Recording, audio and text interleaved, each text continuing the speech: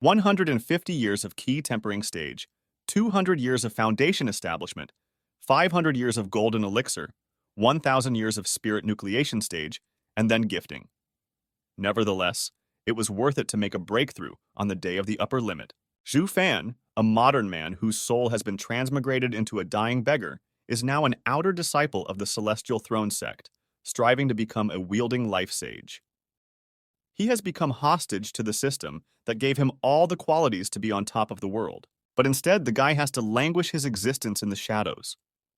Perhaps all of this is done so that a home cultivator can appear in this world for the first time. However, Zhu Fan knew that there was an unusual world outside that he would love to see. Still, it was dangerous because in 6 years, the guy had reached the 4th step. This was the pace of the most mediocre disciple. Nevertheless, he believed that after countless years, he would surely reach the peak. After all, the most important thing in this business is stability, and the one who survives wins. He touched the wall with his hand. At the same moment, the barrier in front of his face slid open. The boy entered a short, dark hallway. In the room on the other side, there was a huge model of the city. Zhu Fan was confident that he would soon be able to return home again, and if it succeeded, it wouldn't matter how long the wait lasted. He walked closer and put the makeshift car on the road. Looking at the tall models of skyscrapers, the guy sighed heavily and thought that so far there was no use of these dreams. Still, he was calm because he had an older brother who could take care of his parents. So now he had to take care of himself. The protagonist stepped into the courtyard of his house. His humble plot was located in the Feiyu world within the Heavenly Throne sect. Stepping outside the fence, Zhu Fan shuffled his foot, dispersing the air currents. Then he took a big leap. This time it was time for him to sign up for some classes. The disciple learned a little bit of everything to stretch his progress. All this was done so as not to accidentally make a premature breakthrough. Flying over the dense forest, the boy suddenly heard someone calling his name. It was Wang Yulong. Being at the 4th stage of key tempering, he had slain a rank 6 beast with a punch, making him immediately considered talented. Zhu Fan stopped and landed. Wang Yulong ran up to the guy and asked when he would teach him the mid-level body relief technique. The disciple claimed that if one developed this ability to the highest level, one would be able to fly even faster than with the Skyrider technique. But the protagonist told his interlocutor that if he wanted to move faster, he should train less on attacking techniques, and then he would have time to develop body relief. Wang Yulong disagreed, saying that in that case, he would be left defenseless if he met a wild beast in the forest. However, Zhu Fan replied that in such a case, one could simply not go into the forest to avoid facing dangers. Wang Yulong continued to not understand why such a talented disciple would always favor the path of cowardice. 3 months ago, a terrible situation occurred not far from here. Untamed beasts ran out of the creature control room. They were huge dogs whose entire body was engulfed in fire. That day, Wang Yulong realized that he wouldn't be able to handle everyone. Leaning on the rubble, the guy held onto his injured arm and was already ready to meet his death. The monster opened its jaws and began the final roll. But at that moment, 3 bright flames erupted in the shadows nearby. The boy had no time to realize what had happened, but in the same second, all the monsters struck by the unknown fell to the ground. Wang Yulong stared straight in front of him in horror, still unable to believe that he was still alive. Suddenly, a human voice asked him if he was okay. It was Zhu Fan. He held out his hand to the boy and asked if he could stand up. Thinking back to this situation, Wang Yulong asked his interlocutor if he could teach him his deadly techniques. Still, attack class magic spells were very difficult to master. However, Zhu Fan combined the 3 spells quite easily and released them with a single wave of his hand. Suddenly, the buddies heard 2 people on the sidelines discussing Master Zuo's lectures. They claimed that from this teacher, students could solve all their attack problems. Hearing that Mr. Zuo's ability was at an incredible level, Zhu Fan suddenly said that there was no point in attacking techniques anyway, after all, if one could defend oneself. Wang Yulong disagreed, however. The guy interrupted him and would suggest that his friend go to the relevant classes. After that, the students dispersed in different directions. Approaching the bulletin board, the protagonist began to look at the available classes on the schedule. However, in most cases, he either learned the technique or it wasn't interesting to him. But suddenly, something that Zhu Fan had never even thought of trying to do before came to Zhu Fang's eyes. It was a class called Using Healing Plants in Alchemy. The boy decided that this time he would go there. The protagonist approached the registrar's office and, after saying hello, said he wanted to sign up for a course. Explained that this program lasts 3 days and includes 10 lectures. There were only 3 places left, so the cost of the course was 50 spiritual stones. Hearing this last sentence, Zhu Fan felt very dejected. He hadn't even earned 100 stones in a year of doing the sex tasks, so he would have to give up most of his annual income. Seeing that the client hesitated, the girl explained that if one wanted to study alchemy, it was better not to even try without their course. And yet, despite the fact that the basics would be learned in the course of the program, the tutor would not reveal the individual properties of healing plants. These words once again renewed the internal contradictions in Shufang's mind. He hesitated for a long time, but then he put the crystals on the table and shouted that he was ready to pay. After the registration was over, the protagonist turned around and walked back. He still couldn't get it out of his head that he had spent 50 stones. Meanwhile, the girl twirled the crystal in her hands and laughed that they had once again easily ripped off money from naive outside students who dreamed of achieving something. Only a few people knew that going into alchemy without money was a waste of time. The sun was gradually setting over the horizon, and further events unfolded in the evening market. Walking through the barely lit neighborhoods, Zhu Fan was very nervous. Now more than ever, he hoped that his investment would pay off. Suddenly, a man shouted from behind the guy. It was Uncle Zhang. He recognized his buddy and asked if he had decided to visit little Yun. The guy waved at his acquaintance and said that he could not hide anything from him as usual. Suddenly, Uncle Zhang seriously asked when the guy was going to give the bride price. He claimed that Yun was roaring every day and asking to be released to Fang. The protagonist recalled a joking conversation with the girl. At that time, she had said that she wanted to be his wife. In turn, Zhu Fan joked that as soon as he collected the money to buy her back, they would immediately get married. However, it's been a long time since that conversation, and these people still take the joke seriously. Deciding that this conversation couldn't go any further, the protagonist waved his hand and reminded his buddy that cultivators shouldn't be among the lady for long. He wanted to ask Mr. Zhang not to talk about his coming Yun. However, the man smiled and said that he had already done so. Immediately after these words, the stomping of children's feet was heard from behind. The boy turned around and realized that he was in trouble. A girl named Yun jumped on him from behind, who shouted joyfully that her husband had finally returned. She clutched onto Shufang and shouted that she had been waiting for this for a long time. The girl's arms tightly wrapped around the boy's waist. He almost cried and asked Yun to loosen her grip. The protagonist once again tried to correct this misunderstanding, saying that he was only joking. However, the girl threateningly said that a real man does not give up his words. Yun then added that according to the traditions of their village, if the bride and groom exchange gifts as a sign of engagement, they are destined to be husband and wife until death. Immediately after saying that, she held out a bracelet to the protagonist, reminding him that it was his gift. Zhu Fan tried to explain that it was a very ordinary gift he had given to the girl to distract her. However, Yun was not going to agree to this. She hugged the guy's bodies even tighter and said that she was still his wife. Zhu Fan could barely hold back his tears at what was happening. He was already stuck here because of the stupid system, and now he had to reckon with the local strange traditions. Night was approaching as the boy headed home again.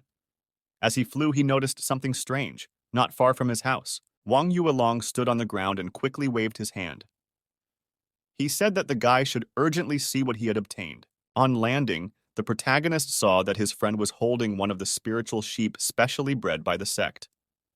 He asked his friend if he was sure that he was not being followed by the police, to which he replied that there was nothing to worry about, because he had paid for 1 spiritual stone.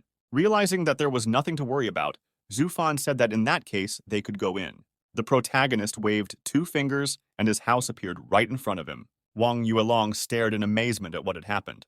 The boy said that it had been a long time since he had seen semi-automatic light techniques. The student also said that Brother Su surprised him more and more every time he met him. Wang Yuelong couldn't calm down, because his friend's position in society didn't match his mastery of attack, defense, and other techniques at all. He tried to assure Xuefeng that if he hadn't shut him up, he would surely have become one of the sect leaders by now. However, the protagonist immediately ordered his interlocutor to stop and reminded him that he was going to stay quieter than water and lower than grass.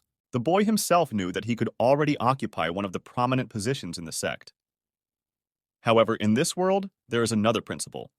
He who stays alive wins. So he intends to continue to lead a fated existence and not to get involved in risky stories. After passing through the gate, Fan told his friend to carry the sheep here. Wang Yuelong was surprised that they were going to roast the creature whole. It took a little more time before the victim was on the spit. Now all that was left to do was to wait for the cooking. When the sheep was ready, Wang Yuelong inhaled the smell of meat with his nose and came to a frenzied delight. The flavor and brilliance of the crispy crust was top-notch. When Wang Yuelong saw the result, he almost fainted from admiration. The food was prepared with a top-level secret technique called roast lamb. After many compliments, the student reached for his bag and began fumbling through it greedily. After a few seconds, he took out a bottle of liquid. Wang Yuelong reminded him that roast lamb without wine was like throwing away spiritual stones for nothing. The protagonist grinned, surprised that his buddy owned an all-posting pouch. He noted that one of the mentors must have liked the guy.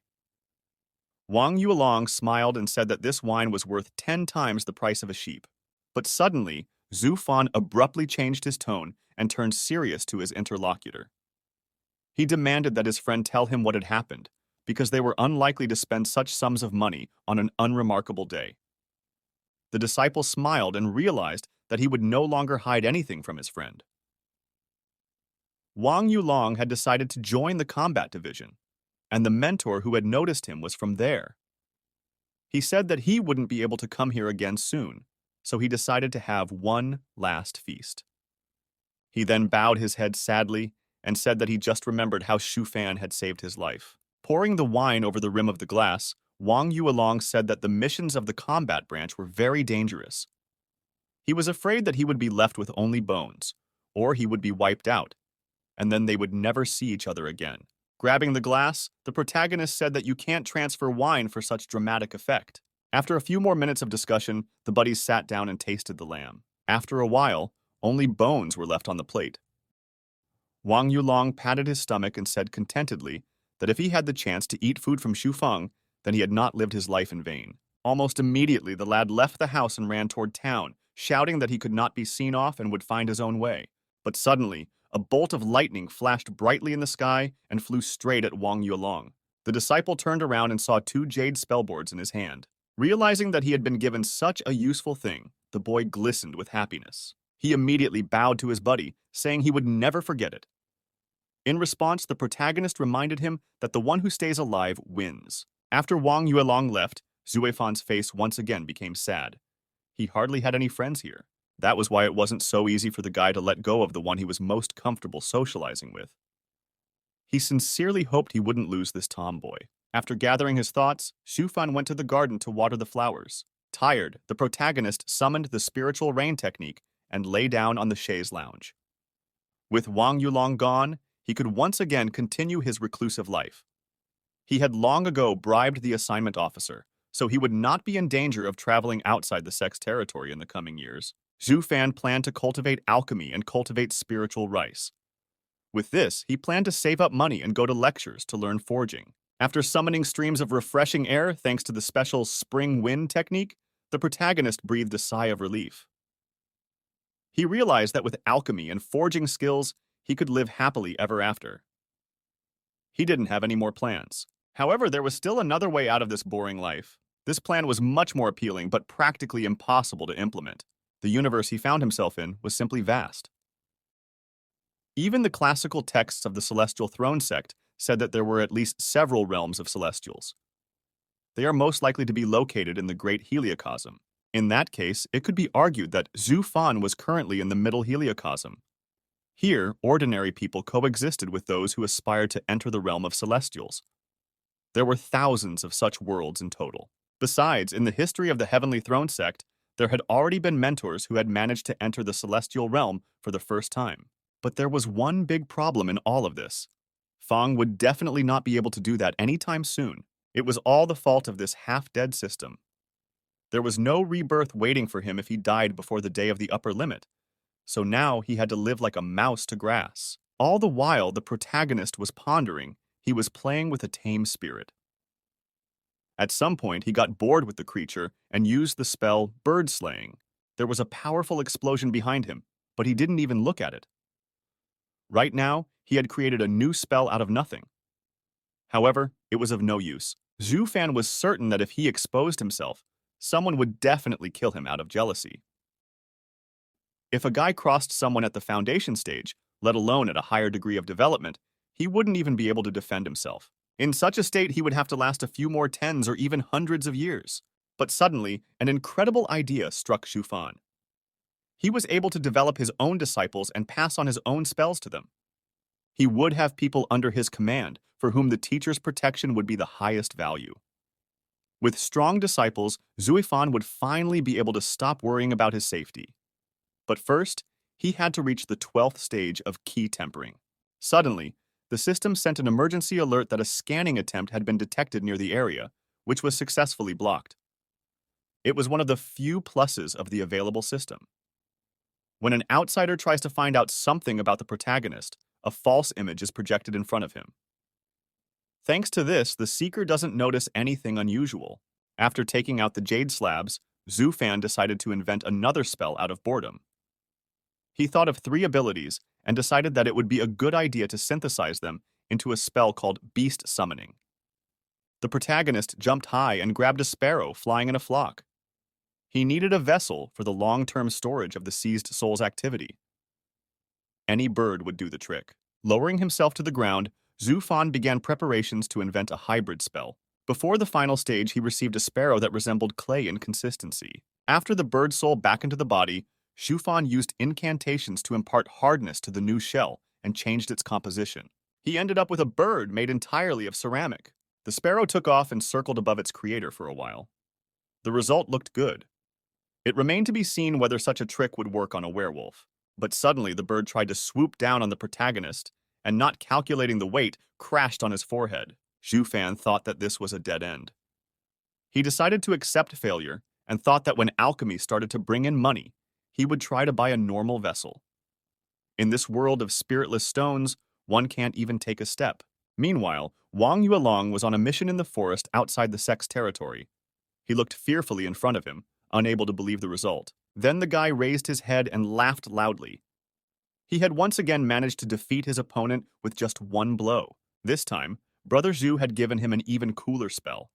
It wasn't even clear what level this ability was. Meanwhile, not far from this place, the mentor was walking with his prey in his hand. He hoped that their newcomer would not be eaten by any beast, or else all responsibility would fall back on him. Reaching the meeting place, the former fighter could not believe his eyes. In front of him, a dead lynx lay on the ground with a long, glowing rod sticking out of its forehead. The newcomer stood beside it with a nonchalant look. The old hunter dropped his prey in surprise. He asked in bewilderment, wondering if the boy had finished him off with one move. He wondered if the boy had killed him with one move. This is what the rank system looked like in this organization. A combat unit divides fighters into 4 ranks, A, B, C, D. The lowest ranked fighters are not fit for anything. C rank holders are treated as cannon fodder. Category B soldiers are the main fighting force, and only A rank holders are the elite of the entire organization. Mentors are personally involved in their development. These people are given the best of everything. Wang Yuelong stared at his mentor intently and then asked what was wrong with his face. The former fighter said that he was fine, but still a little shocked. It was surprising that a rookie was able to straighten out a beast at the 6th stage of key tempering. Normally, such qualities were of rank B and above, but even to obtain the best category, one had to prove themselves some more. To do so, one had to kill 10 beasts at the 7th key tempering stage. The mentor assured the newcomer that he would have more than one more chance to prove himself. However, the boy's face showed that he was disappointed. The mentor then said that he hoped Wang Yuelong wouldn't forget about him when he became a rank A fighter. The disciple thanked the attendant for recommending him and said that his memory was fine. After a while, Wang Yuelong finally saw Zhu Fan. The protagonist asked what was so strange about killing a 6th step beast with a single blow. He gave his friend the Fire Peak spell.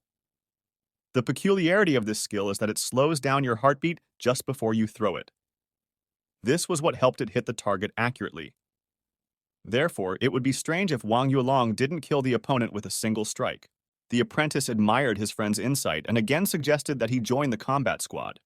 He explained that with Fang's skills, he would be immediately assigned to a rank A squad. He would become a favorite of his mentors, and that was a direct path to greatness.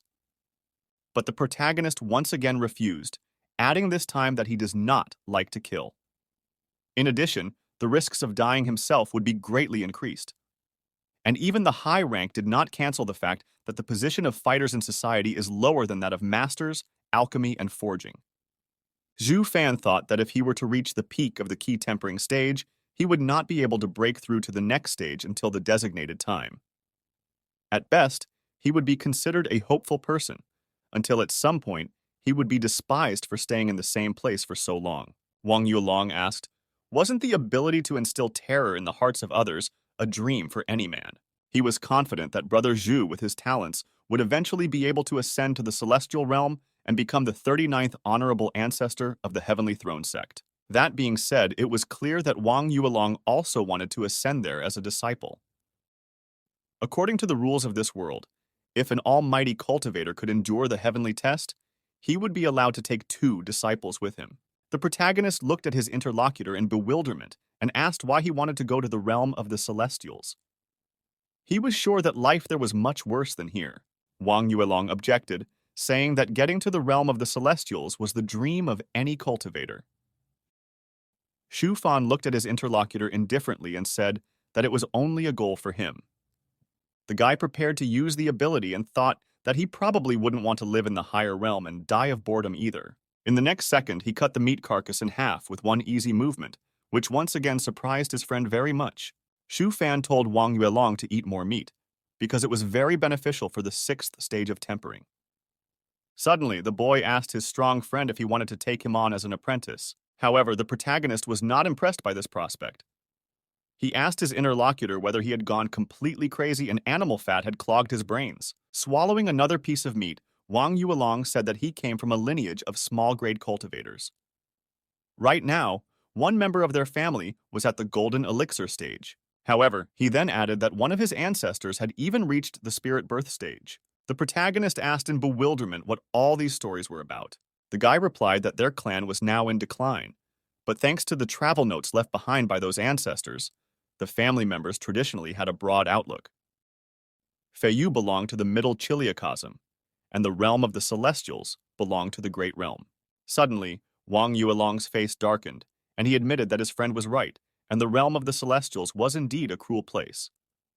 Their sect territory is located in one of the poorest regions of the world, and the central continent is considered the promised land for every cultivator. That is where hundreds of the strongest sects are located with disciples at the spirit birth stage and above.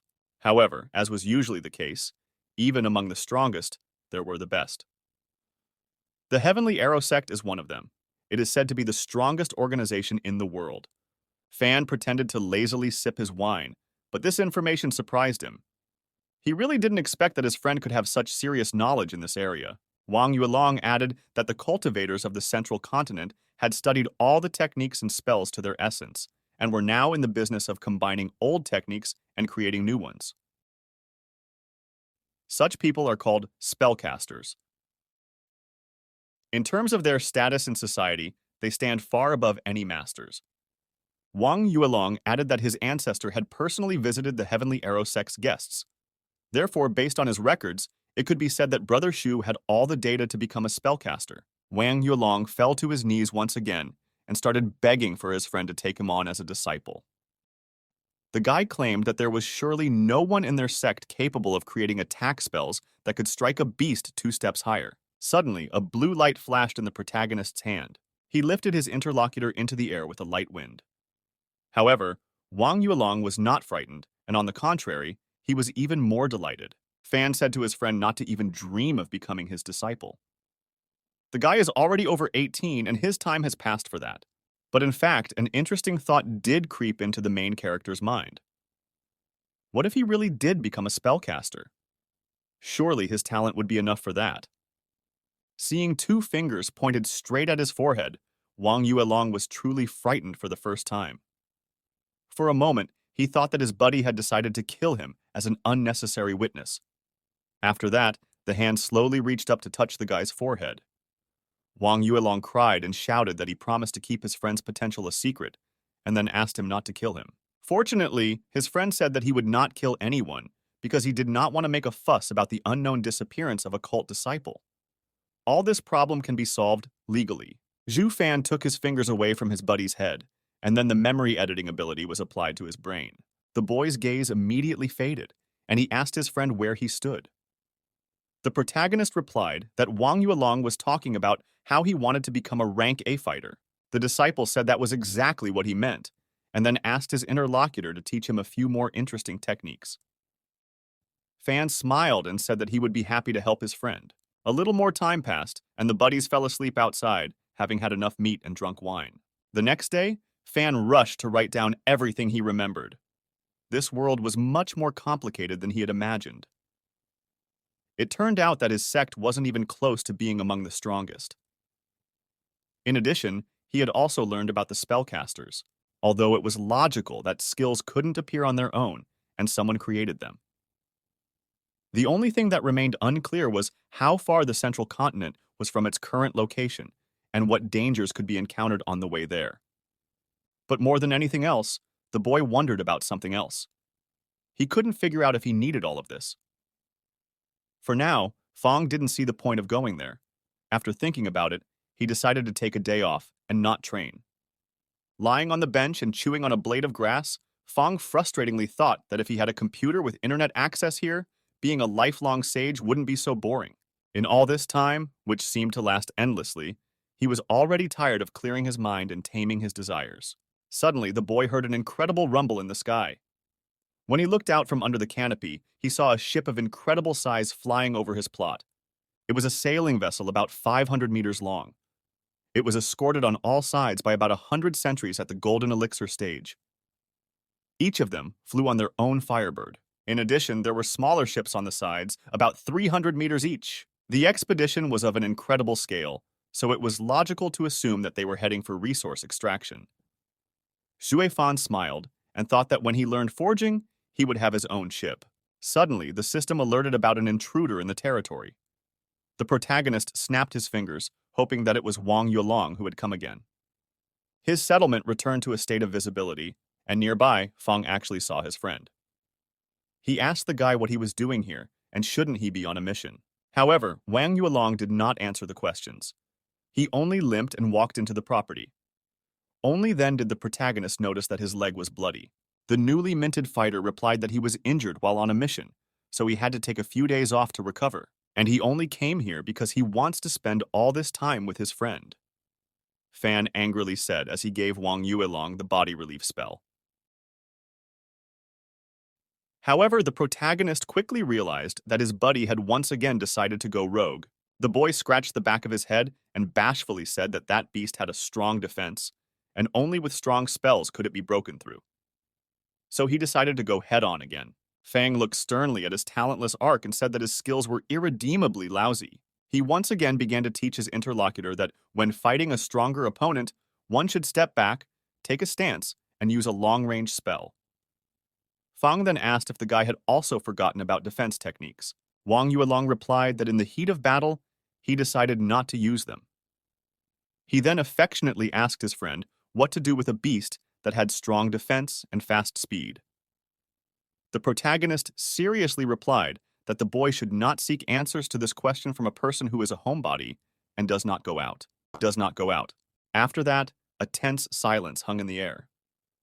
Fan realized that it was impossible to get his martial prowess into someone's head. Wang Yuelong wanted his friend to stop pretending and finally realized that no mentor would teach him the same thing. The guy said that Brother Shu should stop pretending to know nothing. It was clear to Wang Yuelong that the protagonist was hiding his talents from others for some reason. But he knew what his friend was capable of.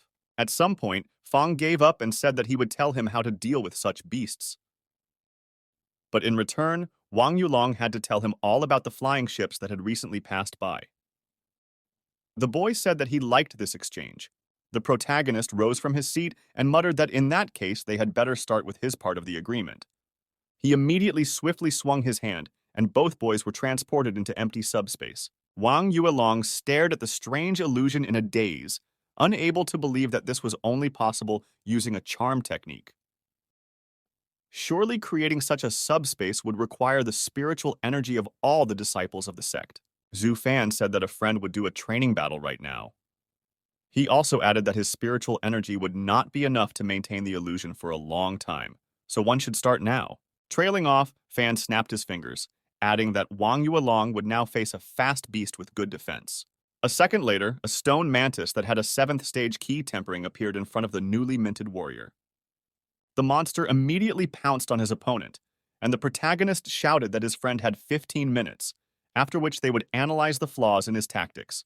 The boy fearfully dodged the first blow, complaining that he hadn't even been warned about the start of the fight. He immediately decided to counterattack using the feather lightness and fire peak skills. However, the mantis dodged the daggers flying at it without any difficulty. Such speed amazed the disciple. He didn't expect this monster to be so fast. That's when the protagonist said that the friend moves at a good speed, but releases the spades very slowly. The very next second after that, the mantis was right behind the fighter's back. Fong sighed and said that this was kindergarten level. The monster grabbed the man with its claws and tossed him far aside. The guy struggled to get to his feet, shaking his whole body. The protagonist asked his friend what he was constantly distracted by. However, Wang Yuelong did not answer, and the fight continued. After 15 minutes, there were more cuts on the student's body. He looked down at his feet, not knowing what to say about it. Shu Fan said that Wang Yuelong had lost the bout with almost no chance.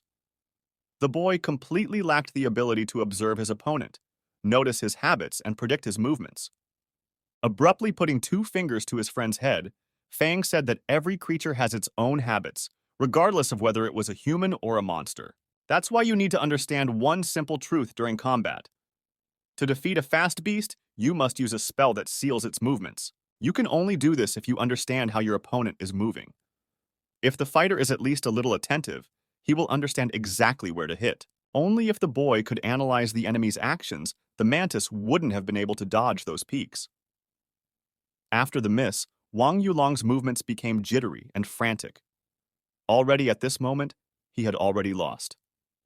During the fight, the beast managed to dodge 4 attacks, but even that wasn't enough for the boy to understand the enemy's movements. Meanwhile, Wang Yuelong marveled that his friend's illusion skill was so excellent that he could still feel the pain from the blows he had received in the fight with the mantis. He could not understand how Fang managed to hold the illusion and watch the fight at the same time. The guy rushed to his interlocutor and said that he realized that it wasn't all of his faults. However, the protagonist said that they were, but for now, they needed to focus on fixing what had already been pointed out. At the end, he added that if he had time in the future, he was willing to teach his friend something else. Zuifan smiled and thought that he had wanted to say this phrase at the right moment for a long time. After that, the protagonist made himself comfortable on the bench. He reminded him that it was now Wang Yuelong's turn to fulfill his part of the bargain and tell him about those flying ships. The student suggested moving to a more relaxing place. Then both boys sat down on the chaise lounges. After that, Wang Yuelong said that it was worth listening more carefully because the history of this ship was very ancient. 500 years ago, the Supreme Preceptor gathered all of the sect's possessions and traveled to the central continent to order the construction of a ship. For the sake of this moment, their organization had not accepted any new members for 50 years because it was struggling to feed itself. Some members of the sect went mad at the sight of the spiritual stones. The life of the organization began to get better only after the built ship arrived at the site. From that moment on, the sect was considered a serious force. The protagonist asked if the organization had been preparing for war all this time.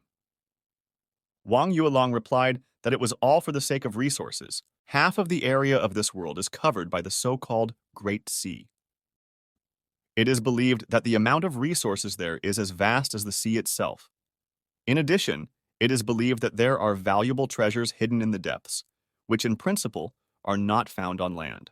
But at the same time, the Great Sea is extremely dangerous. It cannot be explored with only sturdy warriors. Therefore, a flying ship is needed to be able to search for resources. This is due to the fact that from the depths sometimes rise monsters of incredible size. Only by having a flying ship, there is a chance to fend off their attacks. If the civilization relied only on the resources available on land, the development of most students would end at the stage of the golden elixir. In addition, some enthusiasts say that on a flying ship, you can not only sail through the sea or air, but even go beyond the celestial horizon. Shufan looked closely at the sun and thought that his interlocutor was talking about space. The boy said that rumor has it that only the highest level sects do this sort of thing. Their organization is content to travel the great sea. The protagonist nodded his head meaningfully. The thought immediately came to him that possessing such a ship in this world was akin to possessing a nuclear weapon. It was these mysterious devices that determined the sect's position in the world and were the powerhouses of the sect. Suddenly, Shufan asked his friend if there was any option to get on the ship and inspect it. Wang Yulong confirmed this, but then added that only 4 types of people are allowed on board. First and foremost, they are experts in research spells. They determine the ship's route. Then, there are the guards of the combat section. As a rule, they are fighters of rank A. Following them are masters of alchemy and forging. During the expedition, they are responsible for the primary processing of the extracted raw materials. The last type is the commander of a ship in the Void Mastery stage, who is well versed in all areas of martial and scientific arts. Therefore, from Wang Yuelong's words, it is not difficult for Fang to enter the ship. All he needs to do is to become a rank A fighter after reaching the Golden Elixir stage and get into the guard squad. It would be much harder to get into other positions, unless one became an alchemy or forging master of the 3rd grade or higher. The protagonist sighed heavily. For the Golden Elixir stage, he would have to live for another few hundred years without dying. And it took an incredible amount of money to become a master of alchemy or forging. At this moment, Wang Yuelong once again asked Brother Shu to go with him to the battle station. The protagonist said he wasn't interested, and added that he wanted to learn how to build his own ship. Wang Yuelong was surprised that his friend had decided to take a swing at such purchases. He reminded him that even if he sold all the rice he had grown, he wouldn't be able to pay for his introductory forging course. Shufan said that in that case, he would have to stop feeding his buddy. The very next day, the protagonist came to the alchemy study halls. He thought for the first time that if he had studied as much in his previous life, his parents would have died of happiness. Fan looked resolutely at the front door. All he had wanted for the past few years was to find a way to go back. As he got closer, the guy said hello to the girl and introduced himself. Then the main character said that he wanted to enroll in a course called Pill-Making Techniques. The receptionist replied that this program costs 500 spirit stones and 100 merit points. At the same time, the cost of the 2nd year is paid in the same way. The student will have 2 days off per month. Upon graduation, there is an opportunity to join the alchemy department. Zhu Fan gave the 1st year's fee with a pain in his heart. Judging from the rates, it was a brazen and shameless robbery. After accepting the payment, the girl asked the newcomer to follow her. After passing through the main gate, Fan admiringly looked around the large open space. Now he could see where all the money paid by the trainees was going. Looking at all of this, the girl realized that people like him never even made it out of their village. She sincerely didn't understand why people like that would go into alchemy. After that, the girl disdainfully handed the newcomer a token and not sincerely wished him to become a master. However, Fan decided to ignore this attitude and thanked the receptionist. A large number of people turned out in the classrooms. Suddenly, the guy smelled a pleasant aroma coming from somewhere in the depths of the room. At the same moment, a beautiful girl approached him. She said hello and asked him if this was the first lesson for the boy. At the sight of her, Fang instantly blushed. He had heard legends about this girl. The protagonist gathered himself and introduced himself, asking for the name of his interlocutor. The girl carefully fixed her hair and said that her name was Sha Yan.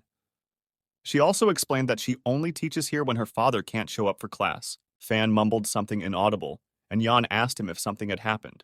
The guy scratched the back of his head in embarrassment and said it was fine. It was just that now he was wondering how he could catch up with those who had been practicing for a long time. Shayan laughed and said that her students had already managed to learn some basics.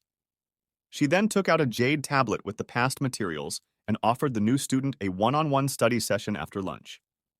After that, the girl said that it was already time to start the lesson. She smiled and asked the boy to listen to her especially attentively. After Sha Yan left, Zhu Fan grabbed his heart. He thought that the plot was developing at a risky pace. In addition, the main character thought that he had seen a movie somewhere that started the same way. Evening came, and the boy went to the place where they had agreed to meet his teacher. The girl sat down in front of him and asked if he was ready to start practicing. However, the protagonist kept his eyes on her, not understanding how one could concentrate on alchemy in such a situation. One single look from her killed any desire to learn in him.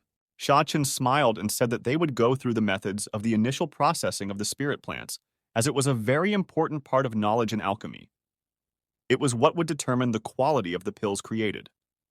Zhu Fan stared at her like a mesmerized man and listened to every word. This was how he had embarked on the path of learning alchemy. Besides, with such a teacher, learning would not be boring. A month had already passed since that very first day. As it turned out, alchemy is a very tricky business. It was only now that the protagonists began to make their first test potions. Putting the ingredients into the vat, he used fire control and energy control to heat up the fire. After the bowl got hotter, Fan piled the remaining ingredients into it and closed the lid. After a while, he looked inside to see what was going on. Beautiful blue and green bubbles were rising up from the bowl. Slamming the lid shut, he thought, this is an easy one after all. But in the next second, the vat exploded, showering the protagonist's face with fumes. As an excuse, Zhu Fan thought that even geniuses sometimes had their cauldrons explode. Immediately, the guy looked fearfully at the bowl that was worth a lot of money. At that moment, he wished more than anything that such an incident would not happen again. Zhu Fan carefully inspected the cauldron from different sides for damage. However, all the walls were in normal condition. On one of the bevels, he did find a large crack. The protagonist immediately remembered what he had been told about it. This type of bowl could withstand a maximum of 10 explosions, so it had to be used with care. He also knew that it took about 20 cauldrons to make the first pill, 50 to develop his own, 100 to become an alchemist, and 1,000 to become a mentor.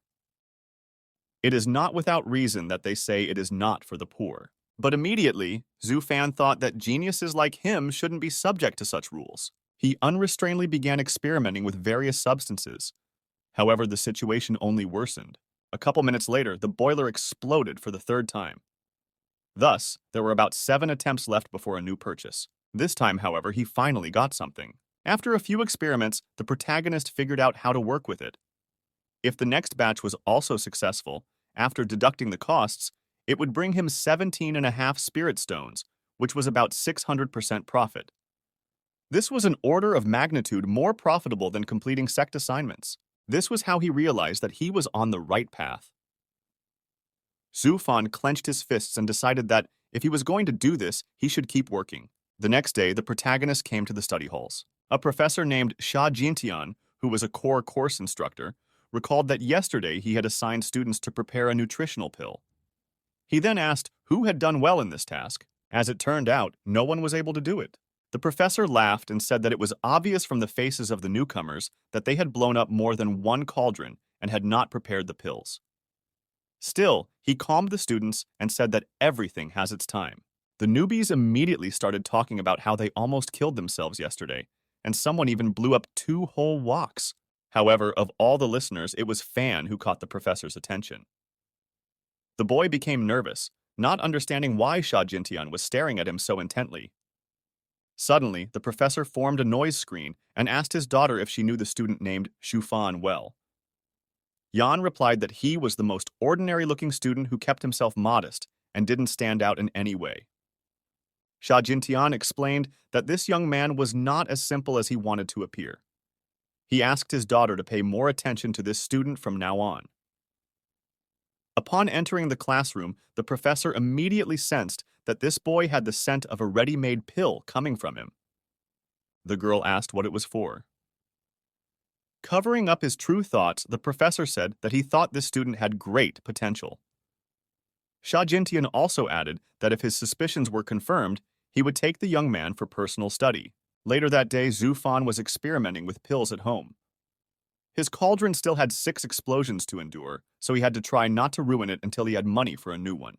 Suddenly, out of the corner of his eye, the protagonist saw a house appear out of nowhere on a mountain not far from him. He went outside and looked around.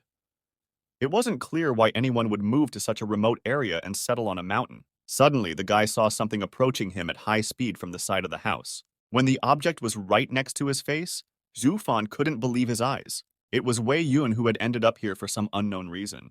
She flew into the protagonist at high speed, knocking out all of his organs. Zhu Fan lifted the girl up with trembling hands and asked what she was doing here.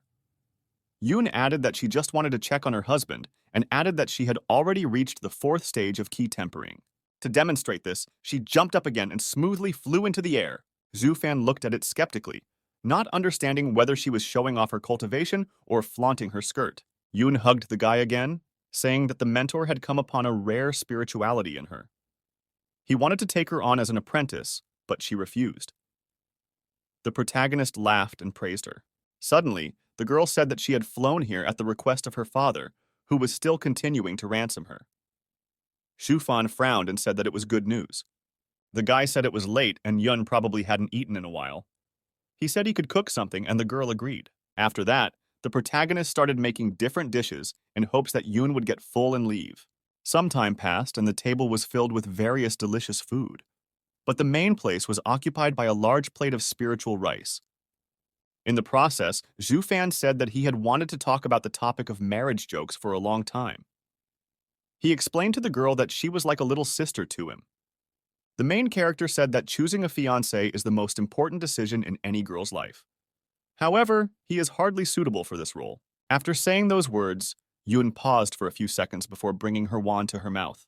Suddenly, her hands trembled. Immediately afterward, tears began to drip from her eyes into the rice bowl. Yun started crying and screaming that her husband didn't need her anymore. Such an effective mixture of female and child manipulation Zhu Fan had not expected at all. After that, long hours of trying to calm the girl down dragged on. The protagonist was still trying to bring the girl to her senses and talk to her like an adult. However, she only screamed that her husband was leaving her. On the 3rd hour of futile persuasion, the guy yelled out that no one was going to give up on her. Yun finally calmed down a bit. Sobbing, she asked if Zhu Fan was really still her husband. The protagonist again tried to clarify this point, but the child did not let him say a word and burst into tears again. Tired of this endless shouting, Zhu Fan said that he would pay this ransom. Hearing this, Yun instantly calmed down and abruptly reached for her wands. She immediately continued eating as if nothing had happened, saying she would remember those words, and adding that the food had already gotten a little cold. The boy stared indignantly at the cunning child and asked who had taught her such manipulation. Yun said that she did not know what it was about. After saying this, Zhu Fan started screaming and tearing his hair. The girl embarrassedly mouthed that she really wanted them to be husband and wife. She then looked meaningfully at the protagonist, waiting for his reaction. Zhu Fan realized that this was another manipulation. However, this time he simply decided to accept it and sighed heavily. He immediately stroked Yun's head, deciding to let things be as they were. Several days passed like this. Yun continued to live with him. From time to time, the girl also cooked something on her own. She was very fond of treating her fiancé. However, the latter still continued to treat it as a formality. Suddenly, there was a bright blue flash on the horizon. In a second, a huge blue bird appeared right above the main character's house. A beautiful girl in a gray dress sat on it. The protagonist looked greedily at the visitor, hoping she had arrived just for him. In the same second, her gaze fell on Zhu Fan, and he finally understood everything. Zhu Fan thought that the system had finally decided to give him a gift, out of pity for him. A beautiful female mentor at home would never be out of place. Suddenly, another voice greeted the Honorable and asked what she needed in these lands. The mentor explained that she wanted to take someone with her. The voice asked if her target was in the Heavenly Throne sex territory, and the girl confirmed it. The next second, a huge blue flower rose up at Yun, who nonchalantly continued to chew on the watermelon. The mentor asked if the girl wanted to become her mentee. Suddenly, a voice asked if the Venerable had come here to take their man from these lands. It was the sex border guardian. He claimed that although the girl was a heavenly spirit bearer, she was not worth the attention of other organizations. But suddenly, the woman looked angrily at the guard and said that their fates were linked, and she would take this child anyway. After that, the mentor turned to Yun, saying that she was willing to accept the girl as her personal disciple. The woman explained that she was skilled in training methods for the development of celestial spirit bearers and would take her subordinate all the way to the celestial realm. The child honestly said that she didn't even know if she wanted it or not. Hearing this, Zhu Fan was furious because the girl was missing an opportunity that might not come again. Suddenly, Yun turned to the protagonist and asked him how she should proceed. The guy was immediately stared at with suspicious looks. At the same moment, everyone present started using the divine consciousness ability to check him. It was a serious technique they could use to reveal his intentions. At the same time, there was a pleasant odor coming from the mentor, and the guard was trying to do something incomprehensible. In the end, Zhu Fan gathered his thoughts and exhaled heavily. He turned to Yun and said that this was a great chance that was surely worth taking. Under this kind of observation, he couldn't say anything else. On the other hand, it was a great chance to quietly dump his little wife. Lastly, the girl asked if she could visit her husband. She confirmed this and said that her methods did not involve taking a vow of celibacy and that she was not in the habit of prying into her students' private lives. In addition, she claimed that if a heavenly spirit bearer chose someone, then that person was also special. Yun said that in that case, she would do as her husband told her to do. The guard said he accepted the decision and congratulated them. The woman then put the girl on the bird with a slight wave of her hand and said she was taking her right away. The huge creature and the guard immediately scattered in different directions. Zuifan exhaled, happy that he was finally alone. There were a large number of pumped-up masters in this world. The protagonist noticed that he was constantly getting visitors who were stronger than him. After lying on the ground for a while, he decided that although he was stuck at the key tempering stage, it was no reason to lie around. For example, it was possible to pump the techniques of the 5 elements. The book of the same name was on trend, which meant that the guy had bought it for a reason. But suddenly the system alerted again about the trespasser of the site. A tall, pumped-up man with swarthy skin entered the property. Shu Fan was startled, but he soon recognized this man as Wang Yuelong. He asked his friend if he had spent a month in the primeval forest.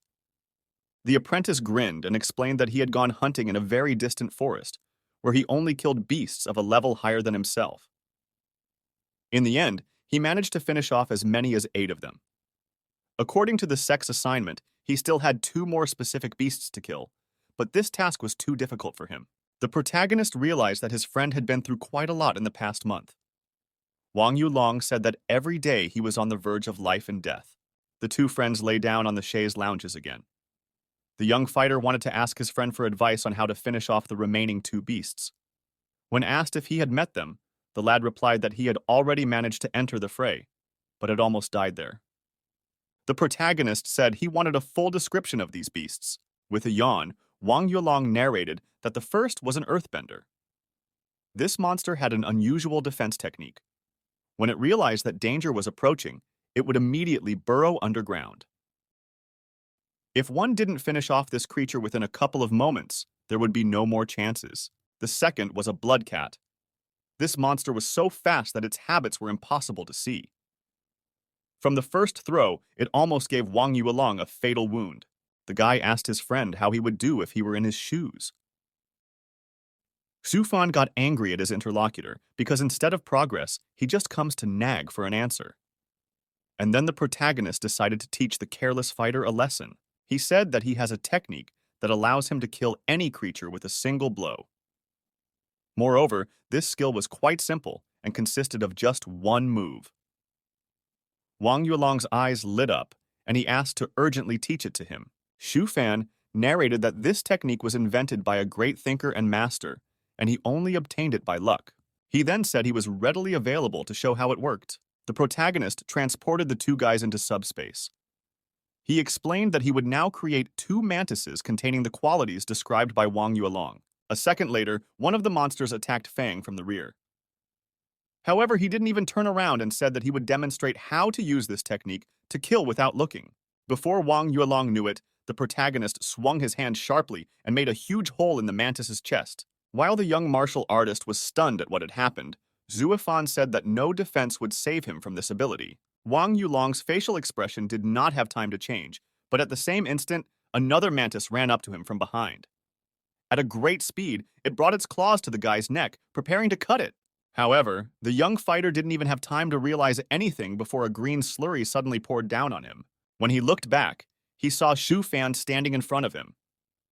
The protagonist quickly covered the distance and destroyed the second praying mantis with a single blow. Waving his head toward his defeated foe, he said he only needed a couple moments to straighten out his target. Wang Yuelong started begging his friend to share this technique with him. Fan said that he would love to help, but it takes a lot of time and battles to learn this skill well. Expectedly, the guy asked if there was another way to learn it faster. The protagonist coughed and said that the ancient sage who invented the technique had indeed spoken of there being such a way. Making a serious face and struggling to contain his laughter, Fan mouthed the need to shave his head. He explained that that master had claimed that the day after, it would be easier for the disciple to apply the skill. This all sounded very strange, and Wang Yulong expectedly started to hesitate. However, the protagonist said that he wasn't going to insist. He was going to give the skill to his friend. This ability allowed you to hit the enemy's weakest point precisely, ahead of them by several moments. However, it was logical that such knowledge could not be free. After a while, Wang Yulong abruptly jumped to his feet and shouted through his tears that he agreed. The protagonist paused for a moment, making the young fighter tense. He was only laughing at the fact that he was about to see something amazing. For a few minutes, Wang Yulong's head was completely clear of hair. The smooth, light bald spot shone brightly in the sun. Barely containing his laughter, the protagonist told his friend that he was finally one step closer to becoming stronger. But judging by the boy's face, he wasn't very happy about it. Suddenly, he asked why Brother Zhu was so strong, yet his hair was still in place. Fang hesitated, however, then said that he simply did not seek to become even stronger. To avoid even more unnecessary questions, the protagonist sent his friend home to practice and refine his technique. Walking out of the house, Wang Yulong thought for a moment that this was really how it should be. Zhu Fan didn't think that his buddy would fall for it so easily. However, there was no time for jokes now. Thanks to alchemy, the protagonist planned to accumulate enough money to learn forging. 3 whole months had already passed since that day. Further events took place somewhere far away in some sacred place. Mary Yun saddled the bird and ordered it to fly forward. However, the creature immediately stopped when it heard the voice of its mistress. She asked her apprentice if she was already tempted to fly away. At this point, the girl had still not mastered the Heaven's Mandate techniques, and her skills still left much to be desired. The woman explained that she was not going to let Yun go at this stage. In addition, she had also ended up here as a heavenly spirit bearer back in the day. Still, in spite of all the strictness, the mentor realized that looking back over her years, she must be pleased with her students' progress. Their training would have been at a much more measured pace if it weren't for that scary dream. It had been a long time, and the warrior still couldn't forget it. She was sure that it was a warning from a heavenly spirit, a warning of impending danger. Stroking her disciple's head, the woman thought that she was really asking too much of her. However, Yun was the one who could stop the coming disaster. But the girl said she wanted to take a little walk, for the training had taken all her strength away. It would be even more wonderful if she could see her husband. The mentor was sure that the heavenly spirit would not allow the chosen girl to choose the most ordinary man. And if she was so attached to him, it meant that he had a great future ahead of him. The woman allowed a walk, but she had to refrain from traveling to her husband's house for the time being. She promised that when the student had mastered the techniques of the celestial mandate to an intermediate level, they could talk about a date. Parallel events were developing in the forging training rooms. Upon entering the classroom, the protagonist was literally blinded by the bright glow emanating from the classroom. Looking around, he found that almost all of the students had shaved heads. It was also there that Shu Fan caught one of the guys talking to his buddies. The disciple said that he had been told about this method by a friend from the martial arts department. From the description of this person, the protagonist realized that he was talking about Wang Yulong. He'd seen people like this in the alchemy halls before, and now the fashion had reached forging classes. Amazingly, this dumbass had managed to get almost all the students of the Outer Lands hooked on this cheap prank. Indeed, after a short time, most of the disciples of the Heavenly Throne sect shaved their heads. This phenomenon went down in the history of the organization as bald madness. Meanwhile, Shu Fan was diligently familiarizing himself with a beginner's self-tutorial on the basics of forging. Unexpectedly, it turned out that the threshold of entry into this art was much higher than that of alchemy. The protagonist spent 10,000 spiritual stones, and in the end, he had to study everything himself. While returning home, Shu Fan suddenly saw a man named Pang Fu. The boy asked the acquaintance what he was doing in his neighborhood. A sect disciple, who only needed to know that his parents were very rich, immediately recognized Brother Shui. The guy explained that he had heard rumors about the main character's success in alchemy. Fu decided to congratulate his friend on this and give him some spirit stones. However, Fang tried to refuse, saying that he didn't have to gift anything. However, the fatty stood his ground, saying that outer disciples were still like lonely wanderers with no one to take care of them, so there was no need to refuse the rare gifts of fate. The protagonist studied with this boy until he reached the key tempering stage. With his sudden appearance, Fu reminded him that there weren't many people in this world that he could call buddies. However, the question remained as to why the boy had decided to be so generous. After asking what actually happened, the sect disciple decided to get straight to the point. Fu said that the fact is that the outer disciples have nothing to rely on in the sect because no one cares about them. Therefore, their destiny is to get pennies for doing the tasks of the organization. That's why the fat man wanted the outer disciples to unite. Pan Fu explained that they could share resources and information with each other and solve complex problems together. He argued that the emergence of such an association would make their lives much easier. The protagonist grinned, ironically saying that the fat man among them had the hardest life. Very easy to say to someone who comes from a rich merchant family that is cooler than any of the great warrior houses. Fu was surprised and asked how the guy knew about it. In reality, the protagonist once received a handout from a fat man. That's when he noticed the characteristic family ring on his index finger. Nevertheless, Xu Fan replied that he had caught a glimpse of the entourage that Fu came with when he joined the sect.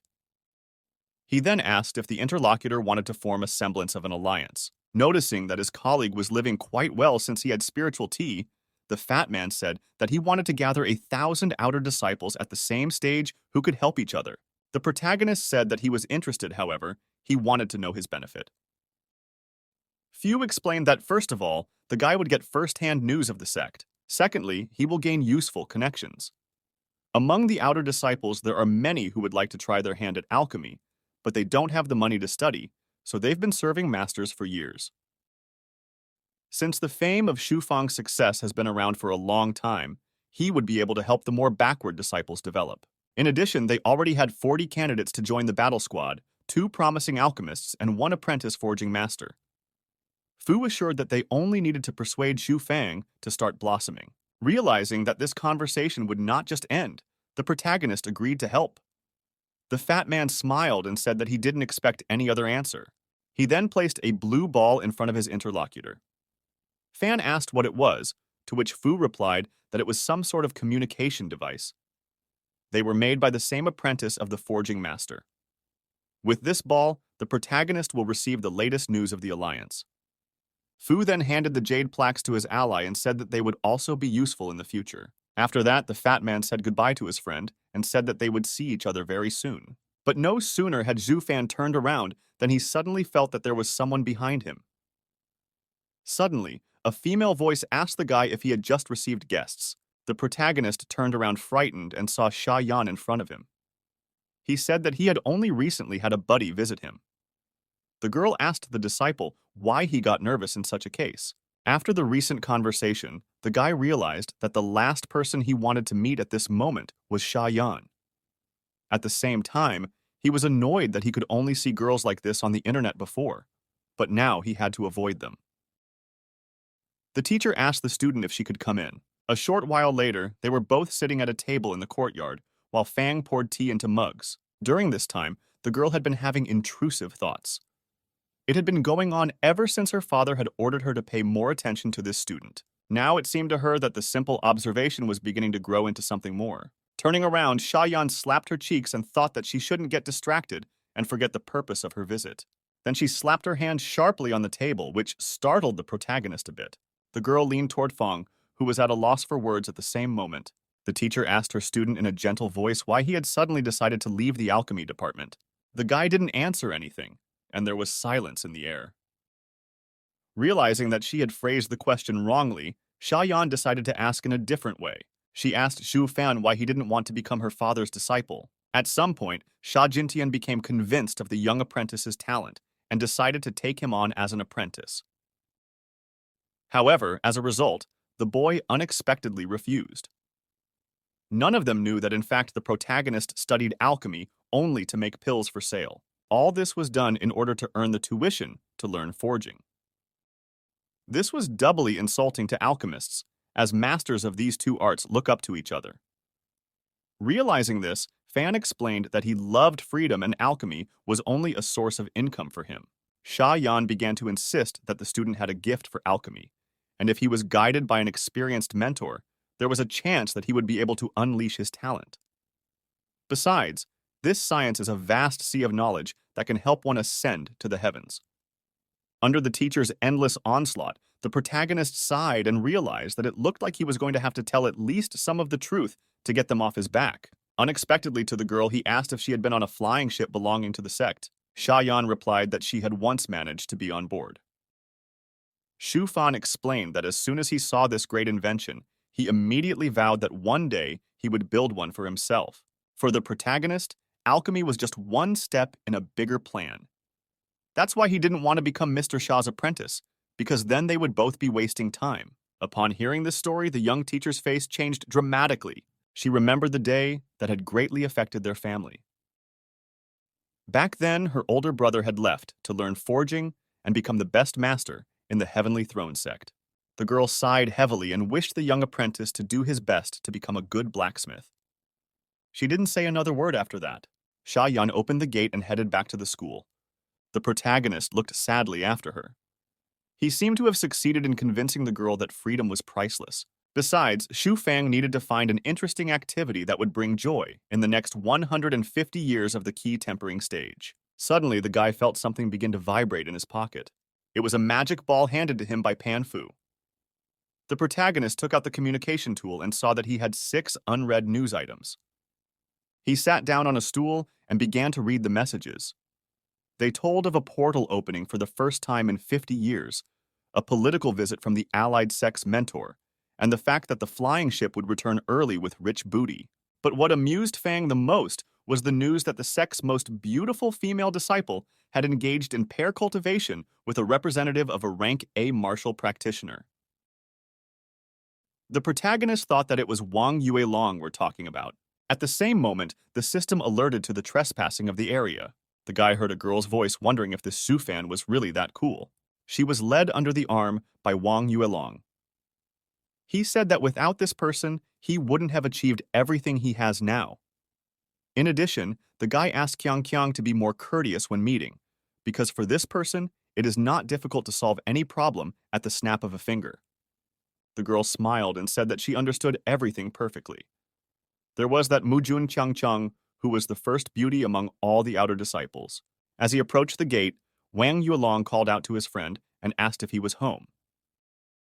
Seeing his acquaintance, the protagonist immediately appreciated his partner. In his opinion, Sha Yan was more beautiful, as this young female disciple was still immature. Wang Yuelong said hello to his friend and asked how his progress in learning forging was.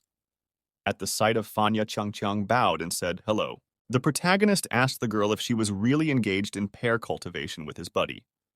This insight surprised the young student, because not many people actually knew about this news. Wang Yulong laughed and said that there was nothing to hide from Brother Shu. The protagonist winked at him and said that not everyone would be able to pick up the first beauty of the sect. This kind of news will definitely not go away. He laughed and said that the first thing he did was to bring in his girlfriend to meet Fan. The protagonist invited the guest to come inside. Inside the room, Wang Yuelong demonstrated one of his new abilities for the first time. Using the ring on his finger, he materialized a large amount of food on the table. The astonished Fan recalled that he had previously had to cook a beast carcass brought by a friend in exchange for techniques. He then asked the guys what had happened. Wang Yuelong explained that they had recently met a 9th stage key tempering soul eater.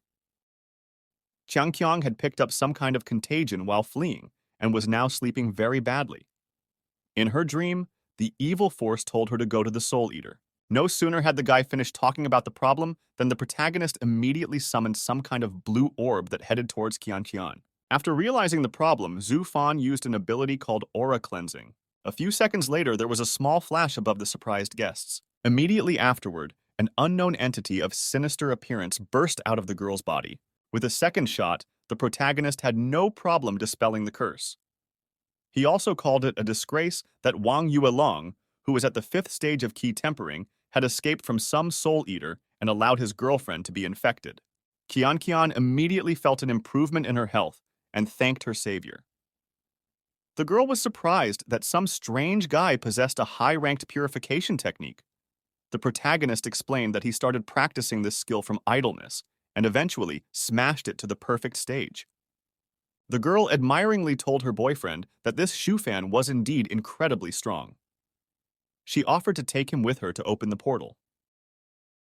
Wang Yulong liked the idea because it was unlikely that with his friend's power, they would leave there empty-handed. Before the boy knew it, a bone immediately flew into his head. Zhu Fan was surprised that this oaf was now looking for a bodyguard while including his girlfriend in the persuasion. He explained that it would be dangerous there and advised them all to stay at home to stay alive. Wang Yuelong asked Brother Shu again, did he really not want to go there? According to the talk of many people, the legacy of great masters could be found there. The young fighter added that during the last time the portals had been opened, someone had found the notes of a great master forger that contained descriptions of many lost runes. At this point, the protagonist became incredibly interested. He needed the knowledge of many runes to become an outstanding forging master. Wang Yuelong added that his friend's safety would be guaranteed as there would be beasts at the peak of Qing, tempering at most. These words made Zhu Fan wary. He asked his buddy if he was sure that there would really only be monsters of this rank. Wang Yuelong replied that he had no doubt about it. Sighing, the protagonist asked how to get involved. Yuelong explained that the cost of entry was only 1,000 spirit stones, and the entrance to the portal would open in 10 days at Tianyi Mountain. Realizing that there was still time, Fong decided to delve deeper into the study of forging. Perhaps he could forge something that would increase his chances of survival on the other side of the portal. When the guests left, the protagonist began to continue his introductory course in forging. Unfolding the self-study book, he penetrated the memory of the manual's compiler. A few moments later, Zui Fan found himself in a very strange subspace. Forging was the art of extracting essence from all things and forming new things. Raw materials, runes, and moldings were the basic elements of this craft. At the stage of key hardening, the spiritual fire available is not enough to harden the materials. It required finding a place with abundant spiritual fire and using the benefits of such a place to quench the ore. This was the most basic method of processing raw materials. Even if the materials have undergone initial processing, once received, they need to be hardened again with a hammer. Once this stage is complete, the shaping stage begins. The most important step is to fuse the runes into the item that is not yet cooled. This must be done before the weapon takes its final form. To create the most basic items, you need to use at least 3 runes, of which there are a huge number in the world, so repetition on the same weapon is not allowed. The life of a master forger is a constant search for new runes, because it is their uniqueness and quantity that will determine the final result. In the self-study was presented a list of 1,000 of the most common types of spiritual ore and their features. Finishing the lesson, the protagonist exhaled. Reading this chapter encouraged him once again. Forging was much more interesting than alchemy, after all. But before he could think about it, the orb in his back pocket vibrated again. Taking it out, Zhu Fan saw a message from Pang Fu. In it, the fatty admired the fact that the protagonist was now studying not only alchemy, but also forging. In addition, the informant explained that he had learned something interesting about dual cultivation. His information was related to the joint study of alchemy and forging. Zhu Fan smiled, for such a coincidence was very surprising. A short while later, he headed for the forge halls. Placing some spirit stones in front of the secretary, the guy explained that he wanted to rent a room. A couple minutes later, the protagonist found himself in a room with a natural source of spiritual fire. Now, he was finally ready to try his hand at real forging. To begin with, Zhu Fan decided to put on ice protection so that he wouldn't get burned in case of anything. First, he decided to try something he had only recently studied. To do this, scarlet steel and iron ore concentrate had to be combined. At this moment, he remembered how Pang Fu had arrived at his house to share information about dual cultivation. According to him, when one reached a high level in one of the crafts, a guiding light would descend from the heavens to help one climb to the very top. If one wanted to take the path of dual cultivation, combining forging and alchemy, it would be seen by the heavens as rejecting their help. In such a case, one could only break through with one's own strength. In Xu Fang's understanding, this indicated that even the heavens viewed a person who excelled in two crafts at the same time as a threat. This was even to the protagonist's advantage, as the system itself encourages him to control his breakthroughs on his own. After combining the two materials, the spirit hammers began to process the resulting raw materials. While processing, Xu Fan noticed that this action proved to be very spiritually costly. If he didn't have a huge spiritual resource, even obtaining a sword would prove to be a problem. The guy looked around at the resulting result and realized he was already at the finish line. Now it was up to him to solder the runes into the blade. To do so, he decided to use amplifications on rock hardness, feather lightness, silence, and destruction. But at the same second, there was a massive explosion in the room. When the smoke cleared, Xu Fan saw the billet in front of him shattered into pieces. The guy realized that he had messed up big time, and the raw materials worth 400 spirit stones were irretrievably lost. Suddenly, there was a knock on the door. Then a man came in, asking what was going on. The old man called himself the manager of the forge halls.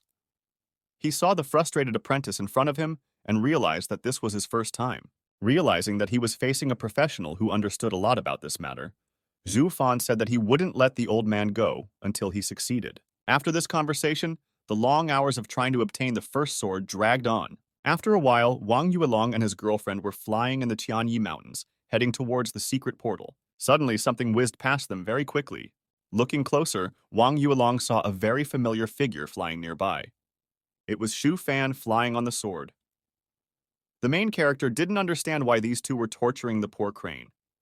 Although, on the other hand, it looked a bit romantic. After landing, Wang Yuelong looked at Brother Shui in astonishment. The boy was delighted that his friend had flown here on a sword he had forged himself. He didn't understand how the protagonist had made such progress after only beginning to learn blacksmithing. In addition, Fang flew faster than anyone in the groundwork stage. The protagonist grinned, his friend acting as if he knew him for the first day. The boy said ironically that he could already be called a master forger. A while later, the guardian explained that the portal would be opening soon. He explained that this trial was suitable for disciples at the key tempering stage. After entering the portal, it was forbidden to kill anyone. He also added that the trial is only available to those who have paid the fee. Also, participants will be automatically thrown out after 1 month. Wang Yuelong looked at his friend excitedly and asked if he was coming with them. However, the boy firmly replied that he would act on his own. Instead, he handed the crystal to his buddy. Xu Fan explained that in case of an emergency, spiritual energy should be injected here. This would create high-frequency vibrations that he would sense and come to the rescue.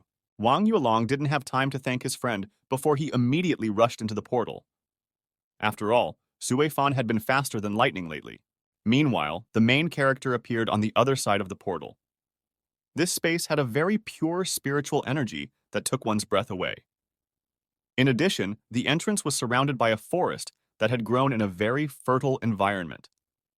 Having landed on the ground, the guy realized that the next month would fly by unnoticed. However, he could not do without a stronghold. It wasn't long before Xu Fan built a small hut. This sword was very versatile, which pleased its creator immensely. Commanding his weapon, the protagonist didn't immediately notice a pack of wolves creeping up behind him. Looking back, he glared angrily at the attacking monsters. By the mere sight of the enemy, the wolves realized they had run into the wrong guy. They immediately frantically bowed to Xu Fan. The guy assessed the situation and realized that these were beasts at the 4th stage of key tempering. Deciding that the pack could be useful to him as assistants, the protagonist ordered the wolves to bring everything that could be valuable and useful here. Now that the starting shelter had been built, Xu Fan could go in search of the runes left here by the forging masters. Wandering through the endless forest, he came across a lake. Surely something useful could be found here. Suddenly, there was a huge splash in the water, causing the protagonist to cover himself with his hands. Just like that, a foot stepped on the surface of the lake. A human voice urged the boy not to panic. The unidentified man explained that he had recently subdued a flying sword.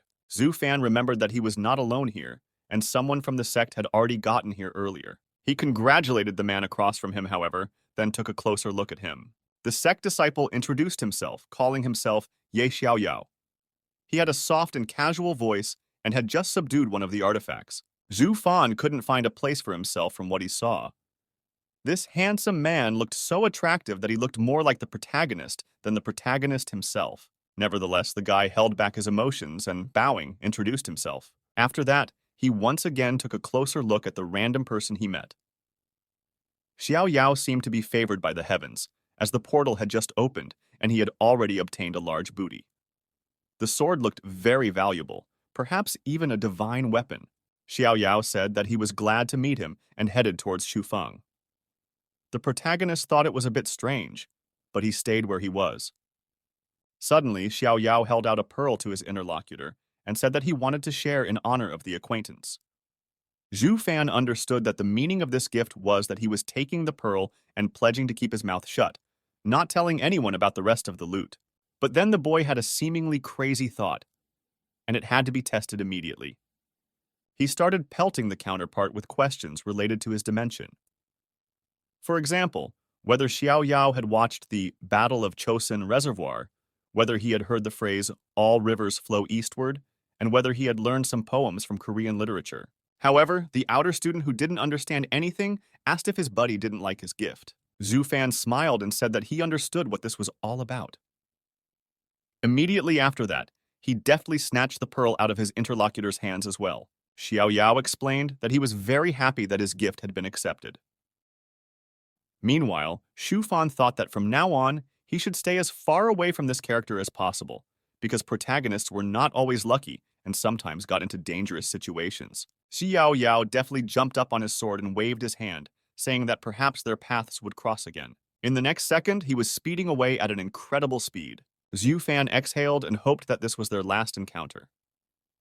He also remembered that main characters usually lost a few minor character buddies along the way, and he didn't need that. After that, the guy turned towards the lake and sighed heavily, realizing that he was unlikely to be left with anything there anymore. Night came and Shu Fan returned to his hut. The terrifying eyeless monster opened its mouth and growled menacingly at the guy. Hearing the turtle squeak nastily, Sui Fan tossed it aside, realizing that this Ye Xiao Yao was definitely the protagonist. There was no other way to explain the fact that this type had cleaned the entire bottom of the lake, even poking out the eyes of the poor turtles even though they cost pennies. But even so, the guy liked it here a lot more than he did in the main world. There was a lot more value in this dimension. Suddenly he heard strange rustles and creaks outside the door. As he approached the entrance, the protagonist saw dozens of brightly glowing eyes staring directly at him point blank. He screamed exhaustedly, realizing it was probably a ghost.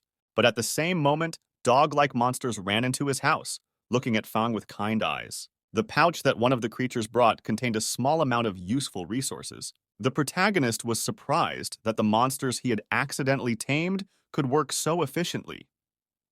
They brought red copper, rootless flowers, unicorn grass, and even spirit stones that were so abundant that there was probably a mine somewhere nearby. However, the dogs gestured that they had collected the loot from the corpses. It was not surprising, for someone must have died after the portal had been opened. This was another reminder not to neglect safety measures. After hiding his house from prying eyes thanks to the spell, Zhu Fan decided to go to bed early so that he could do a better job tomorrow. Getting up early in the morning, the boy prepared a drink and drank it. It was still dark outside, and he thought he shouldn't have woken up before the sun. At this moment, he felt the presence of a foreign aura not far from him. It was a wonder who the dash had also come here this early. Hearing a distinctive sound from behind, Zhu Fan, that same type, flew here again on his sword. Ye Xiao Yao saw his buddy and said hello to him with a smile. Shu Fan annoyedly thought that this type is definitely the protagonist. Stepping closer, Ye Xiao Yao coughed and looked at the cauldron thoughtfully. There was silence in the air. After a few seconds, Zhu Fan invited the traveler to join him in his meal. After that, the cauldron emptied even more. After tasting the delicious warm soup, Ye Xiao Yao couldn't contain his admiration. The protagonist asked the person he was talking to tell him more about himself. The guy assumed that this type was a rank A fighter. However, Ye Xiao Yao refuted this and said that he was just a candidate to join the swordsmen. However, he had a mentor named Yuan Hui. Shu Fan said that he had heard of this trainer who came from a great swordsman family and was a great master of his craft. At the same time, he thought that the protagonist should naturally have an exceptional mentor. After all, it was a cliché. Fan also noted Ye Xiaoyao's exceptional data, and coupled with the huge production, his growth should be even more rapid. However, the guy thought it was a taunt and said he was used to it by now. He said that he had been an inner disciple at the foundation stage a few months ago, but for some reason, his cultivation had started to degrade. Right now, Xiaoyao was already at the 9th key tempering stage and didn't know when this decline would end. At the moment, he was trying to accumulate as much wealth as possible so that he could live a poverty-free life if he became an ordinary layman. Xu Fang was increasingly repulsed by these words, especially after he looked at his interlocutor's left hand. With a satisfied face, he said that he had no doubt that Xiao Yao would be able to recover his cultivation and return to his rightful place. In turn, the guy appreciated the image of his interlocutor and now had no doubt that this type of person was the protagonist of this story and was worth staying away from. But suddenly, the poor fellow grabbed Xu Fang's hands, causing him to be very puzzled. He was glad that his interlocutor was trying to comfort him. Ye Xiao Yao explained that when others heard about this story, they just laughed, and some even started to look at him with contempt. His eyes shone, and the boy said that he really wanted to be friends with Brother Shui. The protagonist absolutely did not want this, and even such a thought made his body shake. A short while later, the strange interlocutor flew away again. Xu Fan was sure that if this type of person rolled to the 3rd step, some wise mentor would suddenly appear from the ring. The boy went in search of something interesting, and after an hour he came upon a large tree. He was happy, because it was perfect for building his own ship. Suddenly, a loud cracking sound was heard from behind, followed by the noise of birds flying in different directions. Xu Fan lazily turned around, realizing that something was about to happen. Soon the ground shook already not far from the protagonist. Then he saw a huge paw come down to the ground right next to him. It was a huge-sized beast that looked like a bear. According to the information, this monster was at the 8th stage of hardening, which allowed the guy to try out the made sword on it. With this thought, Xu Fan pointed his blade at his opponent. This sword was silent and very fast, and also acted as an excellent means of transportation. The bear didn't even try to fight back, and the blade easily slid into its body. After that, the monster's head began to stonewall. His paw, which was already near the protagonist's head, suddenly began to stop. Suddenly, a stream of blood spurted out of the monster's eyes. After that, the bear cried out loudly, and faintly visible needles flew towards Hui Fan. These small objects, 36 in number, which were elusive to the eye, struck the target with a cold light. The boy grinned and hoped that no one else would distract him from building the ship. Half a day of laborious work passed, and the protagonist finally got his ship. He quoted one of the verses admiringly that if heaven had not given him life, mankind would be living in darkness. Suddenly, the stone that had been lying calmly in his pocket before began to vibrate. This only spoke to the fact that Wang Yuelong was in some kind of trouble. The protagonist confidently jumped aboard his ship and shouted to it to fly forward. The vessel then sped away at high speed. Meanwhile, somewhere in the forest, Wang Yuelong and Mujun Changchang were fleeing. A whole swarm of huge wasps rushed right behind them. At some point, the guy grabbed the girl, who was starting to fall behind. The monsters were getting bigger by the minute, and the pace of their movement didn't slow down. Chiang Chiang asked her boyfriend if he was confident that Xue Fan would be able to save them in time. She explained that in a critical situation, she would be able to use the secret technique of igniting her own spirit and blood, in which case they would be able to break away. Suddenly, the adventurers sensed that the monsters were about to launch some sort of attack. The ground beneath the people's feet began to shake, and then Wang Yuelong decided that it was no longer possible to procrastinate. The very next instant, it rushed forward with renewed speed, and huge stingers began to fall on them from behind. But the guy successfully maneuvered, and they managed to evade the attack. At that time, he also offered to wait a little longer, as his faith in Brother Shu was unshakable. With this thought, Wang Yuelong swallowed another acceleration pill. It was not for nothing that his friend had taught him the technique of fleeing the battlefield. However, this ability consumed a lot of spiritual energy. All of this was being watched closely by the protagonist from above. At that time, Chiang Chiang clarified that acceleration pills were not the answer and asked to be allowed to turn to spirit and blood burning. Looking at these idiots with the eagle eye technique, Xu Fan thought that these two must have brain thrombosis by now. After all, otherwise, there was no way he could explain why they had gone to the deadly bees, whose habitats even the golden elixir stage wars would have avoided. At that moment, the lovers felt a spiritual energy coming from the sky. When they saw the flash, they realized that Brother Zhu had come to their rescue after all. But at the same second, a wasp sting flew past Wang Yulong. Looking around, the travelers found that they were completely surrounded by a swarm of monsters. At the same time, the monster spotted the flying ship underneath and also headed towards it. Seeing this, Wang Yulong apologized to Brother Shui for having to involve him in this. Suddenly, a terrifying scream came from the ship. Zhu Fan used an ability called Annihilating Soundwave to deal massive damage to a huge area. From the power of this skill, the monsters began to be blown away. All the creatures practically died of fright in the first second. The rescued looked up and saw a huge swarm of monsters falling to the ground. A little while passed, and a hook that descended from the ship hooked Wang Yulong by the scruff of the neck. From fright, the guy screamed, and soon he lost consciousness together with his girlfriend. A few seconds later, Shu Fan was already sitting on the lakeside and roasting his prey. He didn't think that using this technique would wear out his body so much. It felt like it would take several days to recover spiritual energy. The protagonist couldn't imagine the losses he would incur because of such nonsense. Zhu Fan came to the conclusion that spells that required spiritual energy would have to be abandoned for the time being.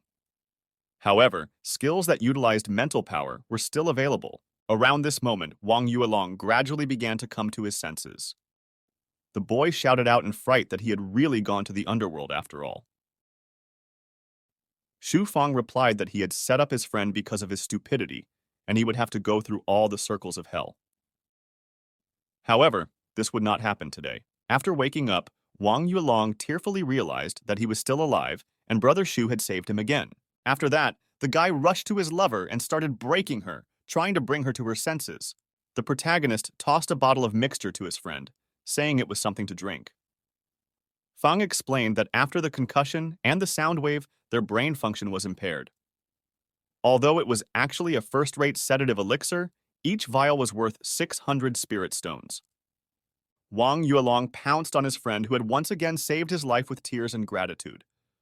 In response, the protagonist shouted angrily that the boy would pay for everything. He added that the life-saving service was worth 20,000 spirit stones, and the vial of elixir was worth 2,000. Wang Yulong quietly replied that he would have to be a debtor for now, but later, once he got rich, he could give 1,000,000 at once. At that moment, the guy was pinched really hard from behind. He screamed and jumped up in pain. At this moment, Qiang woke up and asked the guy if he felt anything. The lovers immediately rushed to each other and began to cry. This time, the girl turned to their savior and thanked him heartily for what he had done. Taking a bite of the cooked meat, Zhu Fan asked which one of them had the idea to climb into the dwelling of the dangerous bees. Wang Yuelong admitted that the original plan was flawless. But at some point, things went wrong and the monsters discovered them. He then tried to use the battlefield escape technique, but he overestimated his capabilities.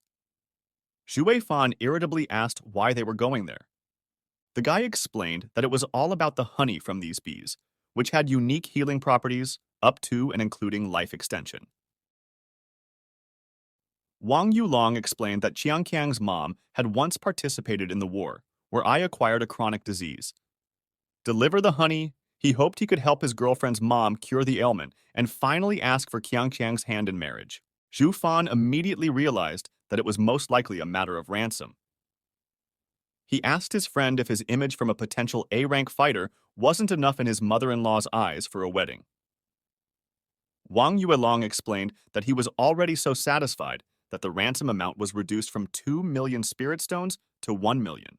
The protagonist grinned and jokingly called his friend's mother-in-law a saintly woman, since it would only take 10 years to save up for such a thing. Wang Yulong agreed and explained that he wanted to make such a gift so that Mrs. Mumuyun would drop another 500,000. Zhu Fan looked at the enthusiastic guy and remembered how in his past life he had also been extorted a large ransom from him. With this thought, the protagonist threw a piece of meat to his friend. He asked if the boys had managed to get honey. Wang Yulong replied that they had only managed to get half of what they had planned. However, he hoped that even that amount would be enough. The protagonist, meanwhile, stared at the jar of liquid. This honey must be worth a lot of money if it was so hard to get. Besides, forging had nearly bankrupted him lately. He asked his friends how much the substance cost. Qiang replied that in big cities, they give about 2,000 spirit stones per liter for it. Hearing this, Zhu Fan started begging for details from his acquaintances about the place where they had gotten it. The guy decided he wouldn't be stopped by some insects when there was such a great opportunity to make good money. A short while later, Zhu Fan was already riding a deer and galloping through the flower fields towards the bamboo grove of deadly bees. At some point, the animal stopped and the field ended. Ahead began the territory of bees. Putting his fingers on the deer's head, he ordered her to hide somewhere far away. The animal galloped away, and the protagonist rushed into the thicket. 3 days had passed. At the border of a bamboo grove and a flower field, the main character's butt shone in the sun. After finding a large number of opponents, he would diligently bend over in front of them and imitate the flight of a bee by waving his arms. The monsters didn't realize what was going on for a while and stared at the strange movements in bewilderment. However, after hours of convincing them that it was merely their not-yet-faced brother, the bees mistook the strange creature for one of their own. A large number of creatures were flocking to the place where the unknown man had appeared. Everyone wanted to see the protagonist, who was walking confidently into the grove. A while later, he finally found the place he had been looking for so long. In front of the guy were huge mountains of honey that were supposed to enrich him. Zhu Fan calculated that 100 liters would bring him 200,000 spirit stones. In that case, selling even 10,000 liters could bring him eternal financial independence. At the same second, a bee-mate appeared in front of the protagonist, which due to its stable psyche did not succumb to the enchantment technique. Realizing that this monster would not be easy to deal with, he decided to use the skill consciousness paralysis. However, the blue ball he released hit the protective barrier. At the same moment, the system notified the disciple that the bees and their honey were the property of the Heavenly Throne sect. So those who reached here were allowed to take the honey as a reward, but in quantities not exceeding 1,000 liters. Zhu Fan thought frustratedly that all of his plans to instantly enrich himself had been dashed. Meanwhile, in the Cloud Islands of the Heavenly Throne sect, the situation in the portal was being closely monitored. One of the elders who saw this situation was surprised that a disciple at the key tempering stage was able to trick the Death Bee stage and almost paralyze the uterus. Surely this fellow was worth more attention. Zhu Fan was gaining one jar of honey after another, as a voice from above suddenly asked him to stop. He glanced around and looked at the light coming from the sky, thinking that this guy was just a cheapskate. The protagonist loaded large 100-meter cans onto a sword and sent them to the ship. When he returned to his ship after the loot, he estimated that he had only managed to collect 500 liters. But even that would be enough for a new cauldron, better forging tools, and more spellboards. But before he knew it, a familiar bright violet ray swept directly over his head toward the grove. Zhu Fan grinned, realizing that Ye Xiaoyao had already somehow found out about the gold mine and had found a way around the danger. He only wondered how much honey this guy would be allowed to take with him. At the same time in the Heavenly Islands, the elder who was watching the portals was furious. He didn't believe that now every brat at the key tempering stage could reach the honey. Ye Xiaoyao prepared a jug and began to pour honey into it. The guy was pleasantly surprised that even at the key tempering stage, he could move quite a bit faster. After that, Ye Xiaoyao calculated that if he collected 10,000 liters, he could ask his mentor to find a sage at the awakening stage who could determine what was happening to him. Suddenly, a bright light poured down from the sky onto the mountain of honey. When the bright flash passed, the boy found that all the loot was simply gone. He looked around, not realizing what had happened. Ye Xiaoyao then saw a protective dome over the place, on which it was written that the Deadly Bee Bamboo Grove was closed to the public for the next 150 years. The guy annoyed at the sigh and called these elders cheapskates. Suddenly, a threatening voice asked if the brat wanted to conflict with them. Ye Xiaoyao remained silent, and the old man said that if he were him, he would be satisfied with what he had.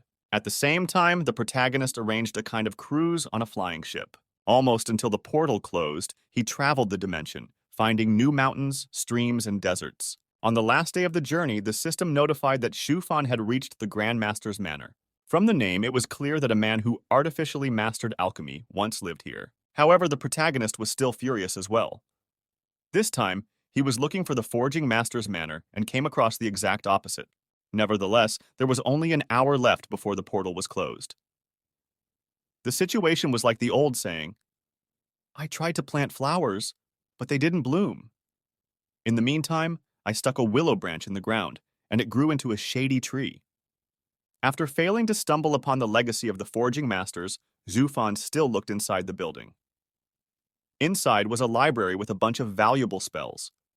Overall, this sortie could be called a success. At least now, he had something to occupy himself during the long evenings. Among the finds was also an all-purpose bag. Now you didn't have to save up to buy a storage ring. The spells Killing Moon and Perfect Intelligence also received special attention. Suddenly, a loud voice spoke out that a month had passed and the portal was closing. Immediately after saying those words, Zuifan found himself high in the air.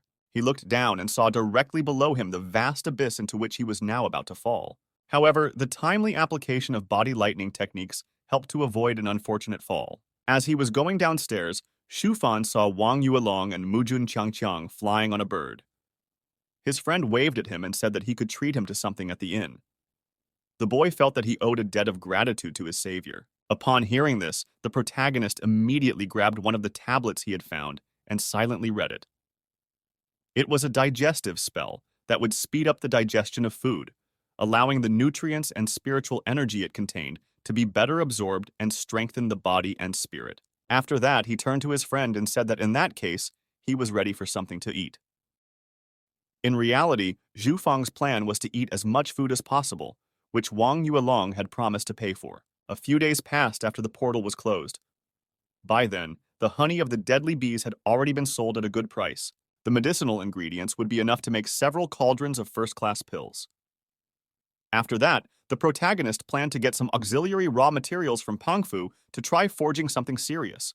Making a paper crane with a list of things he needed, Zhu Fan threw it into the air, and the message flew instead of the Alliance's location. A short while later, Pangfu sent a messenger bird with 10 full bags of ingredients. In response, the protagonist sent a payment of 300,000 spirit stones. Holding the invoice in his hands, he still couldn't believe that he could find such an amount to pay. After that, Xu Fan took a large piece of crushed copper and examined it.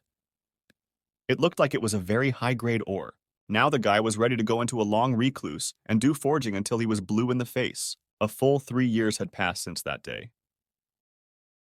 Xu Fan once again rented a room in the blacksmithing halls. However, this time he also failed. He had thought that, given his talents, he would be able to forge anything he wanted with his eyes closed in 3 years. But it turned out that forging was a very complicated science. During his experiments, the protagonist came to the conclusion that the runes of energy control and spirit amplification were rejecting each other. However, he could not find the reason for this. After another explosion, Zuifan's head hit the ground, and a brilliant thought came to him. As he jumped to his feet, he thought that perhaps he needed an intermediary rune to succeed. After that, Zhu Fan almost immediately made another attempt. This time there was an explosion again, however, now it looked very different. When the smoke cleared, the protagonist suddenly saw a solid glowing sword. He immediately decided to name the new weapon Thousand Man. Although the guy realized that he had only spent 6 attempts, it was also quite a lot. In these 3 years, he had spent a large amount of spirit stones and materials. After that, Zhu Fan decided to read the latest information from Pangfu. Among the interesting things was that the flying ship had been damaged by the collision with the giant sea beast. The guy hoped that he would be allowed to repair the aircraft. But what drew the main character's attention even more was that Ye Xiaoyao killed the sect traitor at the Golden Erection stage, even though he himself was only at the Foundation stage. Not long ago, this type had degenerated, and now he was killing much stronger people. However, the protagonist was not discouraged this time. He himself had evolved to the 8th stage of ki tempering. Much of this growth was due to the digestive spell. In addition, Xu Weifan had internalized all the ancient recipes from the great alchemist's manor. The protagonist assumed that he himself could destroy the enemy at the Golden Elixir stage when he broke through to the Foundation stage. The Summon Beast spell he found has become one of his favorites. It can summon the spirit of a water dragon, which has combat power at the level of the Foundation stage. In addition, if you find to make a suitable vessel for the spirit of this monster, you can bring its combat power to its peak. In this case, you can fight back enemies a couple of stages higher. With these thoughts, Zui Fan was already at his home. Relaxing, he sat down on the chaise lounge, realizing that he would now be able to rest properly. But before the protagonist could think about it, Wang Yuelong and Mujun Qiangqiang immediately appeared in front of him. Realizing that he couldn't get away from this sweet couple, Zuifan asked why they were so happy. He wondered if Yulong's mother-in-law had finally given in to his pressure. Pressing his lips together, the boy muttered that he did. He then embarrassingly held out the invitation to his friend, shouting that on the 15th of next month, the most momentous event of their lives would take place, and Brother Shu had no right to miss it. After that, Yulong and Qianqiang quickly set the table, arranging many different dishes. They asked if the main character liked the food. Shuifan replied that it was delicious. He looked around at the couple in love and wondered. Even though the two of them looked very cute, the guy didn't feel envious. He was destined to live until he became a great sage. Besides, there was hardly a woman in this world worthy of his attention. After that, the protagonist, having nibbled the last chicken leg, threw the bone on the plate and got up from his seat. He turned around and beckoned the guests to follow him. The boys looked at each other, not understanding what was going on. Walking into the next room, Yulong and Qianqiang were at a loss for words at what they saw. It was a huge annex filled with high-quality weapons. Yulong now understood why Brother Shu hadn't shown them this place before. Qianqiang admiringly called Fong the most talented disciple of the sect. The guy grinned and said he didn't have a wedding gift for the newlyweds, so they could each pick one of any item. Seeing that the lovers had already started to examine the strange items, Su Fan asked them not to touch the warhead and grenade launcher. After all, they weren't working anyway. After a while, two weapons caught Qianqian's eye. They were swords of insight. The pink blade was responsible for illusions and enchanting the enemy, while the white blade was responsible for speed and armor penetration. In turn, Yulong liked the thousand-man sword. This sword can split into pieces and take arbitrary shapes during battle, which greatly reduces the effectiveness of the opponent's defense. Shu Fan kept his word. So soon the loving couple was contentedly going to their home with their new weapons. Being very sad at heart, the guy waved them off with a smile. He had spent a huge amount of effort and raw materials to craft these blades. However, Zuifan decided that since he had accustomed these people to his tutelage, he would have to bear the burden steadfastly. On the 15th of next month, the wedding was to take place. It was the first time the protagonist had traveled far outside the sect in 3 years, so he had to be prepared. A month later, a group of people saw a strange man near the city gates. Under the weight of the weight being carried, this guy was barely able to stay on his feet. It was Shu Fan, who was carrying a huge bag of belongings. The wedding was to be held in a city called Dayton. It was 6,000 kilometers in a straight line from the capital of their sect. However, this news didn't matter to Shu Fong because he had his own personal ship. With the vessel directly in front of him, the protagonist felt a painfully familiar aura behind him. Zhu Fan turned around, hoping that he had imagined it. However, his fears were then confirmed. It was indeed Ye Xiao Yao. It was strange that this type of person had so unexpectedly appeared here at this very moment. The guy could only hope that his acquaintance would have a completely different direction of travel. Ye Xiao Yao saw his friend and greeted him with a smile, reminding him that they hadn't seen each other in 3 years. The guy explained that today's meeting once again proved that their destinies were connected. Forcing out a feigned smile, Suifan greeted the acquaintance, saying that he had heard that Ye Xiao Yao was now so a true hero was respected. The interlocutor then asked the protagonist if it was really his ship. Fan explained that it was indeed. Ye Xiao Yao started looking at the deck with interest. He then asked why this aero pressure was made. Fan explained that it made the ship faster. The protagonist asked his acquaintance not to waste his time on him, as they are both busy people. However, Ye Xiao Yao suddenly said that he was going to a friend's wedding.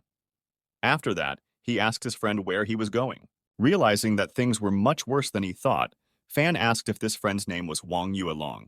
Hearing this, Ye Xiao Yao laughed and replied that he was exactly what he meant. The guy was glad that they could have a great conversation all the way to the wedding venue. However, Ye Xiao Yao then suggested to Brother Shu to fly together on his ship because it would be much faster. Fang didn't say anything back because it was humiliating. However, the travelers boarded a faster ship. The speed of the ship almost sent the protagonist overboard. Seeing this, Ye Xiao Yao slowed down the aircraft and apologized to his friend, for he had forgotten that he was only at the key tempering stage. When lunchtime approached, Fang stared in surprise at the table littered with food. The guy asked his interlocutor not to get any more food, but he insisted on eating more. The protagonist thought that this type of demonstrative friendliness was getting out of hand. Suddenly, the travelers sensed something amiss approaching the ship. Ye Xiaoyao immediately snatched one of his blades and rushed towards the bow of the ship, shouting that he would only leave Brother Shu for a few moments as he needed to get rid of a couple of bastards. Immediately afterward, the guy pulled out all his 5 swords and readied them for battle.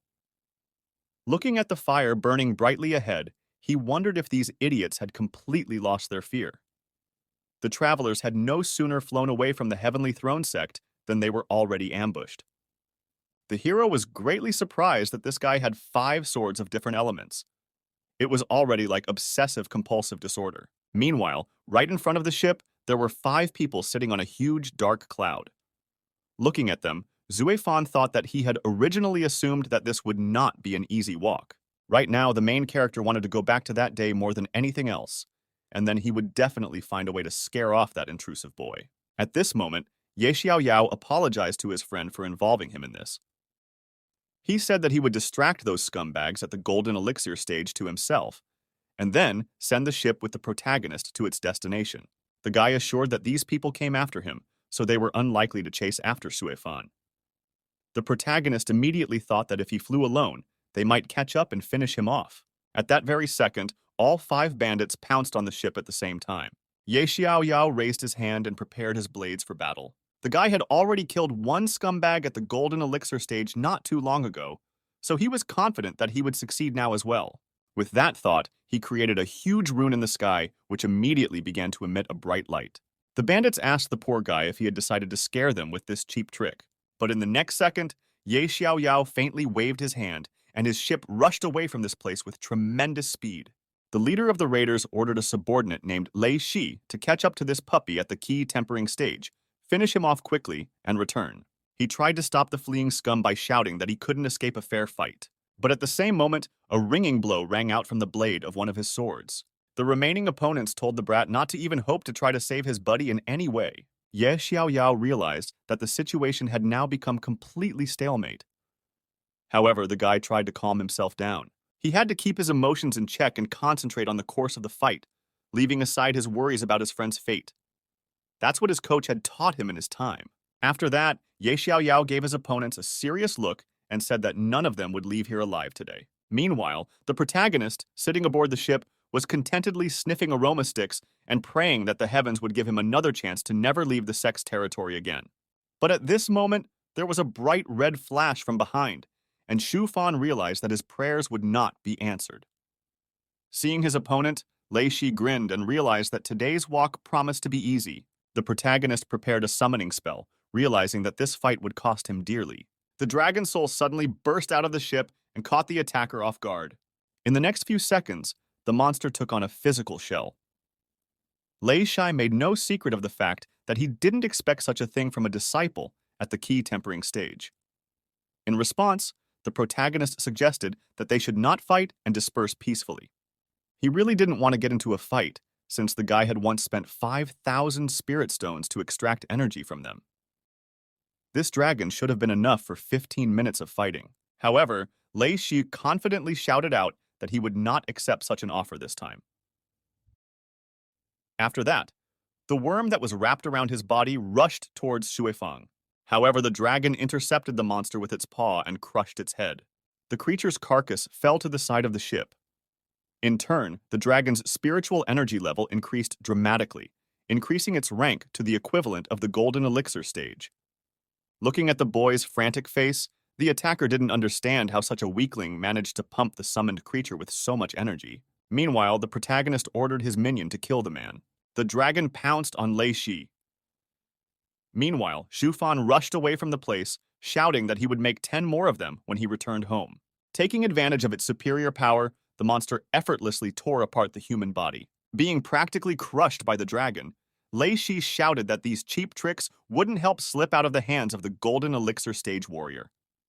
With those words, he threw the bug towards Shu Fan. Noticing this, the protagonist created several barriers that were meant to merge together and stop the creature. However, the bug was so fast that it effortlessly flew through the defenses and slammed into the guy's head. The system immediately alerted to the onset of the neuroparalytic effect and mental damage. Shu Fan staggered and fell overboard as he approached the edge of the ship. Before he lost consciousness, the guy thought that now he was finished. Some time has passed since the situation occurred. Somewhere in the mountains in one of the old huts, two children were staring in amazement at a stranger. The girl asked her brother if the time would soon come when they could eat meat every day. The boy wiped the head of the lying unconscious protagonist with a napkin and said that it would be right after this immortal celestial woke up. He reminded his sister that Changshan's grandfather had told them to bring out this demigod. In that case, if they didn't become celestials themselves, they would at least live a life of wealth and honor, and rich people eat meat every day. However, the child noted that judging by the man's condition, they were a long way from a sumptuous meal. At this point, Zufan had already scouted the surroundings through his unconscious perception. He was glad that he had been found and rescued, because there was a very good chance that his body could have fallen somewhere in the snowy mountains and frozen to death.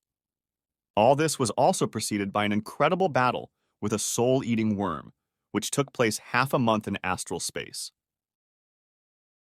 At first, the monster was winning, taking advantage of the protagonist's weakness and gnawing into his body piece by piece. But it was only recently that Shufang managed to win this long battle and finally came to his senses. The children were about to leave the shack when suddenly an unknown voice called out to them from behind.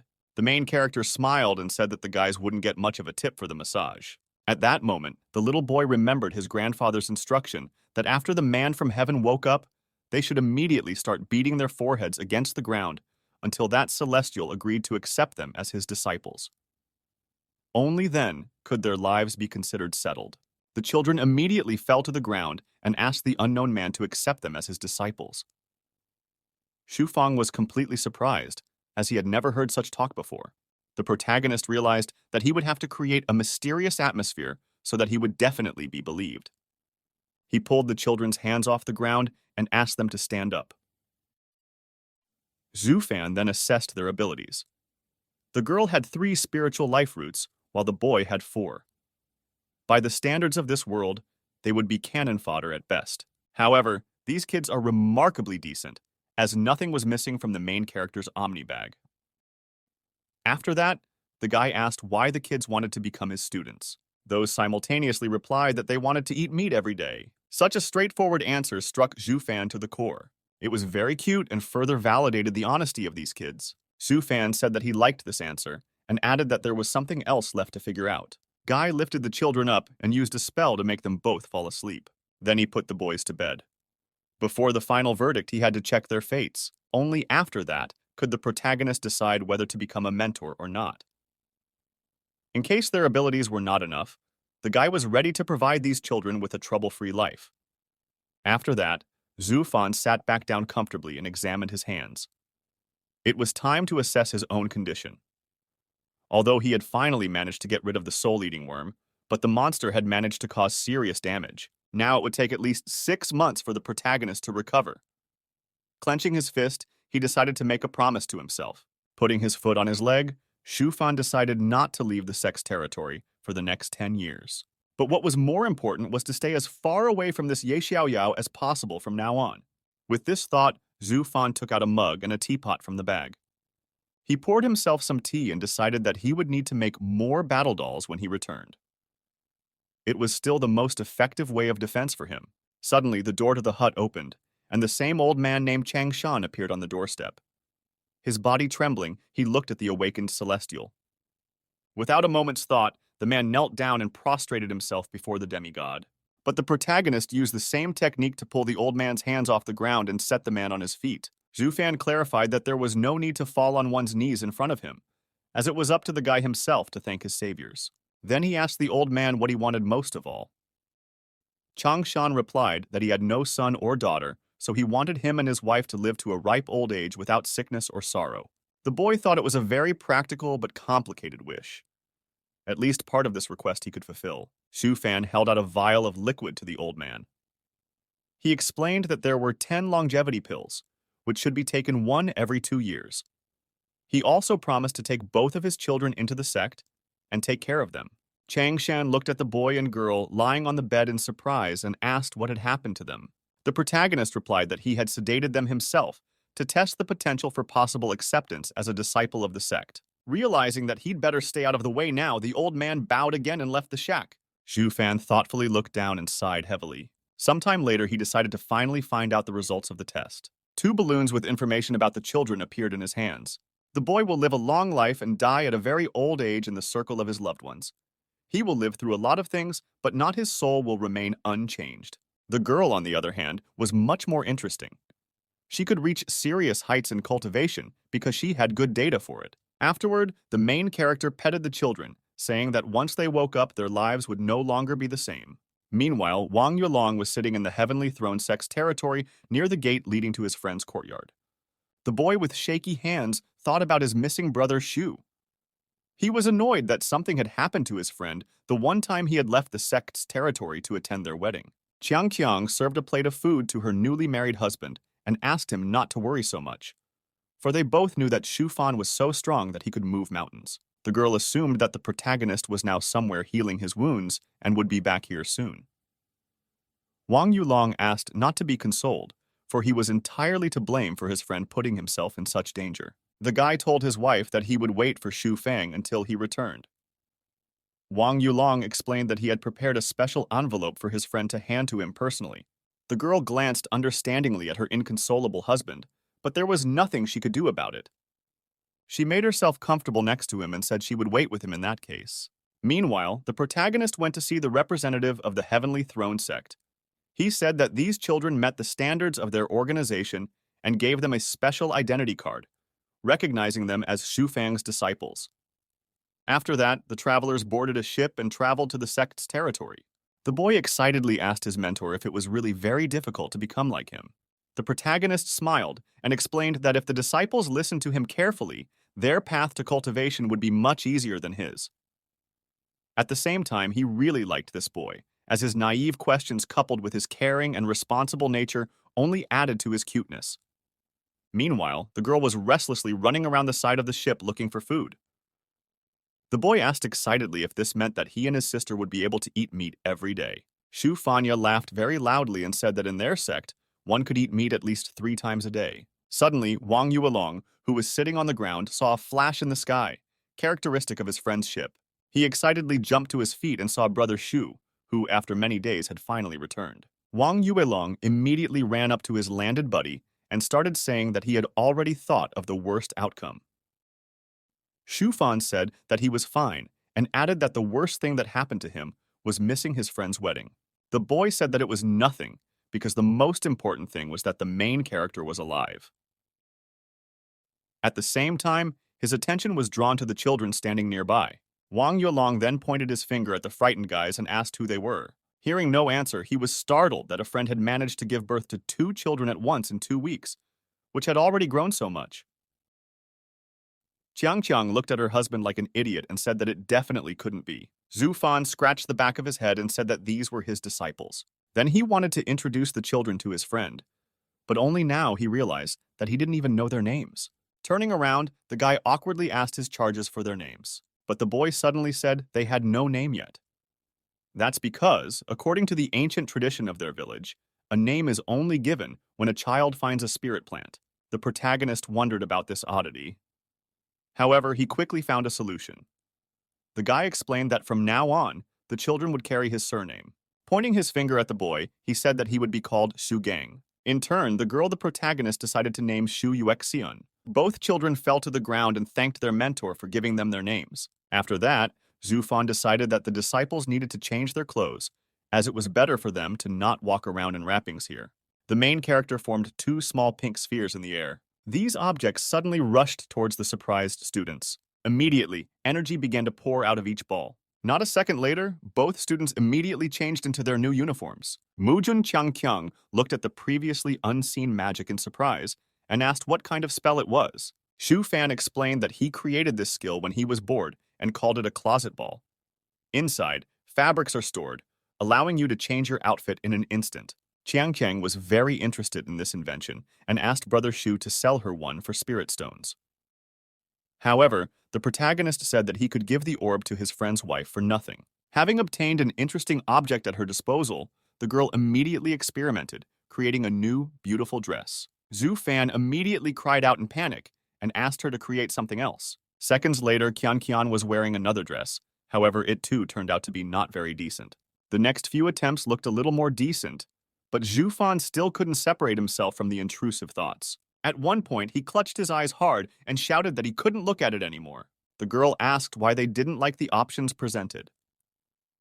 Zhu Fan explained that he didn't understand anything about women's fashion, so she'd better experiment with the balloon at home. In an attempt to create a better atmosphere, Wang Yuelong said that they should celebrate the return of the main character and his acceptance of the first disciples. Xu Fan leaned over to the children and said that they would now go eat something meaty.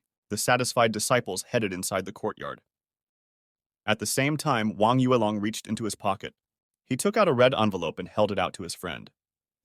Zhu Fan asked in bewilderment what it was.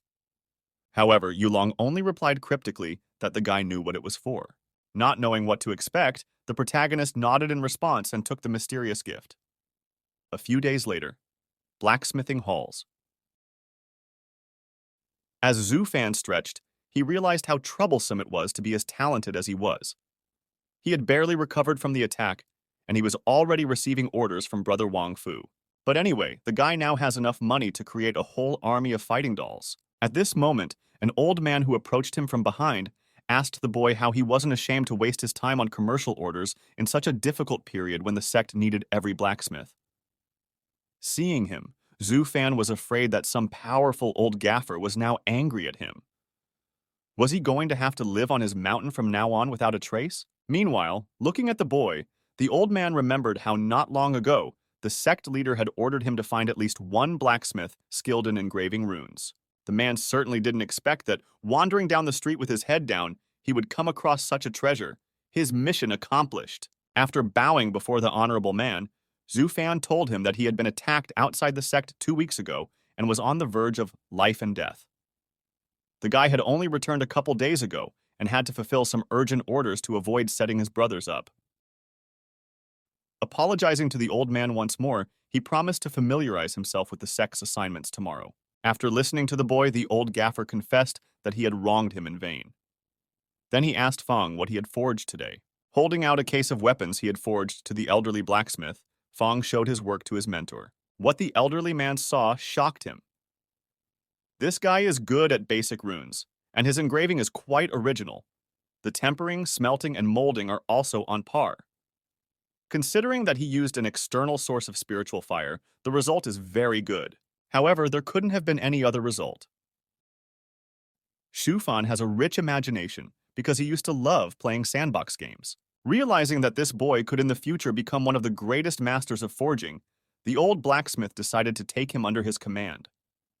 He asked the boy how many runes he possessed, to which Fang replied that he already had 206. Snapping his fingers, the old man asked the boy to forget about the sect's assignments for the time being. Now they will travel together to where the sect's best blacksmiths are currently fixing the main ship. When they got into the carriage that suddenly appeared, the old blacksmith asked the boy if he had ever been to the inner sector. Fang replied that he had never visited this place. Well, in that case, he should get ready to see something unusual. Only when he was at the entrance of the inner sector did Fan begin to look around admiringly from side to side. But what he saw next was beyond any explanation. Damn it! What did that old geezer do to the gods that they sent those monsters after him? Being in his party is even more dangerous than being around the protagonist. Seeing 2 huge horned serpents, the dumbfounded Fan asked the master what kind of creatures these were. Laughing, the old man asked the guy not to be afraid. These are just water dragons at the spirit fusion stage. They stand guard over the sect. The sect head himself caught them in the vast sea. They've gathered here now just to look at a potential client. And when Xu Fan asked what kind of customer we were talking about, the old geezer moved closer and, blushing, whispered that for just 10,000 spirit stones, the boy would be able to do something. Embarrassed, the boy looked at the elderly man and wondered what he could do for 10,000. You can ride them! The elderly blacksmith said excitedly. Dude, riding dragons is not like going to a prostitute. Why did you have to whisper it? Fan smiled awkwardly and explained to the master that he wasn't rich enough to spend that much money on entertainment. Besides, in just a few thousand years, he would also have such pet monsters to guard his house. Sighing, the old man remarked that the boy was missing a lot. It's just an unforgettable experience. As he stepped out of the carriage, the elderly blacksmith told the lad that he had called him to attend to the restoration of the ship's cladding and the binding of the damaged runes. The two soon arrived at the place where the flying ship was currently being repaired. The payment will directly depend on the amount of work done. 1,000 spirit stones per square meter. In addition, the master would teach Shufeng 20 new runes. Amazed at the generosity of such a generous payment, the boy asked his mentor if he could obtain runes from the categories of spatial stabilization and spiritual energy crossing. After settling all questions about payment, the old man suggested that the boy watch the work of others for a start. The blacksmith at the stage of mastering the void would come to him very soon and answer all his questions. After saying goodbye to the master, Zuifan flew over to the rest of the blacksmiths. The process looks like a simple repair job. Only the clutching part of the damaged runs is interesting, and the rest is routine physical labor. "Are you the newly arrived newcomer?" inquired the blacksmith who flew up from behind. When the senior asked the guy if he had any questions, Fong replied that the task was generally clear to him, and he was ready to get to work. Allowing the newcomer to begin, the senior blacksmith asked him to work briskly, because Shufeng's bonus depended on the speed of Shufeng's work. The guy immediately got to work. First of all, he decided to use the meltdown. With deft finger movements, Shufan began to reshape the wood and fuse the missing pieces into the ship's plating.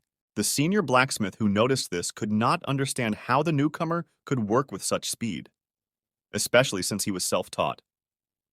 Where did he come from? Deciding not to dwell on it, the man realized that he wouldn't be able to work relaxed from now on. Otherwise, this guy might take his place as chief blacksmith, and so it's been 2 whole months. The renovation was finally finished, and the quality of the work was very impressive. The ship seemed to sparkle in all directions. Flying over to the senior blacksmith, Xufan asked what they would do now that the ship's plating was finished. The man replied that they didn't have a job for now, after which he thought for a moment. Putting his hand behind his groove, the senior blacksmith noted that, thanks to him and Xu Fang, a job that had taken 3 months to complete was completed in 2. The lad's talent is obvious to the senior. It is possible that he will become a great master forger in the future. That's why the chief blacksmith decided to give the guy 5 rune stones that he got by chance. Now he hopes that when Xu Fan becomes a great master, he will be able to ask the boy to forge a divine weapon.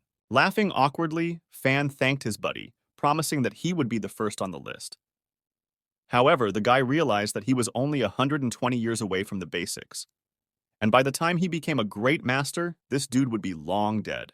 The Heavenly Throne sect was much more surprising than Shuifan could have expected. They use half of the small Chiliacosm as the inner sector. Outer disciples rarely come here, but Fan is bound to find an opportunity to explore this place. However, it was that old man who brought him here all this time. He's not going to do that after the job's done. So he's going to have to find a way to get in here. Meanwhile, somewhere far away from the Heavenly Throne sect, Wang Yuelong and Mujun Qianqiang standing back to back fighting off a horde of monsters attacking them. With a smirk, Yulong suggested that his wife exchange the merit points she received for an embryonic pill after completing this task. But the girl disagreed with him and offered to spend it on bringing her husband closer to the groundwork stage. The guy, in turn, said that buying the pill would be the best solution. At the groundwork stage, he will end up on his own as well. The best option would be to invest in a child. When he was born, he could be immediately apprenticed to Brother Zhu. In that case, their child is guaranteed to become a genius. Turning around, Yulong noticed another wave of beasts approaching. And it seems that there are some among them who are already at the groundwork stage. If there were more than 2 such beasts, Qianqiang and Yulong might be in serious danger. With the help of her bird, the girl checked the approaching horde and found that there were 3 beasts in the groundwork stage. Putting his hand behind his sinus, her husband replied that they could not retreat. The other disciples are still defending the nodal points. If these 2 don't hold the defenses at this site, the labor of hundreds of disciples will go to waste. So there was only one way out. Yulong will have to use the emergency balloon he bought from Brother Shu for $10,000. After launching this balloon into the sky, the guy tearfully said goodbye to his 10,000 spirit stones. Once in the sky, the emergency balloon began to burst into bright flames. A second later, it burst like a firework, scattering incomprehensible sparks in different directions. It looks harmless. Suddenly, it all freaking exploded, tearing all the opponents apart.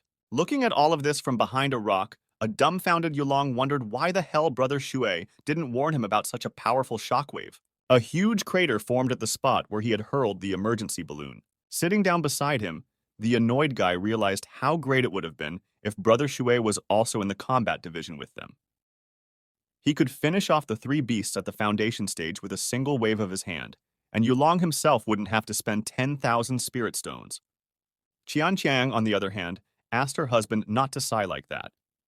Everyone has their own aspirations. Besides, Yulong had already learned so much from Brother Shu, and his martial training wasn't even half as good. But the indignant guy asked his wife not to compare him to this unicum, and even so, his training is still excellent. Sitting beside him and admiring the explosion crater, Qianqiang suggested that the next time they met, she should ask Brother Shui to spar with him since he had such excellent training.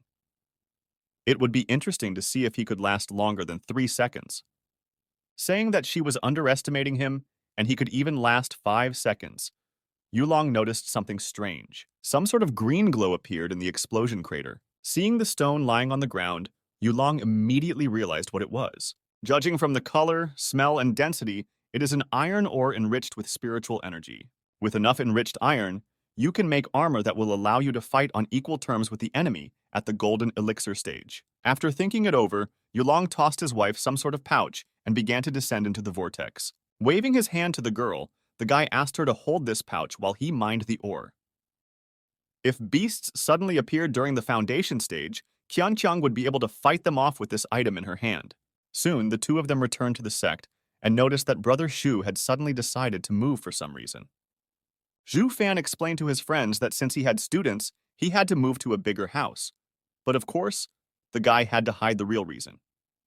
It's all because the big order he fulfilled for Panfu's brother actually came from that annoying protagonist. If that dude wants to work without a middleman next time, he'll show up at Fang's house. So he doesn't want that. After telling the reason for his move, Su Fan decided to show his friends his newest creation, the God Armor. The only way he had been able to perfect it was with the enriched iron ore that Yulong and Qianqiang had mined. Seeing this magnificent armor, Yulong remarked that it was exactly his style. Fang told him that from now on, he could go on dangerous missions in this fine outfit. Zhu Fan could personally guarantee that no creature below the golden elixir stages would defeat the owner of the God Armor. Running up to the admiring Yulong, the cultivator motioned for him to put this item on and assess what characteristics it possessed. As soon as Fang snapped his fingers, the armor was immediately placed on his friend's body. Convenience, reliability, all in one bottle. This armor also looks awesome. This style really does suit Yulong very much. This armor consists of 16 separate elements. Together, they can increase the wearer's spiritual power by 2 to 3 times and provide protection from physical and mental attacks. It can also be switched to attack mode at a moment's notice. Switching to attack mode, Yulong felt a tremendous amount of power in his hand. "Fire on the Hulk! Ugh, no, fire on the beasts!" shouted Shu Fan, whereupon his friend tested his new weapon on the rice crops. The incredible power of his new weapon greatly delighted Yulong. In addition to its tremendous destructive power, this armor has awesome speed. When he took off his helmet, he noticed that Brother Shu had managed to create a miracle of blacksmithing. Thanks to this armor, even a beast at the peak of the foundations would not be afraid of Yulong. The decision to bring the enriched ore to Shu Fan rather than to the market was the right one. Originally, Yulong had thought that his friend would owe him for such valuable raw materials. But now it was he who had become debtor. Determined not to miss such a chance, Fan told his friends that he had a request for them as well. Due to the fact that the guy has shown himself perfectly during the repair of the main ship of the sect, he was given the opportunity to go on an expedition. As everyone knows, such expeditions can last for months. And so the cultivator decided to ask his friends to look after the house and his students. Of course, Yulong and his wife agreed to help the guy. After all, Fan helps them so much, and so they will be only too happy to oblige him. Then, sitting down in a dramatic pose, the two of them remarked how much their old brother Shu had changed since he was already being called to all sorts of expeditions. Zhu Fan, on the other hand, agreed that this was indeed a unique opportunity, except that he had a bad feeling about it. Yeah, the guy can only hope his bad feeling is false and this dude isn't on the ship. A month later, it was time to set off on the expedition. Approaching the checkpoint, Zhu Fan showed the guards his boarding token. Putting the token back to his groove, the boy walked through the gate and saw the flying craft. The ship he had recently repaired with the other blacksmiths looked even more beautiful than the last time they had met. Looking at this magnificent structure, Shu Fan promised himself to build a similarly gigantic ship one day. Soon, boarding began and people began to take turns getting on board. "Brother Shui, where did you disappear to? You moved and didn't even report!" Xiao Yao's joyful voice suddenly sounded. Realizing that this meeting would not end well, Fan hopelessly turned around to the protagonist and greeted him. The guy remarked that he should probably already call Xiao Yao honorable brother since he had already reached the golden elixir stage. But as Shu Fan came closer to Shu Feng, the protagonist placed a hand on his shoulder. "What kind of honorable brother? You and I are longtime brothers, almost relatives," Xiao Yao said modestly, making Shu Feng even more eager to get off the ship. Xiao Yao approached the guard and asked for a more decent cabin for his friend. The man with the spear said that the cabin to the left of the protagonist was not yet occupied. Deciding that Fan would now live there, Xiao Yao suggested that Brother Shu give Brother Shu a tour of the ship first. Toward evening, the supplies would be loaded on board. Then they would have dinner and a couple of drinks together. In the evening in the dining room, Shu Fan sits at the table and stares hopelessly at the food. "Bailiff, the guy decided to pretend he was going to the bathroom. That way he can get the hell out of here." But after walking over to him, Xiao Yao put the unfortunate boy back down. Recently, Master had tasked Ye Xiao Yao to make sure to find a way to fraternize with Shu Fan. He was sure that it would do him a lot of good. Therefore, determined not to miss the chance to get closer to Brother Shu, the protagonist offered him to taste these top-quality spiritual food dishes that even the sect leader himself praises. Looking hopelessly at the food on the table, Shu Fan noted that it appeared that this order had cost his friend quite a few spirit stones. However, Xiao Yao clarified that this order didn't cost him anything at all. For the crew members, the meals were free of charge. Looking at the guy's ring with interest, Fan asked Brother Ye how he dealt with his strange ailment. Rejoicing that his friend still remembered it, Xiao Yao revealed that when he returned from the portal, his ailment had simply disappeared. The lad immediately discovered that he was once again at the foundation stage. Taking a glass in his hand, the protagonist invited Brother Shu to try to guess what he did first thing after he got rid of his illness. That's right. He went to the family of the girl who had broken off his engagement and humiliated the whole of their younger generation. Watching his mate sipping's sake, Zhu Fan realized that his conspiracy theory was becoming more plausible every time. Because a broken engagement is just another protagonist's template. Suddenly, Xiao Yao put the cup on the table with a clatter. Looking sadly at this cup, the protagonist explained that he thought that in this way he could wash away the shame of the cancellation of the engagement. It turned out, however, that girl had gone to apprentice to a renowned master and had also reached the foundation stage. She took him down with one hand. But this situation has only fueled Xiao Yao's fighting spirit. Even though her mentor is at the Mahayana stage, in 3 years, the protagonist will be so pumped up that he will return all of his grievances to them many times over. When Shu Feng supported him by saying that he would definitely succeed, the intoxicated Xiao Yao hugged his brother Shu and shouted that he was the only one who could understand him. From now on, the protagonist will consider him as his named brother. Their friendship will be eternal. Trying to push the drunken brother Ye away, the irritated fan said that he still had things to do today.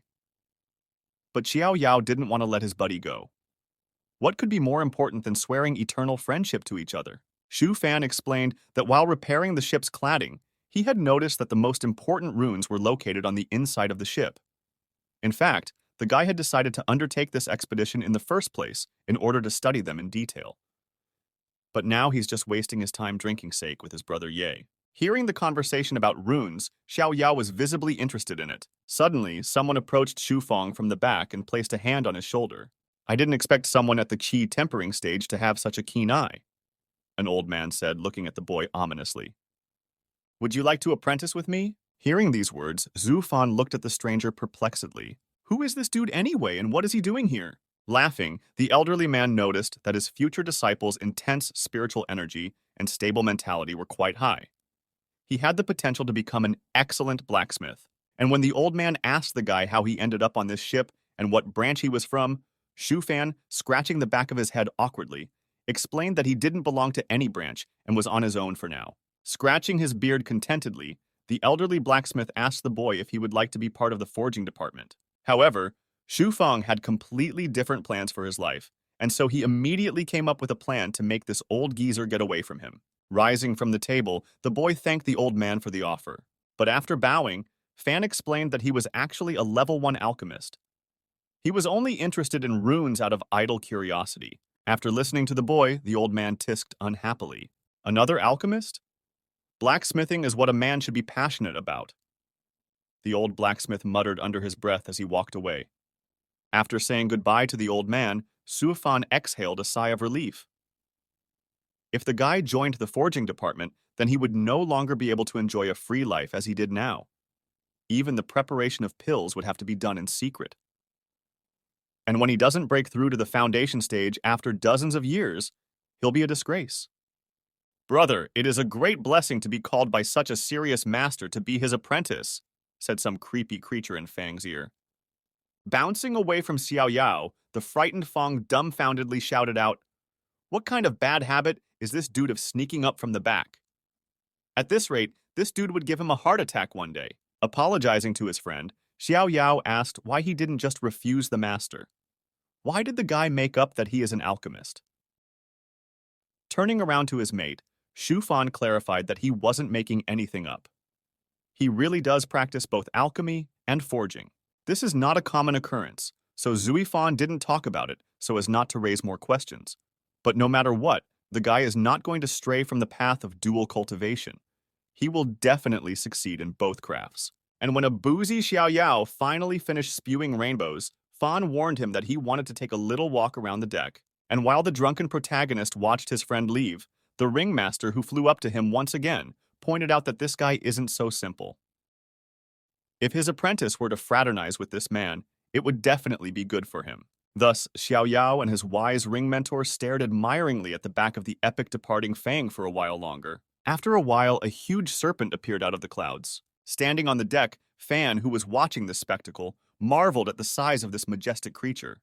At the same moment, a girl who came up from behind told me that this serpent was nicknamed the Cloud Eater. At first, as soon as Fan saw Sister Shayan, he was very happy that the girl was also traveling with him. But when he saw the man standing behind her, the guy's joy visibly diminished. Did she really have a boyfriend? However, Shayan calmed the boy down, asking him not to say anything stupid. It's actually her older brother.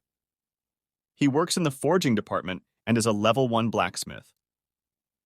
When she approached her brother, the girl introduced her outer disciple Xu Fang to him, telling him that he had achieved great success in alchemy and forging. When Shayan said that her brother could help the guy study the runes on the ship, an overjoyed Fan greeted him by extending his hand. Yes, the boy was very lucky that the bulky man turned out to be Shayan's brother and not her boyfriend. Shayan's older brother, Sha Diao, the forging branch, is a first-level blacksmith. Due to his refusal to follow in his father's footsteps and pursue alchemy, he left home to study forging. By the way, Sha Diao is consonant with asshole or dumb dick in modern slang. Hearing Shayan's brother's name, Xu Fan, holding back laughter, ran away. It wasn't until he was alone in his quarters that the guy started laughing at the top of his voice. Gasping, Fang shouted hysterically that at his school, with a name like that, this dude would have a hard time. Well, that was a little rude. Now the boy will have to explain himself the next time he sees me. Suddenly, the ship shook, throwing the guy into the air. The ship entered the waters of the vast sea. All the ship's passengers were ordered to assume a state of combat readiness. The whole squadron finally crossed the mainland and reached the vast sea.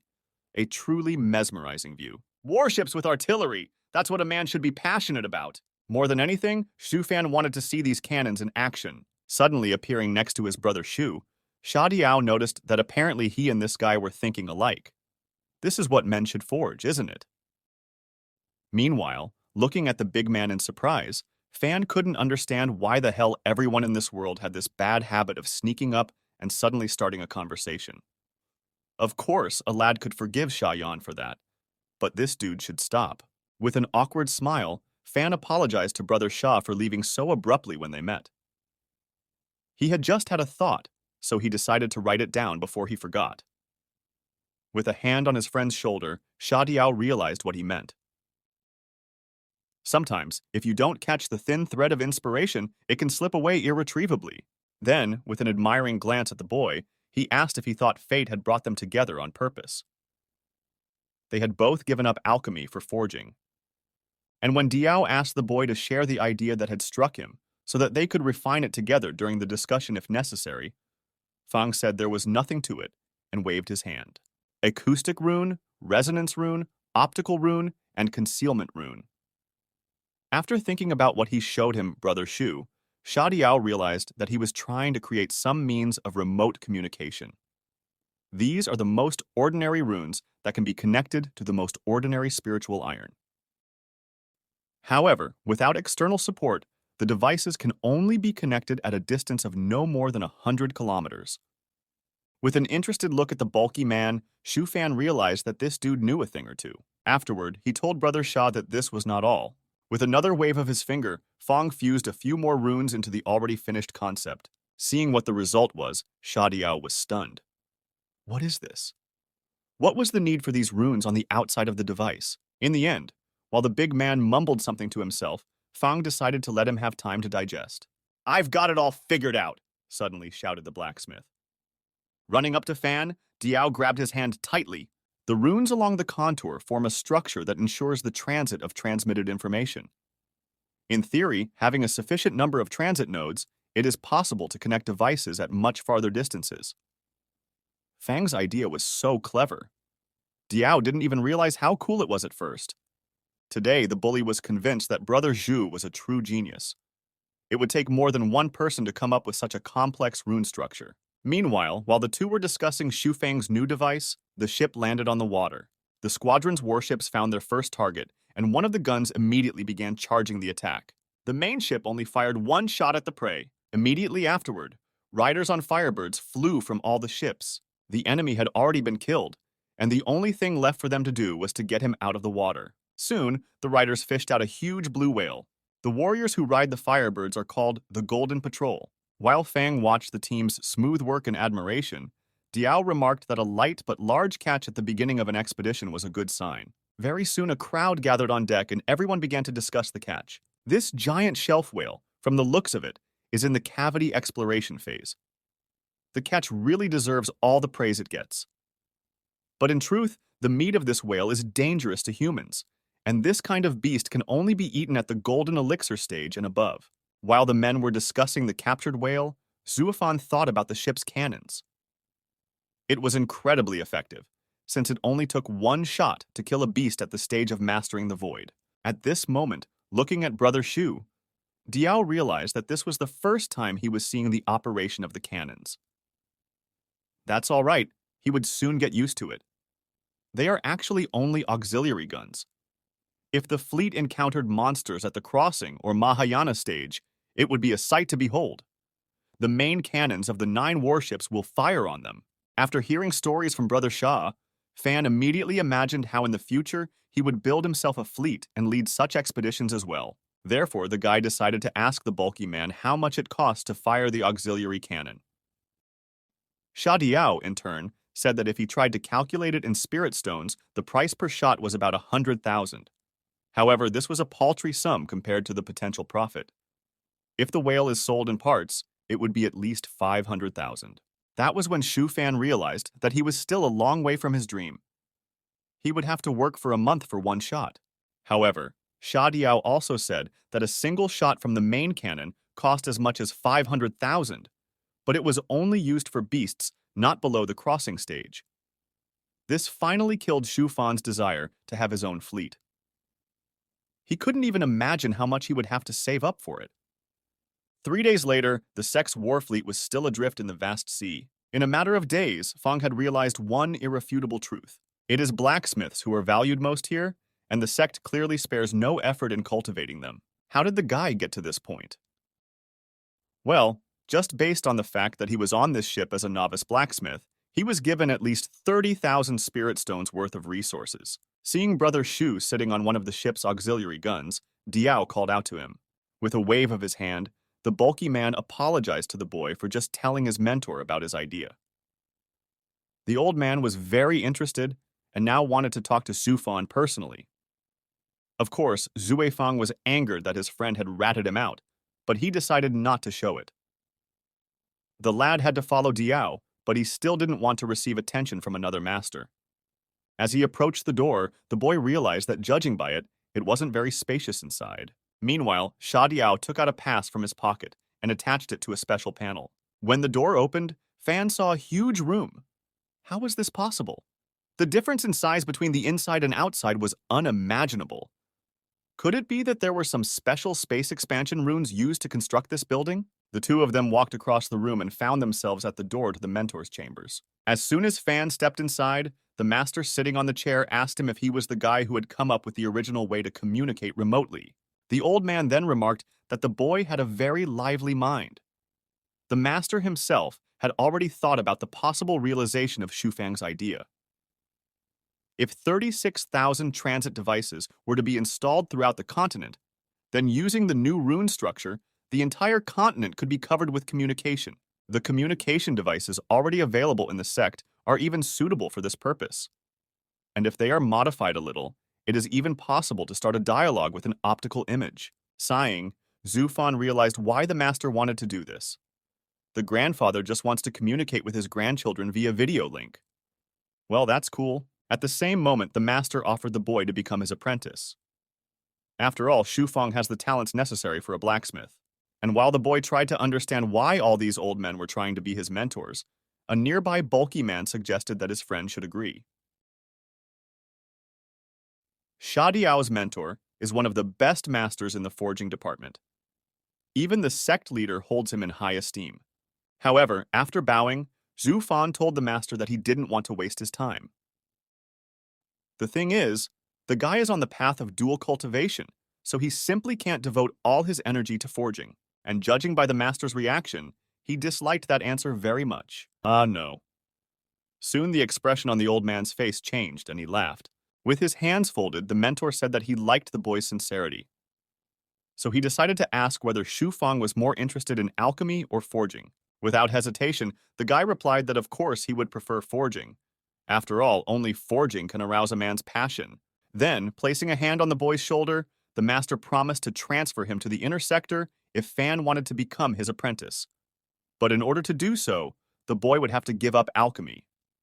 Hearing such a suggestion, Zhu Fan began to draw an attack spell in space. The old man in turn laughed nervously and said he understood what the guy meant. Tossing the boy a token for passage to the inner sector, the master invited him to stop by for a visit when he had time.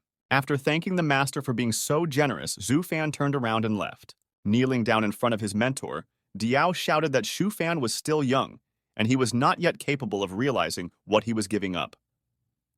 The thug asked the master to forgive his friend for such impertinent behavior. But the old man explained to the apprentice that this boy was destined for great heights. The only thing the master regrets is that he will not have a hand in it. Well, the have a fascinating conversation with an old man achievement is earned. What's next? How about marry the beautiful? So who should Shufang choose? The mature and sexy sister Sha, or the smart and cavalier little girl Yun? Or maybe he won't have to choose one? Who knows? Meanwhile, while Fang was pondering his future plans, someone's shout was heard. The sea started to rage, and clouds began to gather over the war fleet. The main ship immediately deployed a defense cap. Suddenly, a huge wave appeared. It turned out to be a large wave of various sea beasts. The situation was given a danger level B, so the ships began to turn round to avoid an unfortunate collision with the wave. "Damn it! Can't you move more carefully?" Sui Fan shouted in panic, holding onto the handrail with all his might. Soon all the ships turned their bows towards the surging wave. Once in a comfortable position, the main vessel began to charge the attack with all guns. The very next second, exactly 3 shots were fired from the auxiliary guns. The wave was stopped, and the clouds that had gathered over the flotilla immediately dissipated. At the same time, Zhu Fan, who could barely stand on the deck, was holding on as hard as he could to not let the nausea demon out. Looking out to sea, the guy noticed that the riders of the Golden Patrol had already set out to search for resources. Xiao Yao, who had unexpectedly appeared nearby, remarked that places where beasts dwelled in large numbers were usually rich in resources. There was probably a spiritual mine nearby. Also, if the Golden Patrol was lucky, they might even be able to find divine relics. Well, even though this dude doesn't change his tradition of sneaking up and abruptly starting a conversation, Shui Fang should still admit that sometimes it is useful. Especially since the guy is already getting used to it and is no longer intimidated by it. After going down to Brother Shu's house, Xiao Yao apologized to him for that time. He had indeed drank a lot and accidentally passed out. Asking his buddy not to worry about it, Fan inquired about the relics. In the boundless sea, could one still find relics? That's the way it is. Before ascending to heaven, many great warriors spend their last calc in the boundless sea. Therefore, their abodes can be found in the boundless sea. For reference, kalpa is a unit of time measurement in Buddhism, equal to approximately 4 whole and 32 hundredths of a billion years. After listening to his friend, Fang realized why the Gold Patrol had rushed to explore the area so immediately. Now he had a new goal. He decided to set aside some time in the future to find and loot a couple of such dwellings. Meanwhile, Xiao Yao waved his hand, after which a figure of some building appeared in his palm. In the same instant, an entire city appeared from under the water. Seeing this, the surprised Fan asked his friend where such a huge structure had come from. Xiao Yao explained that it was one of the divine relics found in the abode. It seemed that the team would have to stay here for at least a month. Approaching the boy, the protagonist grabbed his arm, and while Fan was trying to figure out why the hell the guys were taking his hand so often, Xiao Yao took off, explaining that all the major establishments in this city would be available for Brother Shu with his boarding token. The divine relic Zhenghai City. A temporary sea-based city that is safe from any storms without an extreme sea. Here, Shu Fan can join a group of hunters or go treasure hunting at will. It is also possible to simply practice forging or alchemy. But the most important condition is to not go further than 500 kilometers away from the city. Well, of course, now the guy has to look for a place to live again. Separating from Xiao Yao, Fan landed near the main square of Zhenghai City. Fortunately, the first person Xu Fan met upon arriving in the city was Sis Sha. Perhaps it was fate. What a coincidence, Brother Shu, Shayan said sweetly, only seeing the boy. Xu Fan also appeared happy to have such a pleasant encounter, and so he immediately ran cheerfully to Sis Sha. Just as suddenly, Sha Diao standing nearby grabbed the guy's hand. Gromila offered his friend to rent one blacksmith shop for 2 people. They could earn a few $100,000 each in a month by repairing equipment. Then, looking out from behind her brother's shoulder, Shayan made another suggestion to Shu Feng. If he didn't want to forge, they could practice alchemy together. Besides, the past exploration of the abode had brought up a lot of interesting ingredients. That's a great offer, Sis Sha. I'd love to. Without hesitation, Fan replied. However, an old man who came up from behind told Shayan to stop messing around with the blacksmiths and go with him. This man turned out to be Sha Jingtian, a teacher of the basic alchemy course, and the father of Shayan and Sha Diao. Seeing his son, the elderly master tisked unhappily and turned around. As one may recall, Sha Diao left home to devote his life to forging, which caused his father to dislike him. When Jingtian and Yan left, the bulky man asked his friend if he was going to go forging with him or be idle. In the end, Shu Feng had no choice but to go to the forge with his brother Sha. In the afternoon, they rented a blacksmith's workshop. Admiring his mate's skills, the bulky man remarked that it was a pity they hadn't met each other sooner. In all his 10 years of practice, Feng is the first partner that Diao has enjoyed working with so much. With a smirk, Zhu Fan said that it was mutual. He is also quite comfortable working with brother Sha. At the same time, an unfamiliar girl entered the smithy. After saying hello, she asked the guys if they were repairing alchemy cauldrons. Trying to understand why there were so many beauties among alchemists, Zhu Fan grabbed the teapot and invited the guest to the table. At the table, the girl told me that she had taken only one spare kettle with her on the ship. The main kettle was torn to splinters almost immediately, and yesterday, the spare one cracked as well. If she was left without a bowler at all, she would no longer be able to fulfill her direct duties. She asked Shui Fang to take another look at her bowler and repair it if possible. Listening to the guest, Zhu Fan enjoyed her pleasant and gentle voice. It was a real treat for the ears, especially when she is begging for help.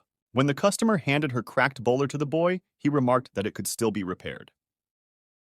But in return, Fang asked the girl for 50 spirit stones and the ore that was distributed to everyone after the opening of the underwater mine. After receiving payment for the work, Zhu Fan took the pre-prepared spirit stones and began to melt them. In parallel, the lad analyzed all the cracks in the bowler to give the ore the shape it needed to be repaired.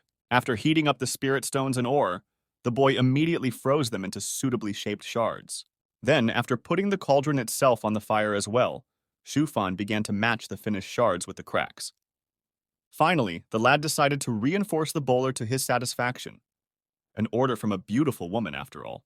At the same second, there was a rumbling sound in the forge. With a charming smile, holding out the repaired cauldron to the girl, Fan noted that this would be her most profitable investment of 50 spirit stones in her life. With trembling hands taking the cauldron, the client looked admiringly at the work done by the blacksmith. After that, the embarrassed girl turned around and clutched the pot to her chest and headed out. Zhufan awkwardly scratched the back of his head and shouted to the customer that she had forgotten the rest of her ore on the table. However, quickening her step, the girl rushed out of the forge at once. Looking in the mirror, Zhufan still couldn't figure out what it was.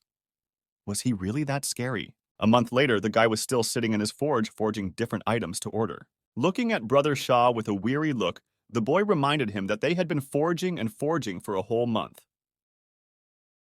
Shufang had a hard time deciding to go this far away from home, so he wants more out of this expedition. Taking another swing of his hammer on the red-hot iron, Sha Diao stopped. Wiping his sweat with a cloth, he told the friend that if he wanted to, then he could go for a walk around the city. Diao himself would stay in the forge and continue working. Without thinking for long, Fan left his work and bolted out of the forge. Sitting down his flying ship, the guy flew out of Zhenghai City to explore the vast sea. Flying past the various animals, Fan noticed that most of them were at the golden elixir stage. Flying a little farther, the boy saw a relatively safe area.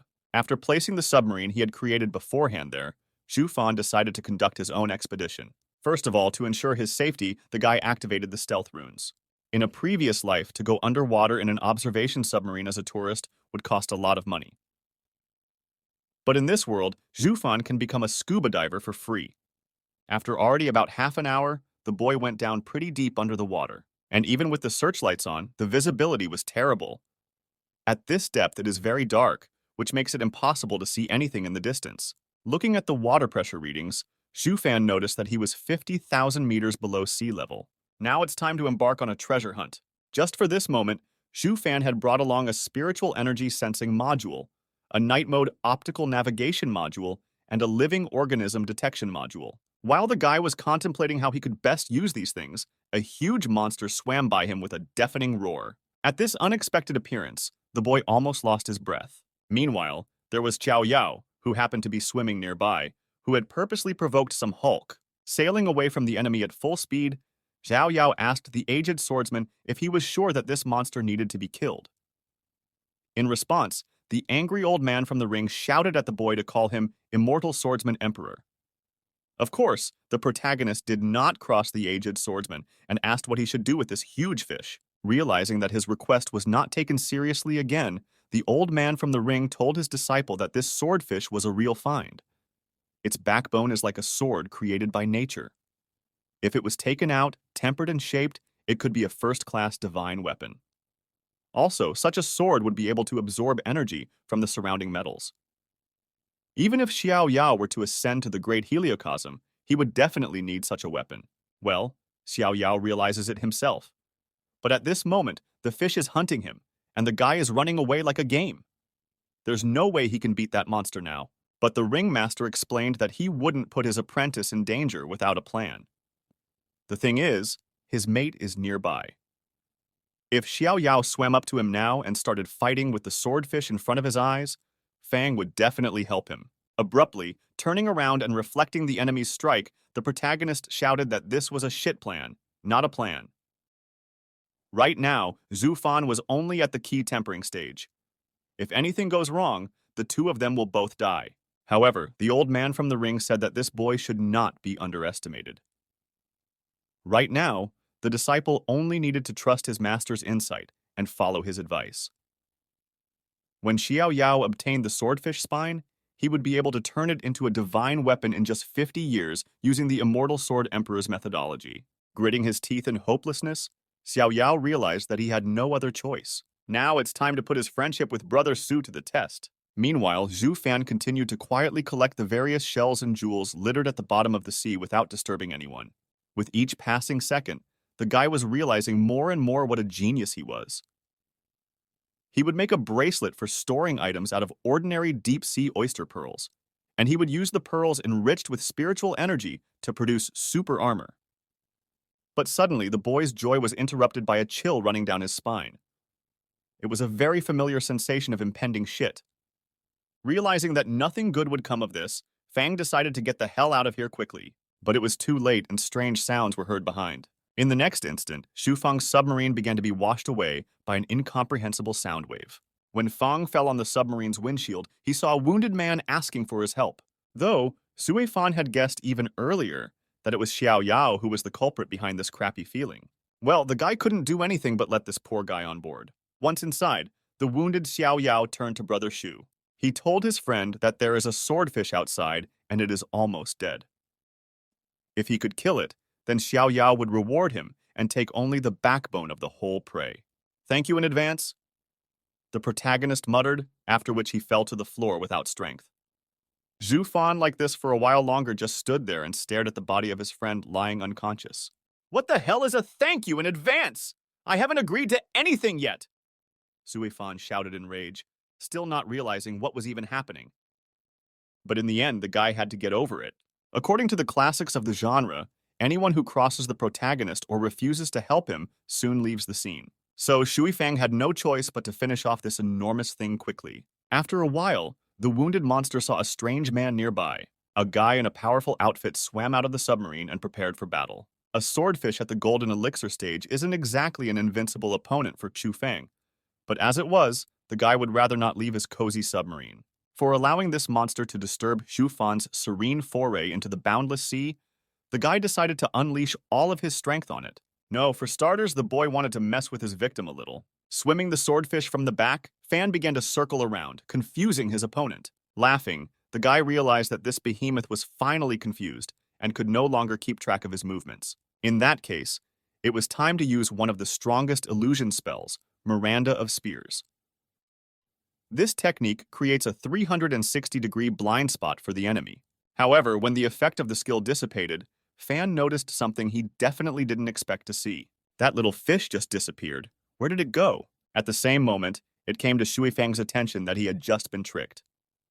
The enemy took the opportunity to ambush him. After realizing that this monster had a concealment technique, the guy turned around and immediately used flowing, heavy water and thick water shields to protect himself. Unfortunately, it didn't help, and the monster only needed one swish of its tail to pierce through the boy's entire defense. But then some silver balls appeared from nowhere, driving the swordfish into bewilderment. Suddenly, small snakes with sharp fangs hatched out of these silvery balls. Most of Shu Fang's battle dolls were unsuitable for water combat, as a matter of bad luck.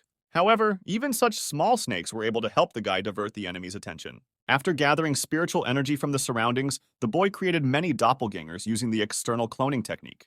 Now he needs a little more time to finish the job, and snakes will help him with this task, clawing their sharp fangs into the enemy, thus diverting attention. After only a short time, before the snakes could be dealt with, the swordfish noticed the danger approaching from above. Shu Fang's exit has come. This skill is called Ice Dagger Hurricane, which is created by shaping crystals. A multitude of huge ice daggers stabbed into the enemy at once, leaving them no chance. Of course, at first glance, it might seem that Shu Fang had failed to finish off his opponent and had screwed up again. However, the task of the ice daggers was not to kill the monster, but to immobilize it. What should kill the monster are the tiny ice needles that the guy released with one wave of his hand afterwards. Swordfish took too long to figure it out. That's what got him killed. Before facing death, the monster looked hopelessly at the needles flying at him. At the very next second, the needles of ice stabbed into the eyes of the swordfish. This finally finished off the enemy, sending him into the next world. Swimming up to the corpse of the swordfish, an irritated Fang began to mourn his mercury ball snakes, which had all died in the same battle. This gamble had cost him 80,000 spirit stones. In the meantime, the ringmaster who was watching this battle noticed Shu Fang's incredible fighting talent.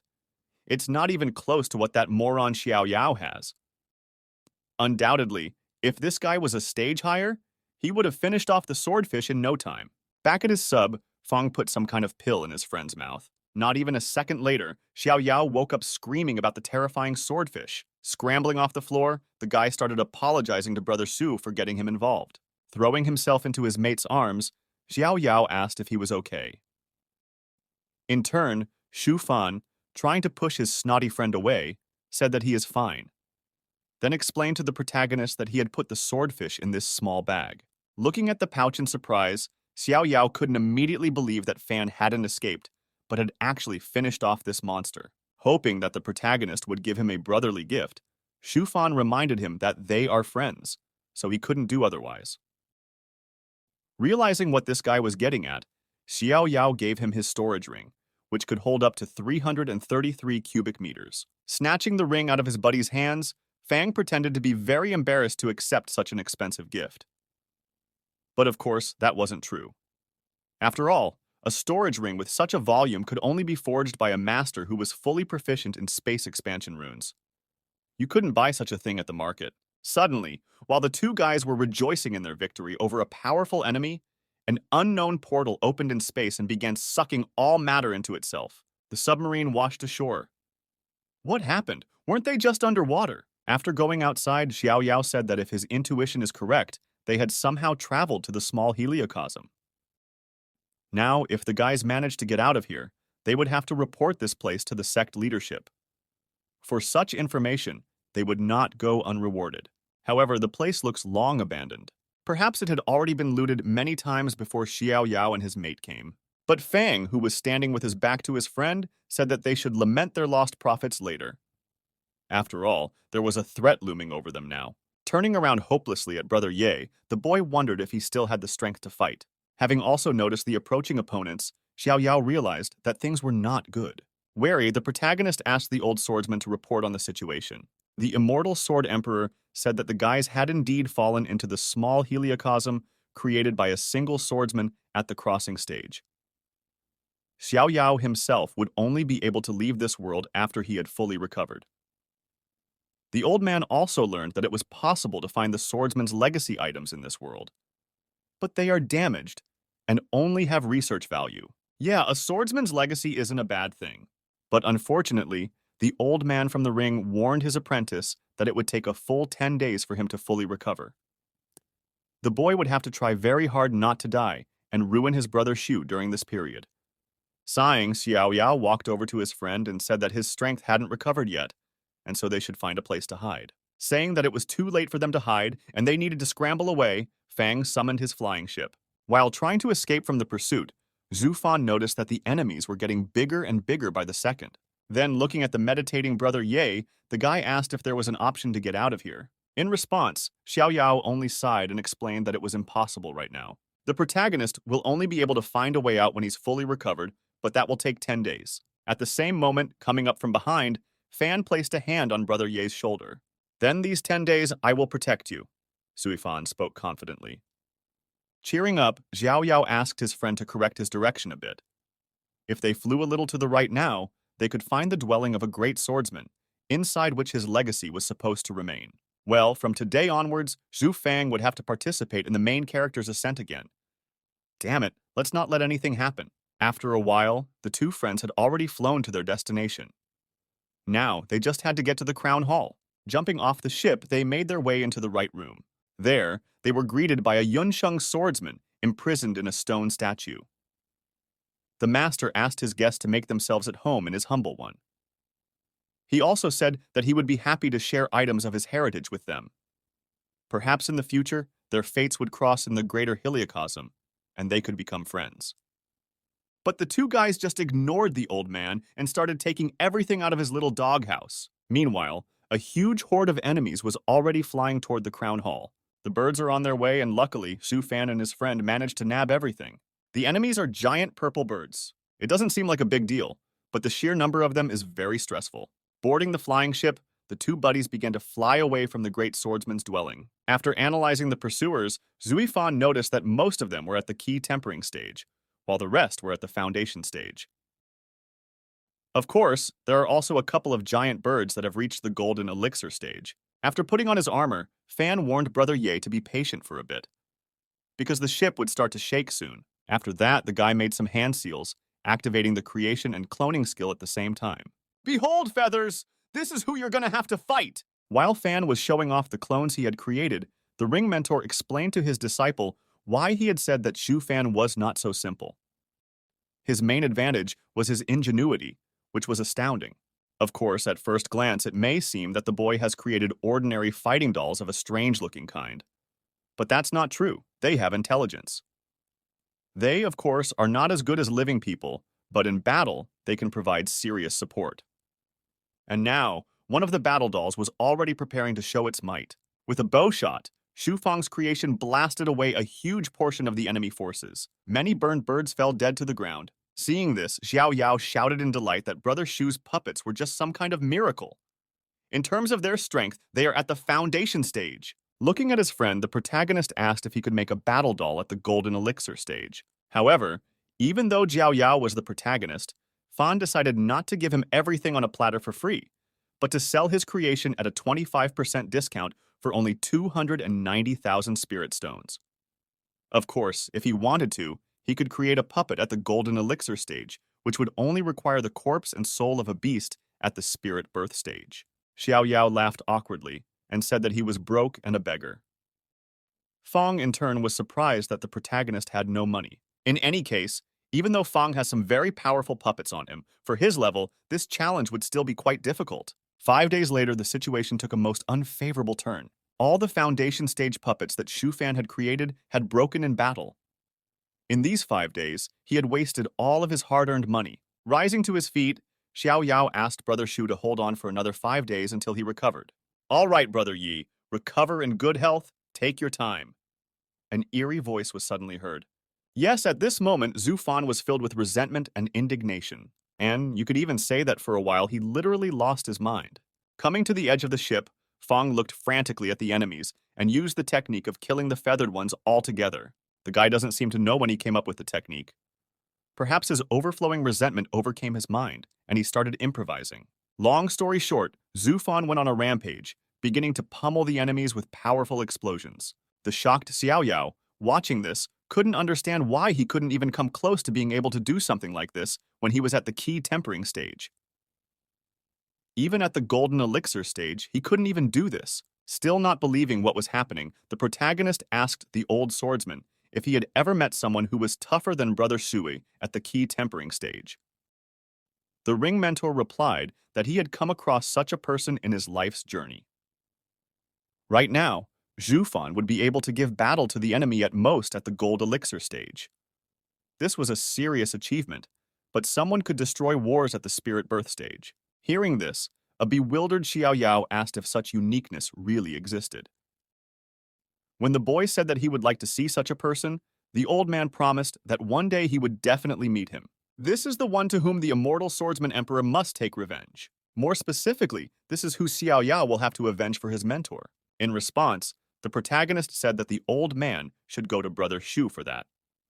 He would have a better chance of doing the job. Against his background, Xiao Yao was just trash. Laughing, the ring mentor asked his disciple not to be modest. Their meeting was the will of the heavens, and there was no arguing with the will of the heavens. At the same time, Shu Fang's exhausted scream was heard. So what happened on the battlefield while the mentor and his apprentice were chatting? Fang stands on the deck of the ship and continues to blast everything he sees. But what was that scream? To put it simply, the bird started using psychedelic sound attacks to stop the guy somehow. Of course, Zhui Fang didn't have much trouble fending off this kind of attack, but he shouted for some other reason. "I'll make your whole family shit eggs."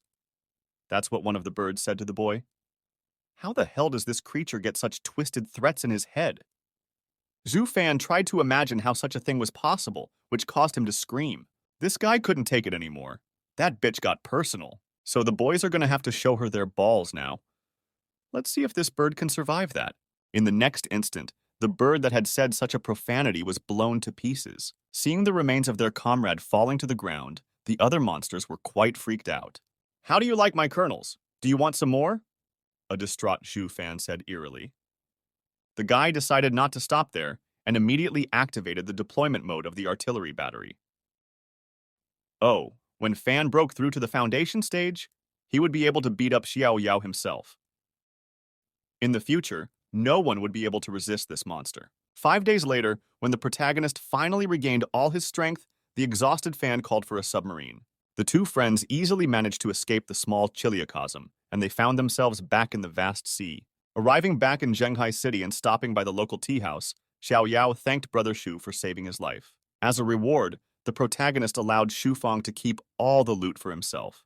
However, Fan said that he didn't need it.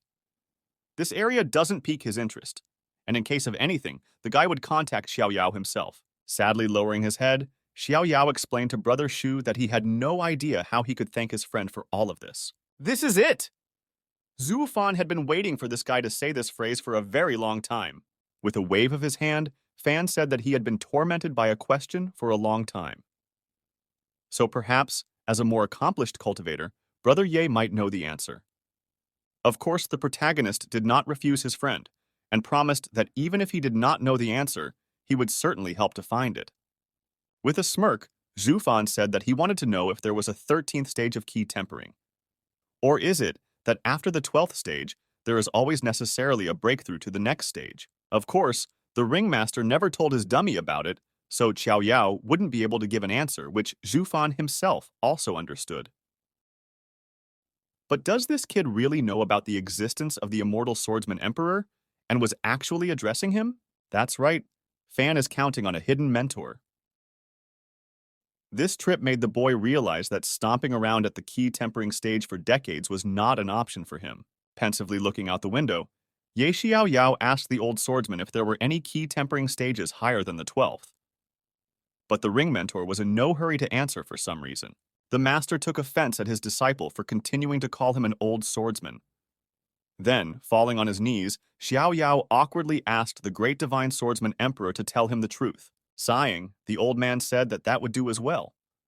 Well, such things are up to the will of the heavens. In ancient times, werewolves ruled the world, and humans were their slaves. They did not allow people to evolve beyond key tempering.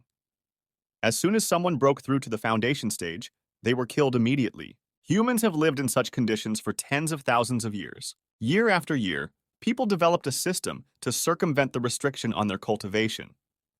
This is how the 24 and 36 key tempering stages came into being. After reaching the 24th key tempering stage, one could leap over the foundation stage and immediately break through to the golden elixir stage. And being at the 36th key tempering stage, one's cultivation level would correspond to the spirit birth stage. In such a case, the 108th stage of key tempering corresponds to the Mahayana stage. Logically, that's the way it should be. But the heavenly will of this world does not tolerate such tricks, and the ring mentor would not advise Xue Feng to try such a roundabout way. Cultivation itself is an attempt to rise higher than one's heavenly destiny. In other words, ascension is a challenge to heaven's will. The system with 24 and 36 stages of key tempering was only approved because the human race had no other choice. And if you go against the heavens in the current situation, you will be in trouble when you get to the last stage by bypassing them. And the closer you get to the heavenly realm, the more pressure you will be under. In short, there are as yet no known ways to evolve above the 12th stage without breaking through to the next stage. It's very difficult. At least the ring mentor doesn't know any techniques to do it right now. If the swordsman emperor were at the peak of his powers, he would be able to awaken a corridor in time and search for information in antiquity. But right now, that's impossible. At the same time, Xu Fan, who was lying on the hammock, sneezed. For some reason, the guy is very uneasy in his heart right now. His moodiness and anxiety are making him very tired. How are his students doing now? Are they doing well? What about Wang Yulong? He's a chronic loser. How can he manage without the advice of his favorite brother Shu? Besides, Xu Feng himself would need a fortune to rebuild his army of battle dolls. Right now, without them, the boy has no defense. 10 days later, the fleet returned to Zhenghai territory. All members of the expedition were ordered to leave the city and return aboard. The people immediately left Zhenghai City and boarded the flying ship. After a while, the temporary sea-based city began to disappear. After accepting its original state, the divine relic returned to its owner. Soon, the war fleet continued its voyage. Approaching Brother Shu, Sha Diao greeted him and then asked if he had a good walk. Sighing heavily, Fan asked his friend not to even remind him about it. Then the guy wondered if the expedition's routes changed, or if the ships went in the same direction every time. To this, Sha Diao replied that of course the routes change. The vast sea is so huge that it would be foolish to take the same ways from time to time. Especially with such a fleet, anywhere on the vast sea would be safe. The sect has the means to repel any monster attack. Xu Feng couldn't agree more with his buddy. A flying ship like this is truly a marvel of engineering. It would be great to know in detail how objects of this scale were made. Irritatedly clutching his chest, Diao did not deny that the ship was definitely a good ship. But the Heaven-Forged sect that created it were very arrogant and unpleasant bastards. Patting his friend on the shoulder, Fan said that he understood his feelings perfectly. Whoever has the best technology in some field has great power over the market and customers. But turning back to the guy, the bulky man grabbed him by the shoulder and explained that he strongly believed his friend had a unique talent for forging. The mastery of engraving runes and ingenuity, and the pursuit of perfection all make Xiadiao enthralled. And if he were to learn that Fang's only ambition is to return home, it wouldn't change his opinion. With his hands raised towards the sun, the bulky man asked Brother Shu to promise him that one day he would lead the sect's blacksmiths, and together they would build a ship even better and bigger than the current one. They would make a ship that could fly beyond the sky dome. Awkwardly averting his gaze, Zhu Fan observed that it seemed that Brother Sha was greatly overestimating him.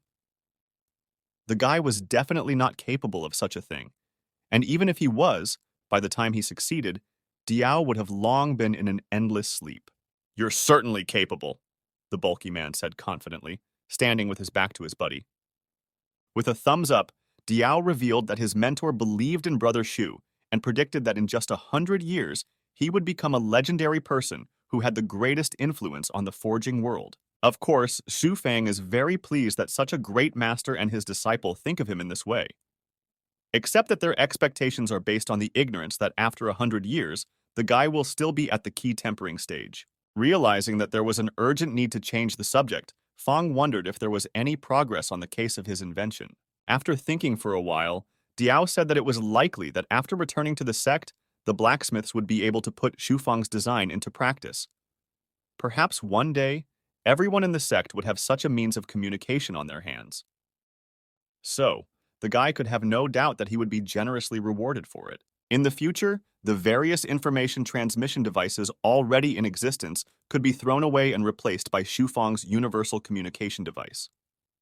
With this device, the disciples will be able to communicate with each other, accept sect assignments, report on their completion, and so on. And upon finishing listening to his friend, Fan imagined what he would become if his development became widespread. In the future, the guy would even be able to refine this device and add an online shop. If he built his own analog of Amazon in this world, it would be possible to close the issue of the chronic shortage of spirit stones forever. Plus, the sect will probably start investing in his project, so the boy will be able to issue some sort of stock and start earning it. Meanwhile, while Fang was musing about this, a small piece of land appeared in the distance.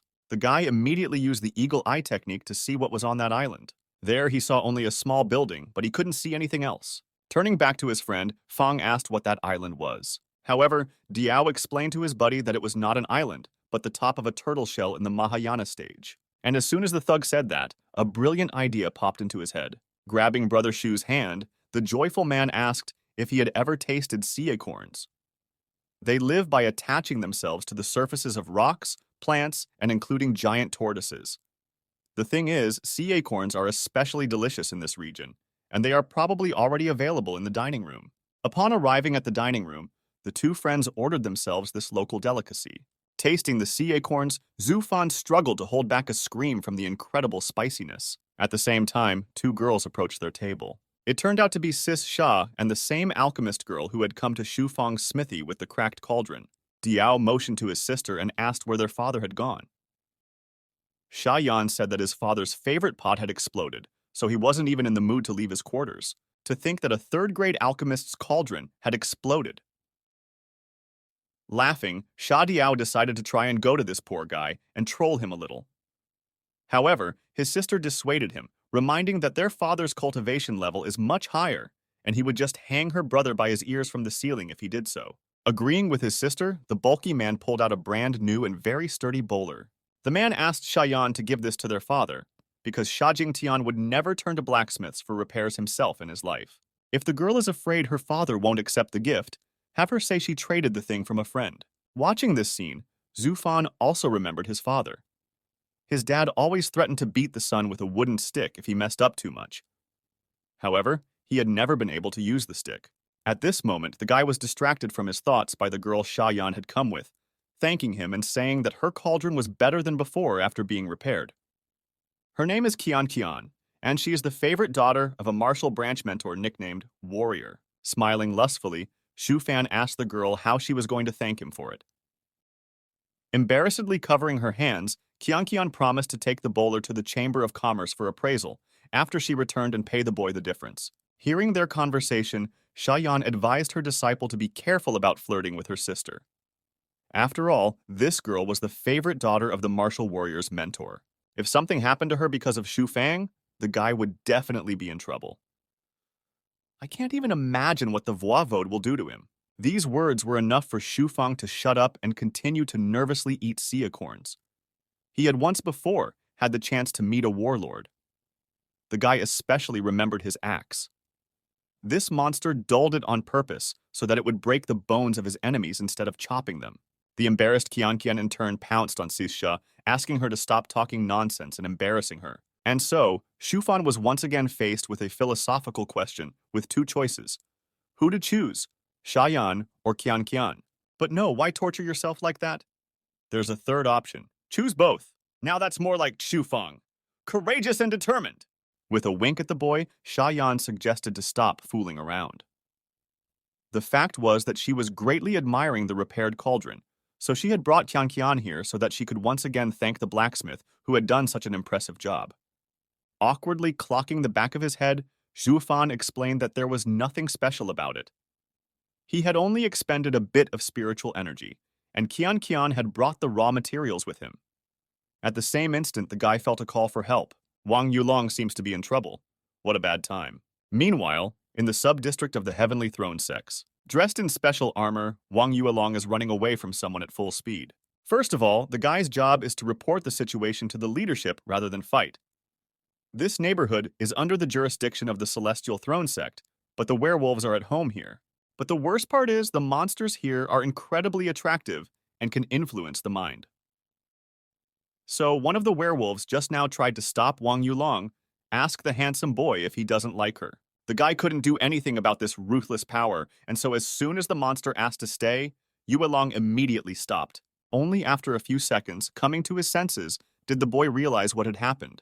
However, by then, he was already completely surrounded by werewolves. Noticing the young man's hesitation, one of the female monsters bound him tightly with an energy whip.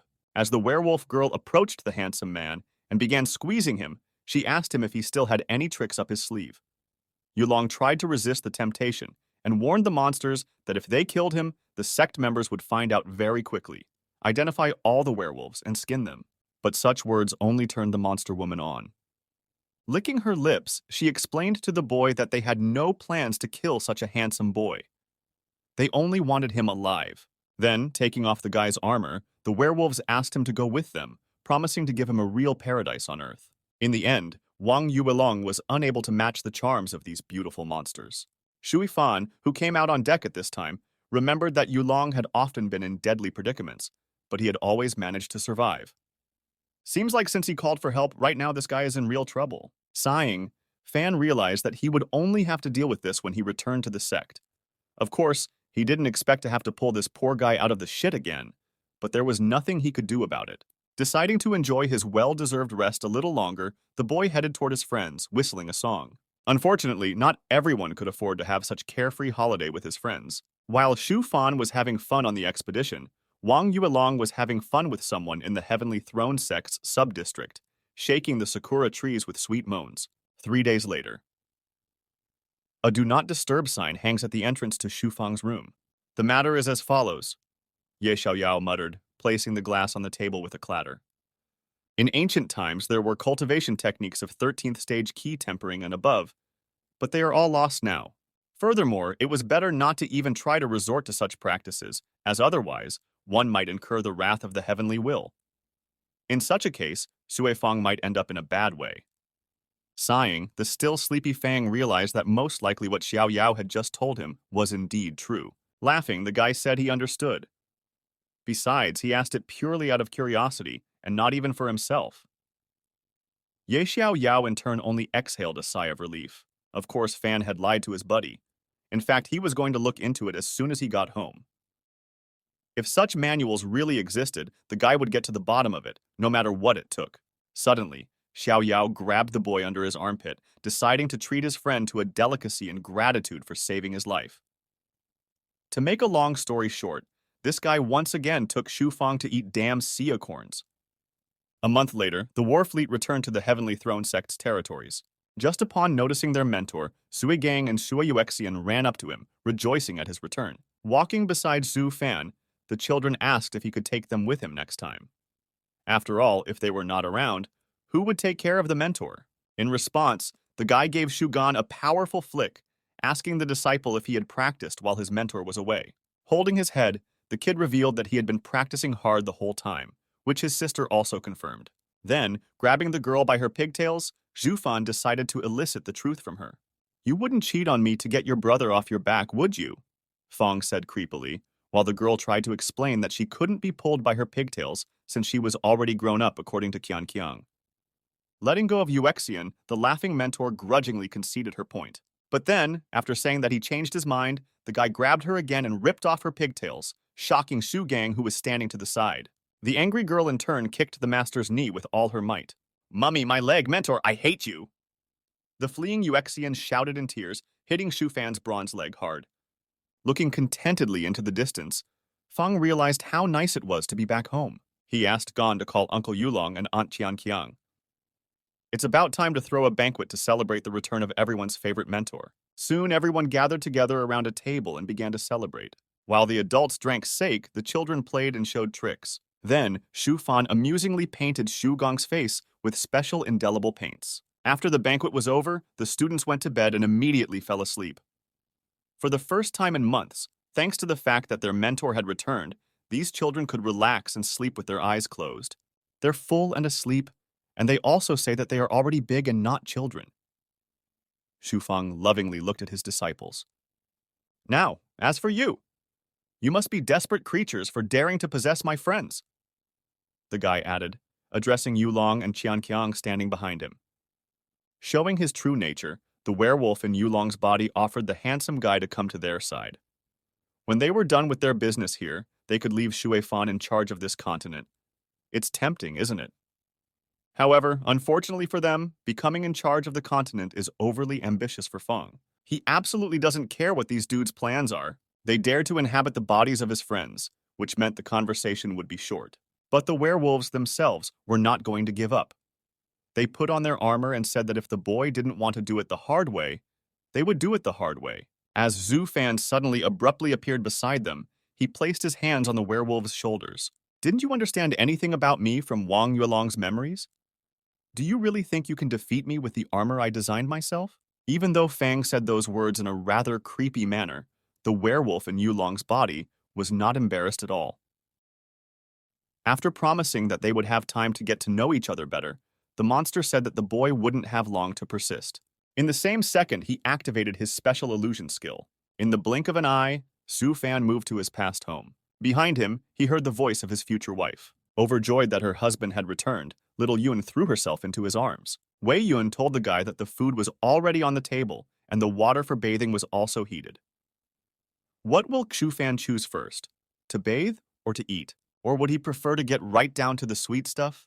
"If sweetness is you, then I choose the third option," the boy said confidently, taking the girl in his arms without a second thought.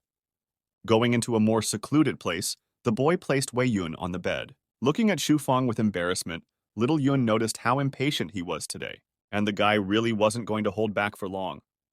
He almost immediately untied the belt from his wife's waist and threw it away. Cuddling up to her husband, Wei Yun said how much she missed him. However, something went wrong at the last moment.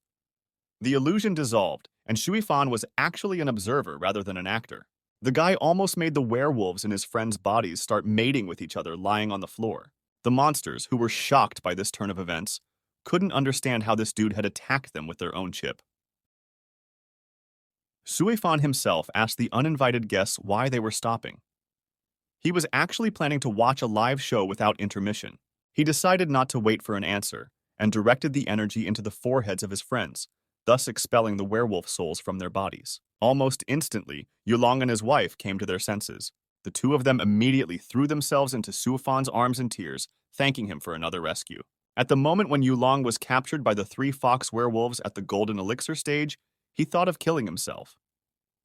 But suddenly, he remembered Fang saying that no matter what kind of shit he got into, the most important thing was to return home alive, and Brother Shui would somehow find a way to solve the problem. At that moment, Yulong refused to commit suicide, and he did the right thing. After realizing how much his friends had suffered without him, Fan decided to see what those bastards had done to Yulong and return the guy's misery to them double. Plus, he's just recently done a couple torture spells. After realizing where this could lead to, Yulong asked his buddy not to do this and finally finish off the monsters. But Shu Fan didn't want to end so quickly. He was going to avenge his friend in the highest way. Moreover, by torturing these monsters, the boy will not only be able to see what they did to his buddy, but also get into their memories and show them to his friends. A war between two worlds, a werewolf invasion. Despite the fact that the passage between the two worlds was held by the efforts of several sects, a group of shapeshifters, skilled in mind-altering and brainwashing techniques, managed to cross into this world. And then they started doing all sorts of naughty things with Wang Yulong. Upon seeing this, Zhu Fan apologized to his friend, explaining that he had no idea that these foxes had bullied him so cruelly. Unfortunately, Qian Qiang saw it too. So for the rest of the evening, Yulong had to explain to his wife that the werewolves already had full control over him by then. Qiang Qiang suggested that they shouldn't fight in public, so they should talk at home. Shu Fan, in turn, tossed the ball of captured werewolf souls to his buddy and advised him to go and get the reward quickly. Well, Wang Yuelong certainly didn't expect Brother Shui to set him up like this. At least he didn't ask him to split the reward for the monster's souls, or that would have been too much. Borderlands Werewolf Hideout. Suddenly, the ground and air shook with a terrifying force. The gate began to open, giving passage to the werewolves sitting inside the shelter. At the same moment, a gray-haired man dressed in white appeared in the doorway. "I feel kind of sorry for you. It hasn't even been a couple days and you've already been discovered," the stranger said sadly. Turning to the werewolves, the man asked if their chief should have sent more of his kin, since they were so shitty at such a simple task. Naturally, the werewolves in hiding didn't like the speeches of this powerful man. However, they couldn't resist him, so the only way to avoid being enslaved by this bastard and preserve their honor was to commit suicide. But the gray-haired man has already taken full possession of the will of these monsters. He can't let them self-destruct. The stranger easily transferred the souls of the werewolves into special vessels to use them for his own purposes. In modern times, werewolves still dream of reviving their hegemony as they did in ancient times. Have these foolish creatures still not realized who is now in the role of hunter and who is in the role of game? 1 year later, Shu Fang's private home. The guy sits in his workshop and with the help of creation skills molds different things out of clay. It had already been 14 years since Shu Fan had arrived in this world. During this time, the memories of a past life went nowhere. On the contrary, each year they evoke an even more acute sense of longing. Be that as it may, right now Shu Fang needed to chase away destructive thoughts with all his might. Sooner or later he's going to find a way home anyway, and depression certainly won't get him any closer to that. Leaving the house through the dining room, the boy noticed a stone unfamiliar to him in the yard. It didn't seem to have stood there before. Suddenly, a familiar chill ran through the boy's body. The protagonist is approaching. A moment later, Shu Fan was already sitting at the same table as that annoying dude. Xiao Yao came to his friend for help again. Since Yulong can't keep his mouth shut, he not only told everyone about Shu Fang's outstanding forging skills, but also blabbed his home address to the protagonist. So today, Ye Xiao Yao came to his old buddy's house to ask him to make 36 second-grade flying balls.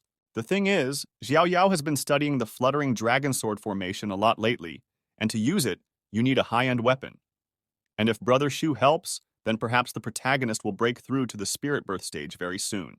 Looking at this bratty dude, Su Fan couldn't understand how this guy had the nerve to come to him with requests. The boy misses the time when he first met the protagonist. Back then, the mentor had not yet popped out of Xiao Yao's ring, and Fan himself had not suffered such losses, gaining more than he lost. No, Fang's not going to babysit that dude anymore. Let him go to hell. Awkwardly looking at the enchanting Ye Xiao Yao, the guy explained that forging 36 flying swords was a troublesome endeavor in itself. And since they were needed for the same formation, they all had to be made of identical material. Even a third-level blacksmith would be unable to fulfill such an order. However, the ringmaster ordered his disciple not to listen to this guy, He still wants to master the fluttering dragon sword formation, right? Still wants to take revenge on his fiancée who threw him away? In that case, Xiao Yao should become more persistent instead of mumbling like a wimp. Let him get his way. Or is Xiao Yao worried that once he ascends to the heavens, he will remain forever in Brother Shu's unpaid debt? With the words that he is not a freeloader, the protagonist put the box he found among the ancient ruins on the table. Although the guy doesn't know what's in there, he's willing to give it to Brother Zhu in exchange for 36 swords. Grabbing this box, Zhu Fan decided to help the protagonist since it was so important to him. With a wave of his hand, the boy promised his buddy to write a list of materials needed to start the work a little later. While the satisfied fan was looking at the box, the mentor tapped his disciple on the head, noting how stupid he was. If Xiao Yao kept throwing treasures left and right like this, he would ascend to the realm of the Celestials with a bare ass.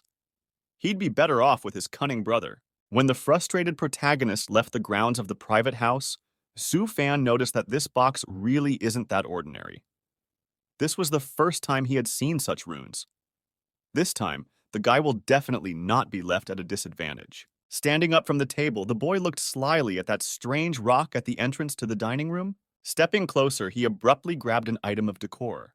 The rock immediately turned into Sue Yuexian. Holding the girl by her pigtails, the laughing fan advised her not to turn into such an ugly boulder anymore, because she could be seen a kilometer away with the naked eye. Jumping back, the embarrassed Yuexian once again asked her mentor to stop grabbing her pigtails. Still, she was trying hard for a reason. This girl was making good progress. This was the 29th time she had tried to hide from her mentor today, but he had found her every time. Noticing that Yuexian had started to tearfully write something in her diary, Fang motioned for her to come inside. Already in the dining room, the girl handed her mentor a teapot and 2 tea bowls on a tray. Placing the tray on the table, Yuexian asked the guy if it was true that he only discovered her because the boulder turned out ugly. Giving the student a flick, Zhu Fan laughed and calmed her down, telling her that it wasn't true. When the girl managed to deceive her mentor's eyes, she would realize her mistake. In the meantime, all she has to do is keep trying. After sipping some tea, the satisfied fellow noted the good taste of the drink. Watching him, Zhu Yuexian noticed that sometimes the expression on his mentor's face didn't match his stated age at all. Placing the tea bowl back on the table, Fang asked the student if she had brought anything interesting from her assignment. Then the girl held out to her mentor the piece of willow for which she had sacrificed the rest of her loot yesterday. It's just amazing, there's no other way to put it. This piece of wood was imprinted with a natural thunder rune due to a lightning strike. This piece of willow could be used to make an excellent raw material. That was why Zhu Fan immediately began to break down his disciple's find into its various components. The guy decided to keep the rune, and he made a life force pill for Yuexian from the willow pieces. Holding out the pill to the girl, Fang explained that in case of a mortal wound, with this potion, she would be able to restore her health. The mentor then asked the student where her brother was. Yuexian in turn told her that he had gone on a mission with Uncle Wang. Uncle Wang is now the captain of his squad. Sighing, the worried fan asked the girl to tell her brother the next time they met that sometimes an excessive desire to develop quickly leads to the opposite results. Uncle Wang is an example of this. He's been trying his best for so many years, but he's still on the second step of the foundation. Speaking of those two, Wang Yulong and Shui Gang have just returned from a hunting trip. Upon entering, the disciple immediately ran to his mentor, while his captain awkwardly scratched the back of his head and said hello to Brother Shui. Oh, it's the great and terrible Wang Yulong. What would a warrior at the stage of laying out the basics want in my shabby hut? Fan spoke sarcastically, touching on a sore subject for his friend. Yulong ran up to his buddy and asked him to take a look at what he had brought with him. The guy had found this extraordinary spiritual ore in a beast's lair and brought it to Brother Shu for expert evaluation. Placing the box on the table, the boy opened the lid. It's been half an hour. Well, sometimes Yulong could be useful. At first, Sui Fan had thought of killing him when he heard his friend talking about him all over the place and even gave Fang's home address to Brother Ye. But since this guy brought such a treasure, Shu Fang would have to spare him if he tells where exactly he found it. After a couple of days, Shui Fan continued to examine the item his friend had brought. Wang Yuelong, although he was a mediocre, had somehow managed to find such an exotic ore. This is the first time a guy has ever gotten his hands on a spiritual ore with such properties. It should store the embedded consciousness, and it blends perfectly with various items. If a piece of this ore is placed inside the battle dolls, a piece of Shufang's own consciousness will appear inside them. Walking over to the pre-prepared doll, the boy placed a small piece of ore in the area of the heart. It's time to put the latest monkey, the conscious version model, to the test. To make the trial fair, Fan decided to spar a conscious version of a monkey against one of the strongest puppets, the northern wolf. From the start of the fight, the gorilla moved to a safe distance and began to carefully observe his opponent's movements. The wolf, in turn, rushed into the fight without a second thought, expecting to sink its fangs into the enemy's throat with a single lunge. Ducking down, the ape figured out the wolf's weak spot, opening up perfectly for the blow. Taking the initiative in the battle, the gorilla dodged and launched a counterattack on the enemy. Is it over? That's the whole fight? That's really impressive. A tiny bit of that ore turned the battle doll into a true killing monster. Its combat power is 5 times greater than Shu Fan's, and one can't help but be satisfied with that. Meanwhile, Yulong showed up at the entrance to the courtyard with a sack behind his back. Passing by the corpse of a wolf, the dumbfounded guy asked Shufang why he suddenly decided to kill animals in his own backyard. Do you have nothing better to do? After taking the northern wolf's soul, the cultivator asked his friend why he had come this time. Chuckling awkwardly, Yulong reminded his buddy that his super armor had been damaged by fox werewolves. So he had brought all the necessary materials to repair it. And when Fan asked the guy where he found all these materials, Wang Yuelong, scratching the back of his head happily, explained that he had simply bought most of them by asking Qian Qian for spiritual stones.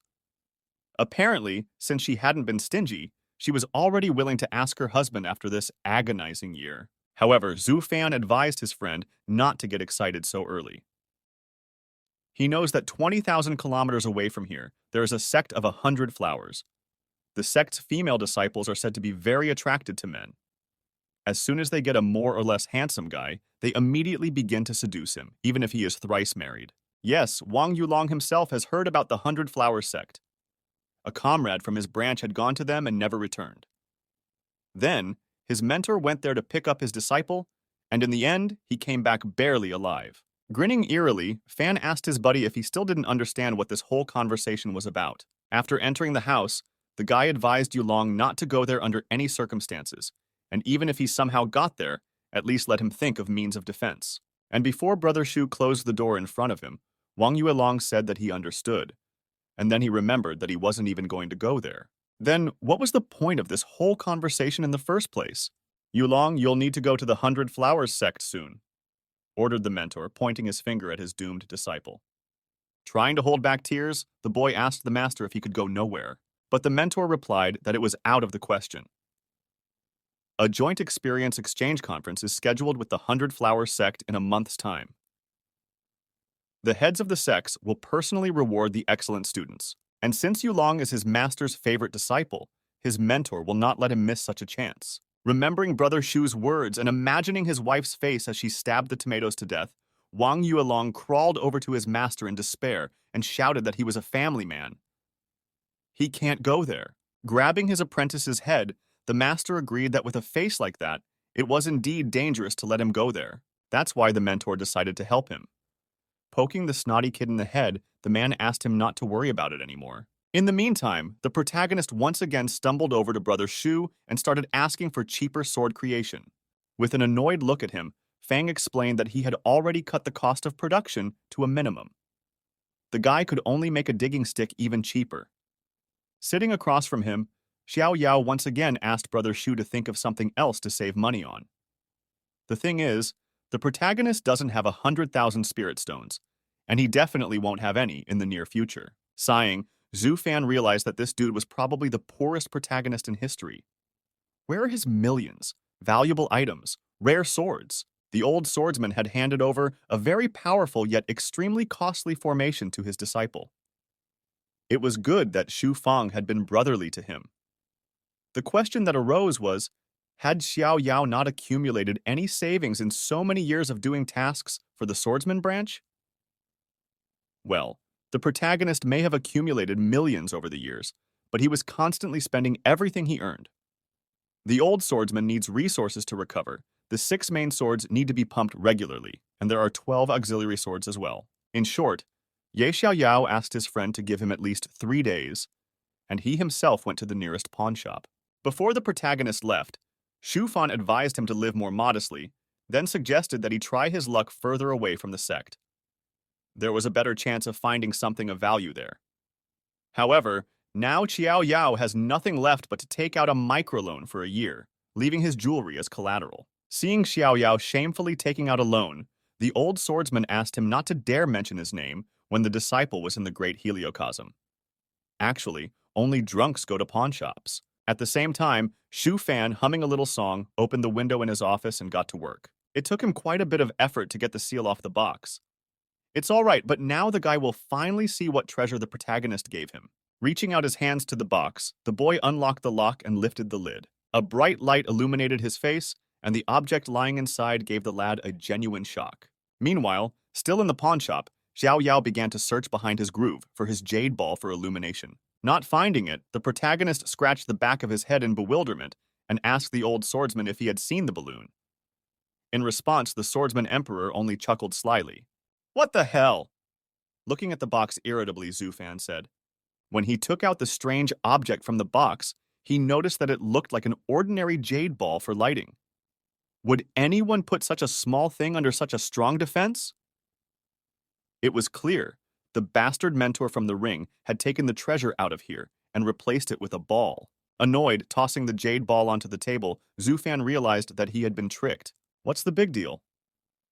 The old swordsman has to figure out how to get more resources to rebuild. A few days later, the sect of 100 colors. While the girls are chasing after the other guys who came as part of the delegation from the Heavenly Throne sect, Wang Yuelong is just tensely sitting on the sidelines. Luckily, his mentor understood and gave him a spell to disfigure his face.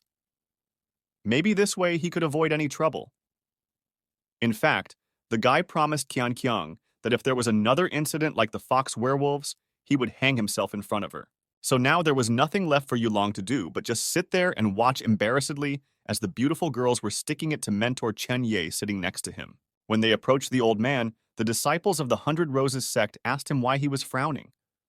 Was he not happy with the reception here? And when the master replied that he liked everything, the golden-haired woman asked if he was lying. If everyone likes everything, then why is someone hiding their true colors? She asked, pointing her finger at the guy sitting at the table. Naturally, Wang Yuelong guessed that he was the one in question. As she approached the old man, the golden-haired girl asked if she seemed so ugly to him. Why is Chen Ye's gaze avoiding her? However, the master is a master who realizes the danger of the situation.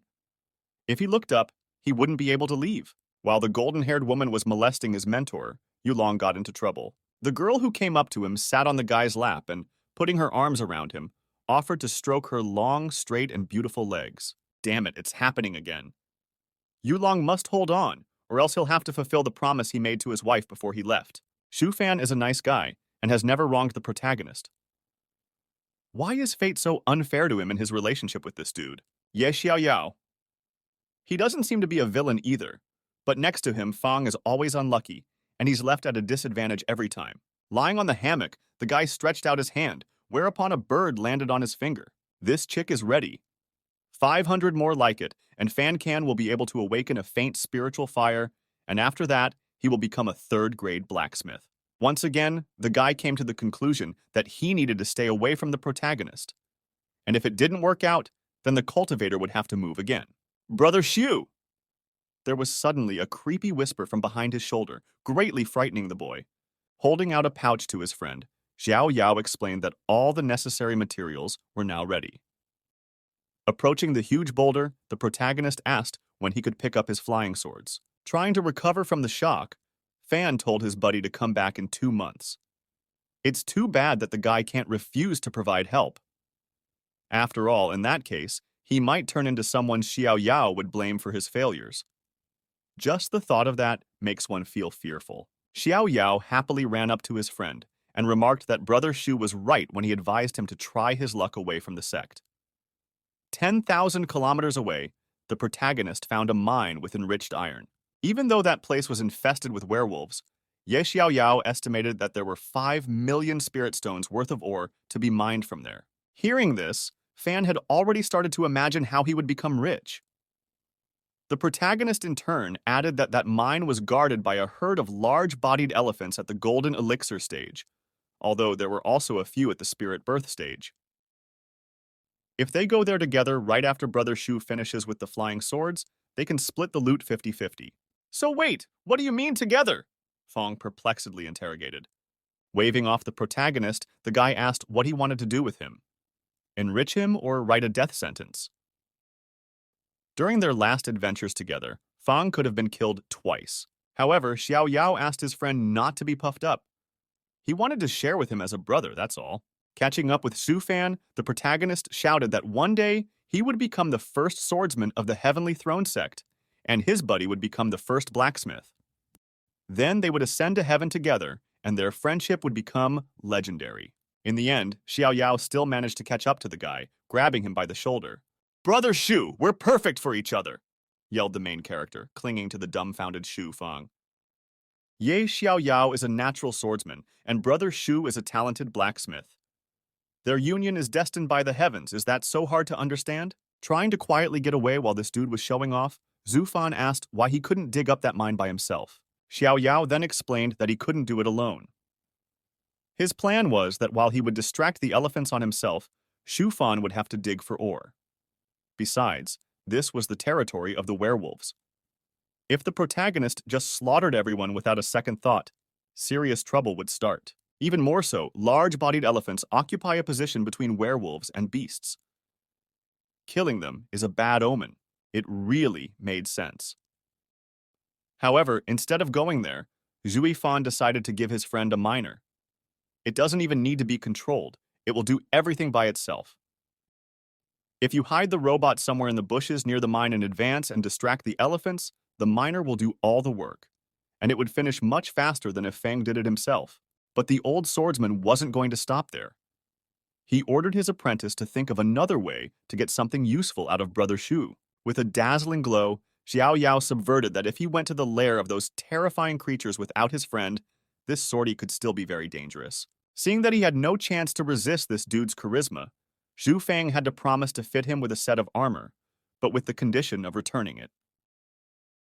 Be that as it may, if Fang made around 2 million at the end of the operation, then minus the cost of the super-duper miner and the second-grade armor, he would still have a profit. In short, they agreed to meet in 3 months. Shu Fang's duties were to prepare the flying swords, miner, and armor. The protagonist was given the task of reconnoitering the area around the mine once more.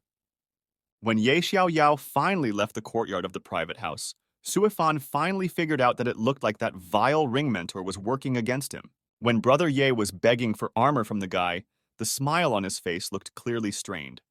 It was as if he was extremely embarrassed and didn't want to do it himself. So from now on, Shu Fang would have to defend himself against this annoying old man. The boy was now convinced that it had been the dude's mentor who had taken the treasure out of the box and replaced it with a jade ball last time. He'd have to remind the old bastard of that. By mid-afternoon, the Heavenly Throne sect's delegation finally ended their visit to the 100 Roses sect. Wang Yuelong had never put in so much mental effort before, much less for the sake of maintaining his chastity. He had passed the test of beauties after all, and would now be proud of it for the rest of his life, but he started to rejoice too soon. A violet-haired woman came up behind him and called out to him. Looking at him confused, the girl offered to at least hug goodbye since they weren't destined to be together in this life. Holding back with his last strength, Yulong refused, explaining that he was a family man. Saying goodbye could be done with words. Then, without listening to him, the purple-haired woman ran up to the guy and hugged him. Leaning her lips against the boy's neck, the girl kissed him, leaving a mark. Of course, Yulong did not tolerate such insolence and immediately pushed the insolent woman away. After realizing what she had just done, the guy got really angry and was about to slap the girl. However, the golden-haired head of the 100 Roses sect stopped him. "What is it? Has something angered you?" she asked grimly. Momentarily cooling down, Wang Yuelong said that he only wanted to ask why they did this to him. He hadn't done anything wrong. Hiding behind the sect leader's back, the purple-haired girl explained that she only wanted to mark this guy as her own. That's when Yulong understood what kind of trouble he was in. Heavenly Throne Sect, the abode of the Supreme Preceptor. Sitting at his desk, The sect leader asked the woman who had entered his room what he owed to such a sudden visit. The woman in turn explained that she had simply brought her student to see her husband. I have little respect for your sect and will not join you. After all, I can take anything I want from you. After listening to the guest, the Supreme Mentor laughed, saying that he had no such thoughts. He only hoped to make her short visit as comfortable as possible. Taking the glass in her hand, the woman was surprised that this old man had chosen to treat her to such an exquisite tea. Preparing for a long conversation, the guest asked her companion to brew another pot of tea. At the same time, in the courtyard of Shu Fang's house, she got so tall. How long was their separation? Little Yun finally came home, and the first person she decided to see was her future husband. Long time no see, Wei Yun, Fang muttered as the girl turned around to look at him. As soon as he said that, the already matured little Yun rushed towards the guy in a hug. Surprisingly, Zui Fan himself was also very happy to see her. He thought that with such a powerful mentor, Wei Yun would quickly forget him. Watching this scene, the two disciples could not believe that the girl who looked like a celestial and flew on a huge divine bird was the wife of the mentor. Just as suddenly, Wei Yun, who was snuggled against her future husband's chest, began to giggle strangely. Noticing her disheveled face, the frightened Fang asked the girl to collect her drool. He didn't want to ruin his favorite 100% natural silk garment. This behavior changed Ganan Yuexian's opinion very quickly. No, this girl is hardly a celestial. Wei Yun began to beg her husband to come with her. She's all grown up now, so there's nothing stopping them from having children and living soul to soul for the rest of their lives. Trying to hold little Yun back, the dumbfounded Fan replied that he wouldn't dare to interfere with her cultivation process. She's doing so well after all, and her mentor would be against it. So they should hold off on starting a family for a while. At the same moment, Zue Gang and Shui Yuexian greeted Mother Mentor. After introducing his disciples to his future wife, Fan revealed that he had taken these kids as his disciples after they saved his life. What did you call me? Mother Mentor? Wei Yun clarified admiringly, looking at the children in fascination. In honor of their first meeting, the girl decided to give the students small gifts. After that, little Yun said goodbye to her husband, promising that when she finished her training with her mentor, they would be together forever. But unexpectedly, Fang asked her to wait for a while. Previously, the guy had treated Wei Yun like a little sister. But when Fan saw her inside his illusion, he created to deceive the fox werewolves. He finally realized how he really felt about this girl. The only thing the boy hopes for now is that he does not do this too late.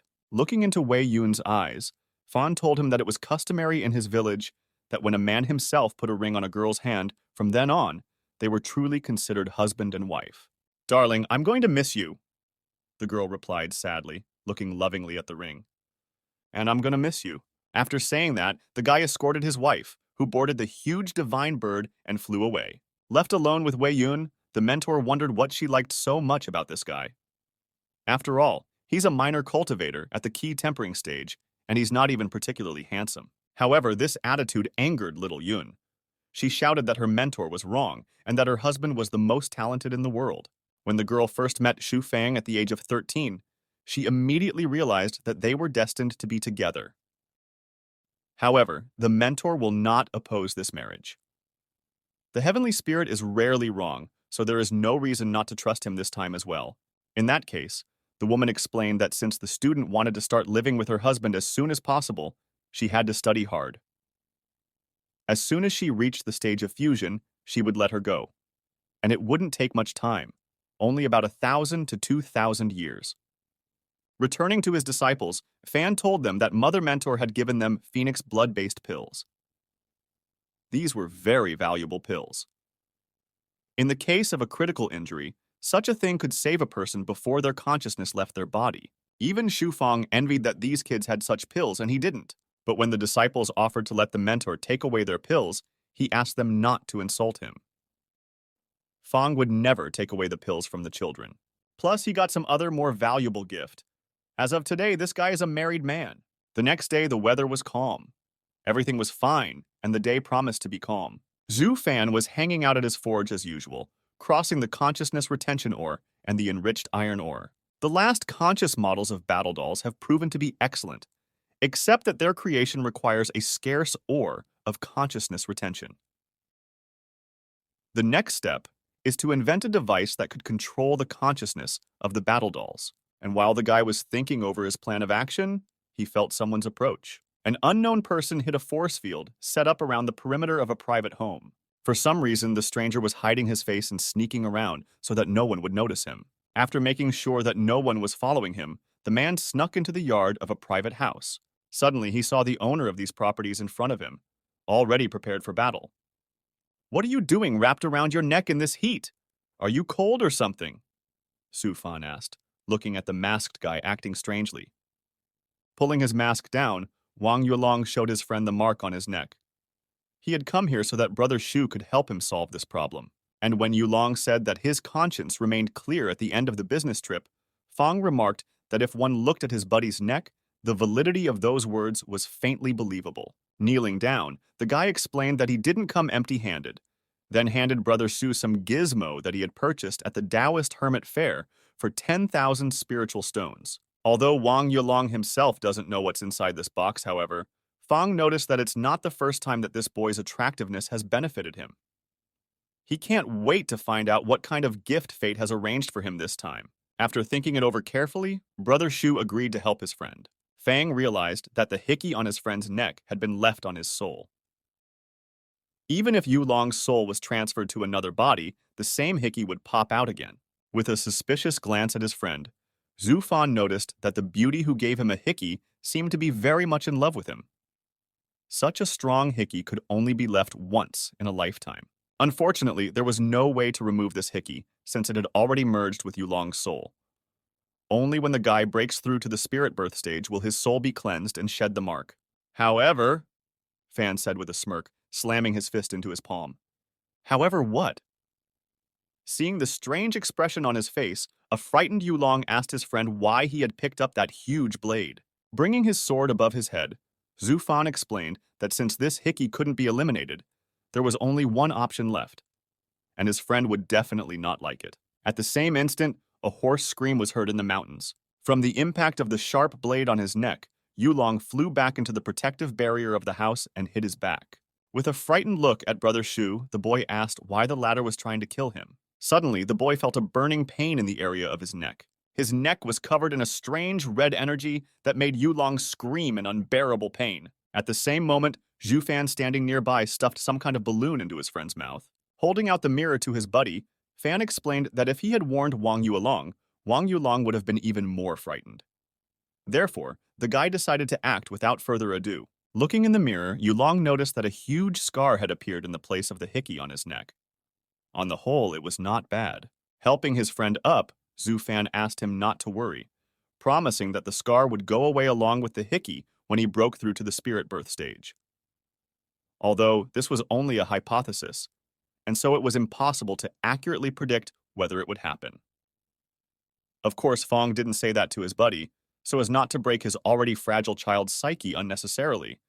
Night of the same day. The Valley of the Big-Billed Elephants. Flying away from the huge elephant, Xiao Yao asks the old swordsman to move his brains faster, or else they'll both die here. The ring mentor told the apprentice that there was a magical teleportation field 600 kilometers west of here that the Sword Emperor would be able to activate with spiritual energy. After dodging another strike from the large-bodied elephant, Xiao Yao decided to clarify exactly where they were teleporting to. However, the old man from the ring replied that it was no longer important, as the number one task now was to stay alive. Soon flying up to the teleportation field, the swordsman emperor noticed that it looked very familiar, as if he had seen it somewhere before. Be that as it may, Ye Xiao Yao no longer had any other choice. He had to jump into the portal hoping for the best. If he stays alive, it won't matter what happens next. A beautiful yellow star flies over Shu Fang's private home. The guy himself is lying on a chaise lounge and relaxing in the open air. Running up to the mentor, Zua Yuexian grabbed his hand and asked him to stop snoozing. It's already evening out. The girl then bragged to her teacher about the spiritual energy replenishing liquid she had found in the lake. There's a portal at the bottom of the lake, on the other side of which a bunch of ancient treasures, artifacts, and rare plants are probably hidden. Besides, Zhu Gang sensed the presence of beasts at the golden elixir stage, and so he didn't let his sister enter there. Instantly waking up, an excited fan asked the disciples if they were sure that there was no one more dangerous than a golden elixir stage beast out there. Would it be easy to get back out of that portal? Also, Do these kids have a fallback plan in case they encounter enemies more dangerous than the beasts in the golden elixir stage? What volume ring can hold all the prey? What kind of vessels might be needed for the plants? And exactly what type of beasts are those beasts? And exactly what type? While Sufan was asking all these questions to his disciples, Gon held out some sort of scroll to him. Showing her mentor this scroll, Uexian said that she had already thought about all these matters and made a clear plan of action. After considering the plan, Fang shifted his satisfied gaze to his disciple. "Looks convincing. Okay, let's trust your plan," muttered the boy, lovingly stroking the embarrassed girl's head. Plus, their favorite mentor is going with them as well. He hasn't been out of the sect for quite some time, and this trip doesn't look dangerous. 3 days later, the children brought Shufang to the very same spot. Looking around, Fan asked Uexian if she had found this place by herself. When she jumped off the ship and landed in her brother's arms, the girl told him that she had been chasing a fox, and that was how she had come across the lake. Unfortunately, the little fox had run away. But he was so cute, small, white and fluffy, with golden purple eyes. "Is that him?" Fan clarified, pointing to the fox cub that had fallen into the hands of his sentient puppet. Upon seeing this animal, the excited children confirmed that this was the fox they were chasing. As soon as they arrived here, Zhu Fan noticed that this little guy had been watching them the whole time. At first, the guy wanted to let him go, but he suddenly started ridiculing him. To think that a beast at the 6th stage of the key tempering stage was ridiculing such a powerful person. Unleashing this unfortunate animal, Fang tossed it to his disciples, telling them to take it for themselves since they needed it so badly. Taking the white fox in their arms, the children thanked their mentor for such a gift. Well, now they're going to be friends with this animal. At the same time, Zuifan snapped his fingers and said that it was time to head towards the portal. Immediately afterward, the 4 of them jumped into the lake. At the bottom, they saw a huge door with a lock. Swimming over to her, Uexian took out a small yellow pebble from her pocket. When the girl inserted this stone into the lock, there was a loud bang. The portal opened, revealing a passage between spaces. It was incredible, such a small lake hiding such a large world. Still in the lake, Sufan snapped his fingers. With a wave of his hand, he showed the students his latest development, the Puppet Master. In simple terms, it could simply be called the control center for conscious doll models. After applying this thing, Fang decided to keep 50 dolls to gather herbs and another 50 to mine ore. The rest will go on a punishing expedition against the beasts at the golden elixir stage. Laughing, the guy noted that the thing was actually quite handy. After descending into the other world, Fan decided to try draining the lake outside the portal with the sea's absorption vessel. At the same moment, a whirlpool began to form in the lake. Unfortunately, the kids didn't have time to watch it. From behind them came a horde of monsters. A multitude of powerful creatures at the Golden Essence stage were preparing to tear the uninvited guests to shreds.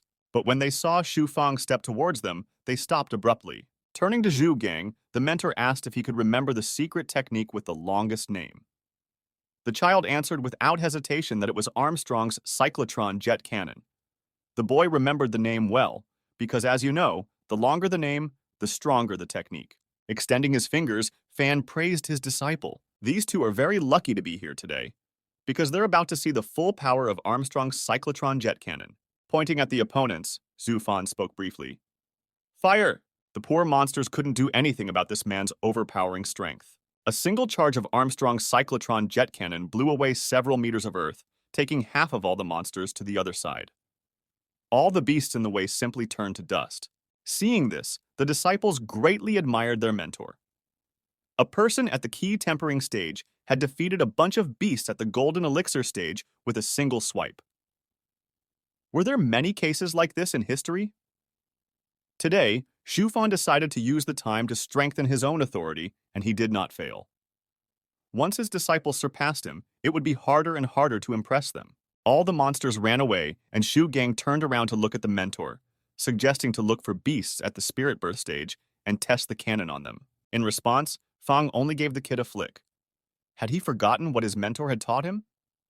You should prioritize safety and stay out of harm's way. Meanwhile, a puppet lord flew over to Suifan and reported, "You puppets too, meet the beast I was able to handle. In addition, the object is rapidly heading this way." Turning around, the children and their teacher heard the deafening roar of the monster. Their opponent turned out to be a huge red tiger. Just seeing this terrifying creature, the children began to tremble with fear. Well, then they remembered they weren't alone. There's no reason for them to panic because the mentor is there for them. In that case, they must give the enemy a vigorous fight back with the three of them. Looking at the disciples, Fan rather noticed that their courage was fine. Stepping in front of the kids, the guy ordered them to step back, explaining that such an opponent was beyond them right now. Let them better stand and watch the fight closely from the sidelines, absorbing invaluable experience. The battle had begun. From the very beginning, Zhu Fan sent several energy arrows towards the enemy. However, the tiger was not so simple. His speed, which allowed him to dodge all the attacks, was astonishing. And even when the energy arrows were in front of him, the monster had time to react and jump back. Realizing that it would not be able to get close to the man on the ground, the animal roared fearfully. In the same second, the tiger grew beautiful wings and soared into the air. Fang looked thoughtfully at the enemy and was surprised that it could fly. It wasn't a big deal. He'd taken down monsters like this before. Picking the perfect timing, Zhu Fan waited for the moment when the enemy would let his guard down. There was no way the tiger could have expected a sudden attack from above, and so the energy arrows easily penetrated its defense, nailing the beast's body to the ground. After firing a few more arrows at the monster pretending to be dead, Fan asked his students to remember that even if the enemy looked already defeated and its carcass was lying breathless, it should be finished off just in case. In the end, after dealing with his opponent, Zhu Fan took his soul for his own collection. Finally picking up the vessel absorbing the seas, the guy noticed that this time the catch was expected to be large. A whole lake could fit into this small vessel. But if Fang had gotten here in the company of the protagonist, he would have surely managed to run into more terrifying threats here. And even if Fan hadn't died, he would have left with nothing. Such was Ye Xiaoyao's fate. At the same time, in the world of werewolves, Ye Xiaoyao had to use the limited skin of the young prince of the royal wolf family to survive in this world. With a tired look at the old swordsman, the boy reminded him that they had been here for quite some time. Shouldn't they go back? But the ringmaster explained that they were in no hurry and that no one was chasing them out of here. Besides, it's not every day you get the chance to be in the world of werewolves. So why not make the most of this chance? In order to disguise Xiao Yao, the old swordsman used a technique from the Great Heliocosm, so even the strongest werewolves in this world wouldn't recognize him as a human. So it's time to start searching for treasure and other useful resources. The protagonist still needs a lot more swords than he has now. When Xiao Yao is at the Mahayana stage, his mentor will give him information that will require as many as 10,000 swords. That's when the boy will be unrivaled even in the heavens. In other words, Ye Xiaoyao would become the lord of all celestials. Of course, the guy liked such an offer. But after a while, when he thought it over carefully, something confused him. Wait a minute, 10,000? Where do you think I'm going to get them? If you're talking about simple iron swords, you can buy them from a lay blacksmith. What good are they? The old swordsman explained that he was referring to flying swords. When the boy was at the crossing stage, the mentor would take him to his hiding place at the junction of the worlds. Even a fraction of the treasure there would be enough to cover the cost of making 10,000 flying balls. Hearing this, Xiao Yao couldn't believe his ears. His mentor turned out to be so rich. Suddenly, the conversation between the master and his disciple was interrupted by a huge hand that appeared high in the sky. Unfortunately, the protagonist didn't have time to react to the attack at all. A hand grabbed Ye Xiaoyao, and his mentor, noticing this, decided to leave his disciple, advising him to act according to the situation. To make a long story short, a huge hand decided to take a brave little wolf cub lost in these scary places as his apprentice. Ever since Xu Fang's disciples had taken him out for easy prey at the bottom of the lake, he had stopped patronizing them heavily and let them develop on their own. He spent all his time making pills and battle dolls. His life was peaceful and serene, especially since Ye Xiaoyao hadn't bothered him for a long time. And so it's been a full 10 years since that day. Time flowed incredibly fast. Without realizing it, Xu Fan had already lived for 36 years. It seems as if only yesterday Wang Yuelong had his firstborn Wang Xiangqi, and today he is already part of Fang's daily life. Noticing the mentor sitting in the gazebo, Xue Yuexian asked him what he was sighing so sorrowfully about. Looking at the student in tears, the guy asked what would happen to him if he never broke through to the foundation stage in the next 100 years. Holding out Jiaoji to the mentor, Yuexian cheered him up, saying that there was no way that could be. It's not like he's not just breaking through, he clearly has a plan. Besides, even if he remains at the key tempering stage, the mentor is already superior to Uncle Wang in everything. Everyone already knows that Shufan will find a way to turn the sky upside down if need be. For Uxian, he will always be the strongest. Ha ha ha, really? You really think so? Fang inquired, grabbing the girl by her pigtails. Pushing that old rascal away, the indignant Uxian asked him to finally stop this strange habit of grabbing her pigtails. At the same time, Wang Yuelong walked up to Brother Shui. Seeing him, Fang asked why the inner sect disciples were not sitting in the inner sector. Why do they keep going to his house? By the clock in the back of his head, Yulong replied that not visiting an old friend for a long time is a real crime. And when Fang said that Wang Xiangqi had gone on a mission and Daddy wouldn't see him today, Yulong clarified that he really didn't come here for that. Realizing what his friend was getting at, Zhu Fan gestured for Gian and Uxian to leave for the time being. All the little devils are gone. You can talk about what you really came for, the guy muttered, looking at the pensive Yulong. It seems that a serious conversation is coming up. With a pitying look at Brother Shu, Yulong asked him to accept the son of one of his friends as a disciple. Putting on his glasses, Fang sat up to his buddy and wondered if this was a case where by friend one meant oneself. Covering his face with his hands, Wang Yulong asked the guy not to look at him with such disdain. Fang in turn asked him to tell him the details. It happened 7 years ago. Back then, a disciple from the Thousand Cloud sect had arrived as an exchange student, and the battle squad was constantly going on missions with her. On one of these missions, they came across a 7 wishes snake at the golden elixir stage. With their combined efforts, they managed to finish it off. But before it died, the snake managed to throw out a sexual desire-inducing poison towards the squad. Yulong and this disciple of the Thousand Cloud sect were both struck by it. Of course, the guy fought hard to keep his chastity. Grasping his head, Yulong asked Brother Shu if he had ever heard of interspiritual conception. After being struck by snake venom, the two desperately resisted the growing desire for physical coitus within them. But they did not realize how at the same time the essences of their souls were merging together, resulting in the birth of new life. Undoubtedly, it was almost impossible to believe such a story. Yulong himself would never have believed such a story if it hadn't happened to him. However, Fang realized that if it was indeed true, a child born under such unusual circumstances must be very special. It would be foolish of him to reject such a disciple. Okay, let's say I believed you. Where is his mother? Is she willing to give him to me as an apprentice? Brother Shu asked his friend. Shaking his head, Yulong said that unfortunately, the girl had passed away 2 years ago after returning to his sect. Standing up from the table, Fang agreed to help his buddy, then asked him to show him this boy as soon as possible. As he stepped outside the property, he saw a child sitting by a tree. Standing in front of him, Shu Fan said hello to the boy and asked what his name was. This child's name is Li Xinqi, and he's 6 years old. He already knows 1,000 characters. Looking at the boy contentedly, Fang asked if he wanted to apprentice with him. Smiling happily, Xingzi replied that he wanted it very badly. Uncle Wang said that if the boy studied under Master Shu, he could one day become an invincible cultivator. And when Fan asked the child why he wanted to become an invincible cultivator, Li Xinqi explained that his desire was to find his father and make him repent at his mother's grave. With a smirk, Shu Fang remarked that it was rumored that the boy's father was a victim of circumstances himself. But in any case, it was a worthy goal. Walking with the child to his garden and sitting down with him on the bench, Master Shu explained that there was one last step left. If this boy passes the test, then Fan will accept him as an apprentice. When the master touched his forehead with his finger, Li Xinqi immediately fell into slumber. The child lay down on the bed and the two boys began to watch what would happen next. The majestic white wolf broke through into the human world. The cross-border portal that Ye Xiaoyao used to enter the werewolf world opened from the other side.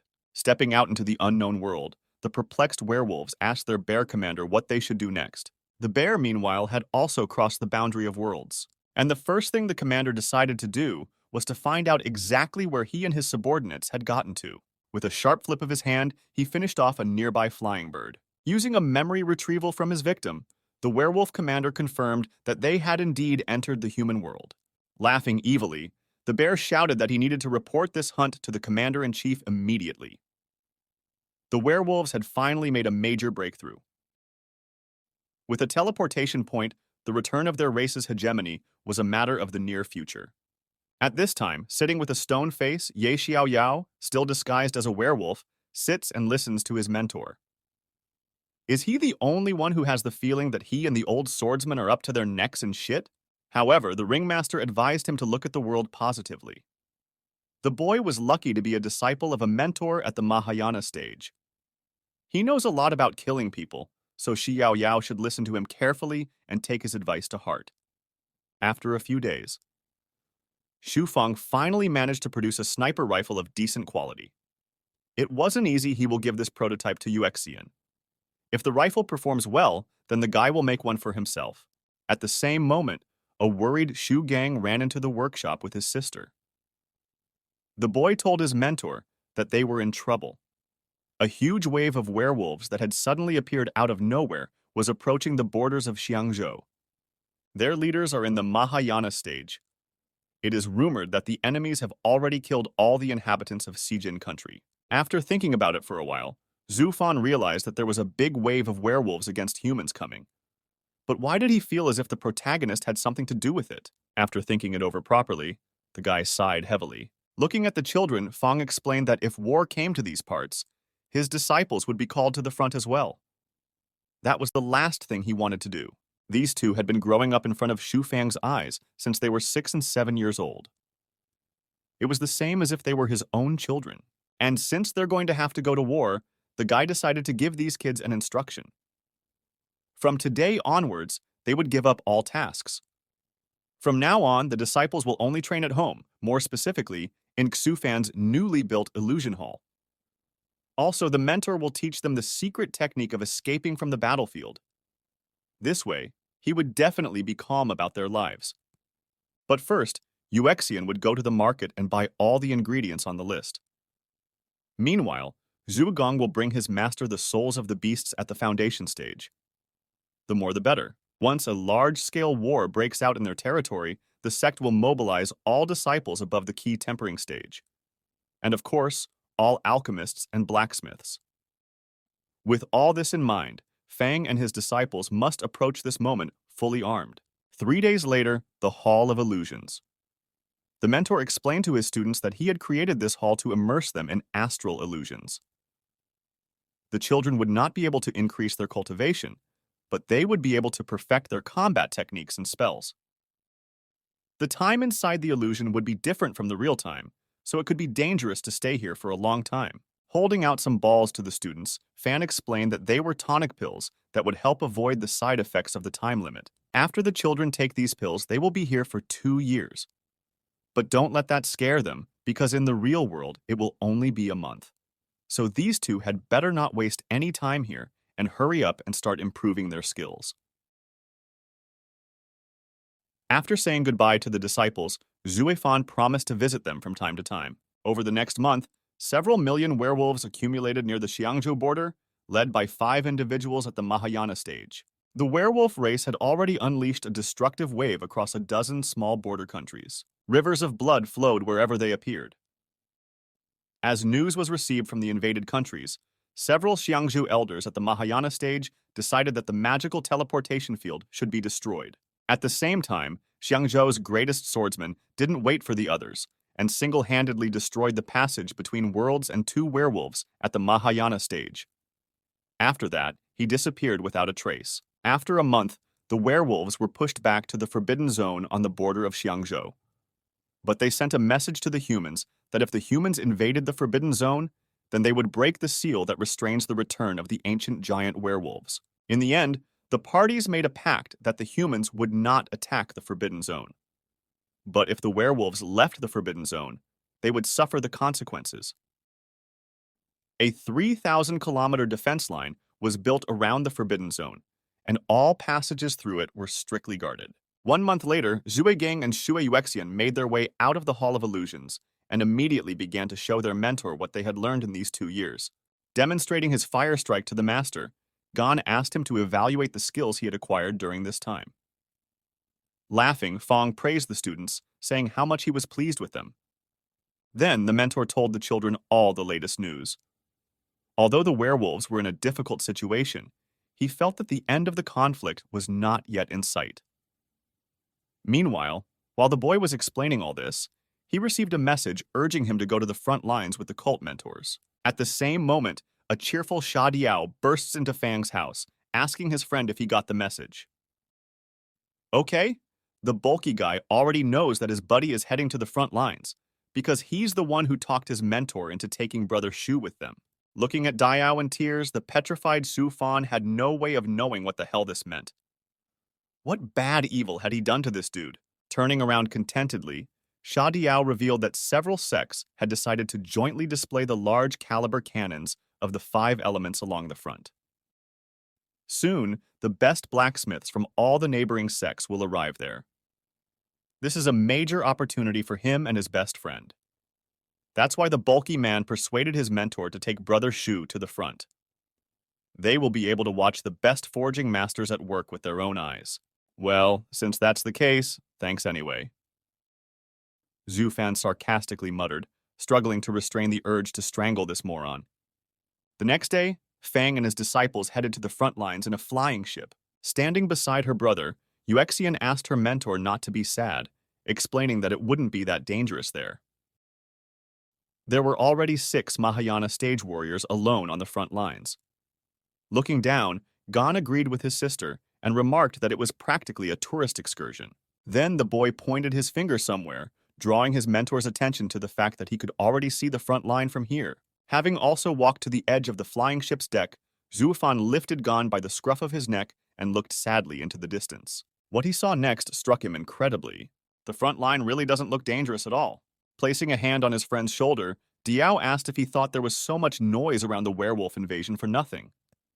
In fact, the fact that the werewolves were able to get here in such large numbers suggested that they had gained control of the spatial coordinates. By controlling spatial coordinates, werewolves can move towards humans in huge numbers at a price. All the more reason for them to recognize the heavenly will of this world. Several 100,000 years ago, werewolves were masters of this world. Although humans have managed to drive them away, the will of heaven still recognizes their full right to be here. At one time, the ancient werewolves dreamed of merging their original world with the human world to create a vast, unified world. When the process of merging the worlds was halfway through, the humans managed to rebel and drive the werewolves to their half. Then the merging of worlds was interrupted. But by then, the heavenly will had already perceived the 2 worlds as one, and that could no longer be changed. Therefore, neither the invasion of werewolves into the world of humans, nor the invasion of humans into the world of werewolves, will be perceived by the heavenly will as a violation of the world order. After listening to the lecture about the 2 worlds from his buddy, Zhu Fan realized that the danger of this bastard world had once again increased by several levels. Why didn't the guy even see this coming? Oh, because he had never encountered any manga with such a plot twist. Now it's safe to say that there isn't a single safe corner in this world. Suddenly, an alarm sounded, reaching everyone who was now on the front lines. Another group of werewolves left the restricted area. A multitude of monsters had broken out. Had the werewolves decided to break the peace treaty and start a full-scale war again? And no, it seems it really was just a small bunch of enemies. Just one shot from the ship's cannon was enough to turn them all to ash. By the way, I forgot to say that the Heavenly Throne sect's largest ship is also on the front lines right now. No wonder all these werewolves at once were killed by just one shot. Although, come to think of it, how much was that shot worth in spirit stones? While Fang was thinking about this, Shui Gang realized how great it would be to have a spell of the same power. He stroked the boy's head and promised that if he practiced well, he would achieve the same result in 1,000 years. Gan, who was dumbfounded, remarked that 1,000 years was not a long time. Are you the blacksmith who came here on Shayan's recommendation? Can you repair a 5th grade heavy armor? A 2-meter-tall jock came up from behind and asked. Confidently slapping his palm on his chest, Shu Fan promised to take on this job if the customer had his inner spiritual fire with him. If so, the man would have to stand by and help. Standing behind the guy's back, the jock put a hand on his shoulder. No problem, let's go, uttered the man, leaving the 2 children without their mentor. After a while in the forge, a thoroughly exhausted Fang sits staring hopelessly at the almost completely ruined breastplate.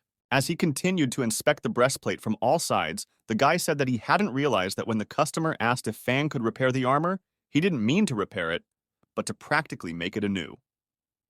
Was this big guy fighting some giant werewolf in hand-to-hand combat? And when the irritated customer asked the boy if he could still repair the armor or not, Fang replied that it would be easy if he could get unicorn bones and yellow crystal ore. Moreover, he would even be able to increase the strength of the breastplate by 20%. Surprised that repairing a grade 5 armor is easy for this guy, the jock asks the blacksmith if he's cheating. Actually, Zhu Fan is only at the 12th key tempering stage, so what's the catch? Heading towards the exit of the forge, Fang said that since the jock didn't believe him, he would be only too happy to spend his time on something else. But grabbing the guy by the shoulder, the customer stopped him, thus falling for Fanya's trick. The man pointed out that there were no random people here. If this blacksmith was at the front, there was a reason. The jock went to look for the materials he needed, while Shu Fan himself returned to the camp. After finishing his work together with his students, the guy began to masterfully fake fatigue. Of course, why would he be tired? He was using free labor in the form of Uxian and Gon. Anyway, in less than an hour, they managed to build their temporary nest. It was a long way from the front lines, which meant that there was no threat to them here. Just as suddenly, a portal appeared behind Shu Fan. A hand came out of it. In the next second, the guy disappeared in front of his loyal students. And they had just wanted to ask their mentor for some pills to restore their strength. Where did he disappear to? In fact, the boy was stolen by that jock who had already managed to get a unicorn bone and yellow crystal ore from somewhere. Pulling the boy out of the portal, the man told him to take command of the process, to which Fang asked him to simply provide him with an uninterrupted flow of his spiritual fire. Everything else the blacksmith would do himself. This was how a blacksmith at the key tempering stage started working on the 5th grade armor. With the help of the icy spiritual fire of this jock, Fan began to transform the yellow crystalline ore. He was fascinated by the process and remembered that he had never worked with this kind of power before. He had only read about icy spiritual fire in books. Without stopping his work, Fan shifted his gaze to the customer and asked what his name was. Looking at the guy, the jock replied that his name was Shan Shen. And puzzled the man was that this guy found time to chat while working. How does he do that? Why does he look like he's stirring soup with a spoon instead of repairing armor? With a sigh, the jock said that he had asked Balian's mentor about Shu Fan before he went to get the materials. The old man said that the kid was a real genius. Shan Shen was now convinced of this himself. At the same time, teacher Sha Diao sneezed somewhere. If Shan Shen was satisfied with the result of this blacksmith's work, he would gift him a piece of meteoric iron. Right now, Fang, being at the 12th stage of key tempering, was forging at the level of a skilled master. In that case, what will he become in a couple years? Realizing the power of this kid, the jock decided to befriend him by all means. Of course, Zhu Fan liked the suggestion of a piece of meteoric iron. At least there were some benefits to this damn mobilization. Meteoric iron is used to make divine weapons and armor. You can't buy such a thing at the bazaar. In addition, the guy will be able to pick up the rest of the yellow crystal ore. After a while, the blacksmith had almost finished the 5th grade armor. Even now, it looked even better than new. Wiping the sweat from his forehead, Fang suggested to the customer to equip the breastplate with a magical ability in addition to increasing its strength. This would require an ice element treasure. Feeling the power of the icy spiritual fire begin to fade, Fan perplexedly turned to look at Shen, who was at this time doing push-ups on one finger with a pair of nightsticks on his back. Hearing about the magic ability, the jock looked at the guy dumbfounded. He had never thought that his armor could be equipped with a magic ability. This kid really is a genius. Abruptly jumping up from the floor, Shen held out a chest of some sort to Master Shu. He told him that this was where all of his ice elemental treasures were stored, so the boy could choose what was best for the job. Zhu Fan in turn got very high on the fact that a dude in the Void Mastery stage called him a master. Pulling some object out of the chest, the guy said this would do. Looking over the blacksmith's shoulder, the jock told him that he had killed the ice dragon with his own hands. Then he asked what magic ability his armor would have. Noticing that this dude excitedly started frying the armor with all his might, Fang shouted to him to be more careful. During the discussion, it was decided to equip the armor with the magic ability of the Frost Field. When Shen was actively moving, the space around him would become icy. At the same time, his inner fire would be strengthened by the spirit of the ice dragon. Getting to work, Fan first reinforced the structure with a mixture of unicorn bone and yellow crystal ore. He made mascara from the leftover bone powder and applied it to the wounds. And with the last step, the guy inlaid an ice dragon into the very core of the breastplate. As soon as he did so, the power of the ice dragon filled the entire smithy. The people outside almost started to panic, but then they realized that it was only the ghost of a dragon. In gratitude for the work done, Shan Shen handed Master Shu the promised piece of meteoric iron and 200,000 spirit stones on top. However, before he could do so, Zui Fan immediately fell to his feet. Now this guy is really tired. Placing the toll sack on the floor in front of the boy, Shen ran outside in his new armor. "Hey, bear cub, ready to fight me one more time?" the man shouted belligerently, moving out to hunt. Seeing his opponent, the huge bear grinned and asked the jock if this upgraded armor had added to his courage. Activating the frost field, Shen told the monster to shut up. They would fight according to the old rules, surrender or death. And today, that nasty bear would die. Laughing even harder, the beast explained that he knew he couldn't kill Shen. But how does this man have the confidence that he can kill a bear? Why does he act as if they were at different stages of development?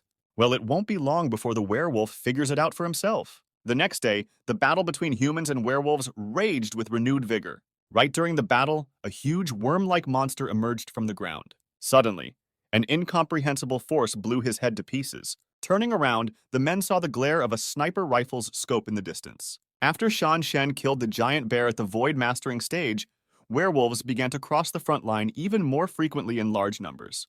This situation was a great opportunity for Uxian. Thanks to the werewolves leaving the Forbidden Zone, the girl will finally be able to practice shooting. The rifle her mentor created for her could finish off even a beast at the Golden Elixir stage with a single shot. Besides, the feeling of being able to finish off an enemy from 1,000 meters away was incredibly satisfying. The rifle became Uxian's favorite toy. In addition to this girl, her brother also participated in the battle. Unfortunately, since he was still a child, he was sent to the rear. However, the boy did not want to leave all the fun to his grown-up uncles. By rushing into the heart of events, Gan had violated his command. The others feared that the boy would run out of spiritual energy at the exact moment he was surrounded by the enemy, and so they kept him there. But Zhu Gang had a different opinion on the matter. Extending his arms in front of him, the kid activated the avalanche fountain. In the same second, a firestorm erupted in the sky above his head, which immediately released an avalanche beam into the ground. The werewolves that came within range of this attack were burned to the ground in a matter of moments. It seemed that after this maneuver, Gan should have run out of spiritual energy, but it didn't. Immediately following the last attack, the boy activated the avalanche shafts and continued to burn the enemies. While the kid was fighting the monsters on the ground, birds flew up from above and started charging a powerful beam of energy. Without giving Gan a second thought, the monsters surrounded him, which is exactly what the commanders feared. However, this wasn't a problem for the boy, and he dodged all attacks with ease. Suddenly, a huge bird appeared behind the kid, which somehow managed to find his blind spot and close in on the target. Fortunately, Uxian was sitting in the distance with a sniper rifle, immediately covering her brother. But Zhu Gang didn't like the fact that his sister stole his loot. He had everything under control, and this girl just decided to mess with him. Well, it wasn't just Uxian who got the cool toy from the mentor. Zhu Gang also has a special weapon called Hurricane Core. The boy immediately activated the item from his pocket, causing a bright flash to appear in the sky. All the flying monsters died, starting to file like fall leaves. Watching this, Shan Shen sighed heavily, noting that he wasn't so fierce in their years. What a bunch of youngsters. The man with long gray hair standing next to him agreed with his buddy. However, he wondered whose disciple he was. His attacks weren't just powerful, they were systematic. Waving his hand, Shen suggested that the man should go and find out from the kid himself. Then, noting that he did not visit people for nothing, the jock asked his friend why he had come. Smiling, the gray-haired man explained that he wanted to know who forged the set of heavy armor for Shen that he had defeated that bear in. Nothing had changed in Shan Shen's cultivation, which meant that it was the armor that played a key role in the outcome of the confrontation between similarly powerful opponents. Waving his hands, the jock said he had no need to share information about such a valuable specialist. And when the uninvited guest explained that he had gathered all the necessary materials to create a divine-level armor and was only lacking a good blacksmith, Shen reminded him that his buddy was in line to see Master Balian, and his turn would come 200 years before Shen's. This dude was still mocking the jock about it, and now all of a sudden he wants to get his blacksmith? Why would Shan Shen do this in that case? What's his gain? Do you know what Sis Luoling is dreaming about right now? The gray-haired man said, causing the embarrassed jock to spit out his drink. Rubbing her nose, Shen wondered what she was dreaming about. Grinning, the intruder winked and said that he wouldn't tell. Sliding off the chair, Shen put a hand on his buddy's shoulder. While giving him a massage, the jock told him that his blacksmith is a modest guy and does not like extra attention. He's not even a master yet, just a talented beginner. First, Sheng needs to find out if this kid is okay with giving him away. Saying that he would wait for this talented newcomer's decision, the gray-haired man told what Shen was eager to hear. Luo Ling wants to go to Kayundao City and devote herself to learning the truth. But she has no one to go with and she doesn't dare to go alone. Momentarily vaporized, the jock yelled out that he ran to write a vacation request. Hey, love destroys the best of us, the gray-haired man said sadly, looking after him. Meanwhile, near the camp, Shu Fang's dwelling, Shu Fang could smell the scent of blood. Apparently, there was a serious fight going on at the front line. Deciding to see what was going on, the lad went downstairs. Wow, the guys did a great job. At the same moment, he noticed something unusual. What are his little devils doing there? Walking down to them, Fang asked the boys if they were going to make their mentor an omelet for the evening. After showing the master the egg, the children explained that they were just trying to figure out who was inside for now.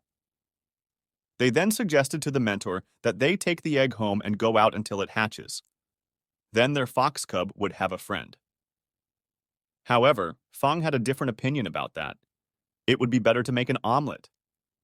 This is an eagle soul expelling egg. Their maximum is the golden core stage. In general, they are of little use, and they also look ugly. And while a distraught Uexian told her mentor that they had found an egg inside the hollow bone of a giant bird, Gan danced on the sidelines, rejoicing in the omelet.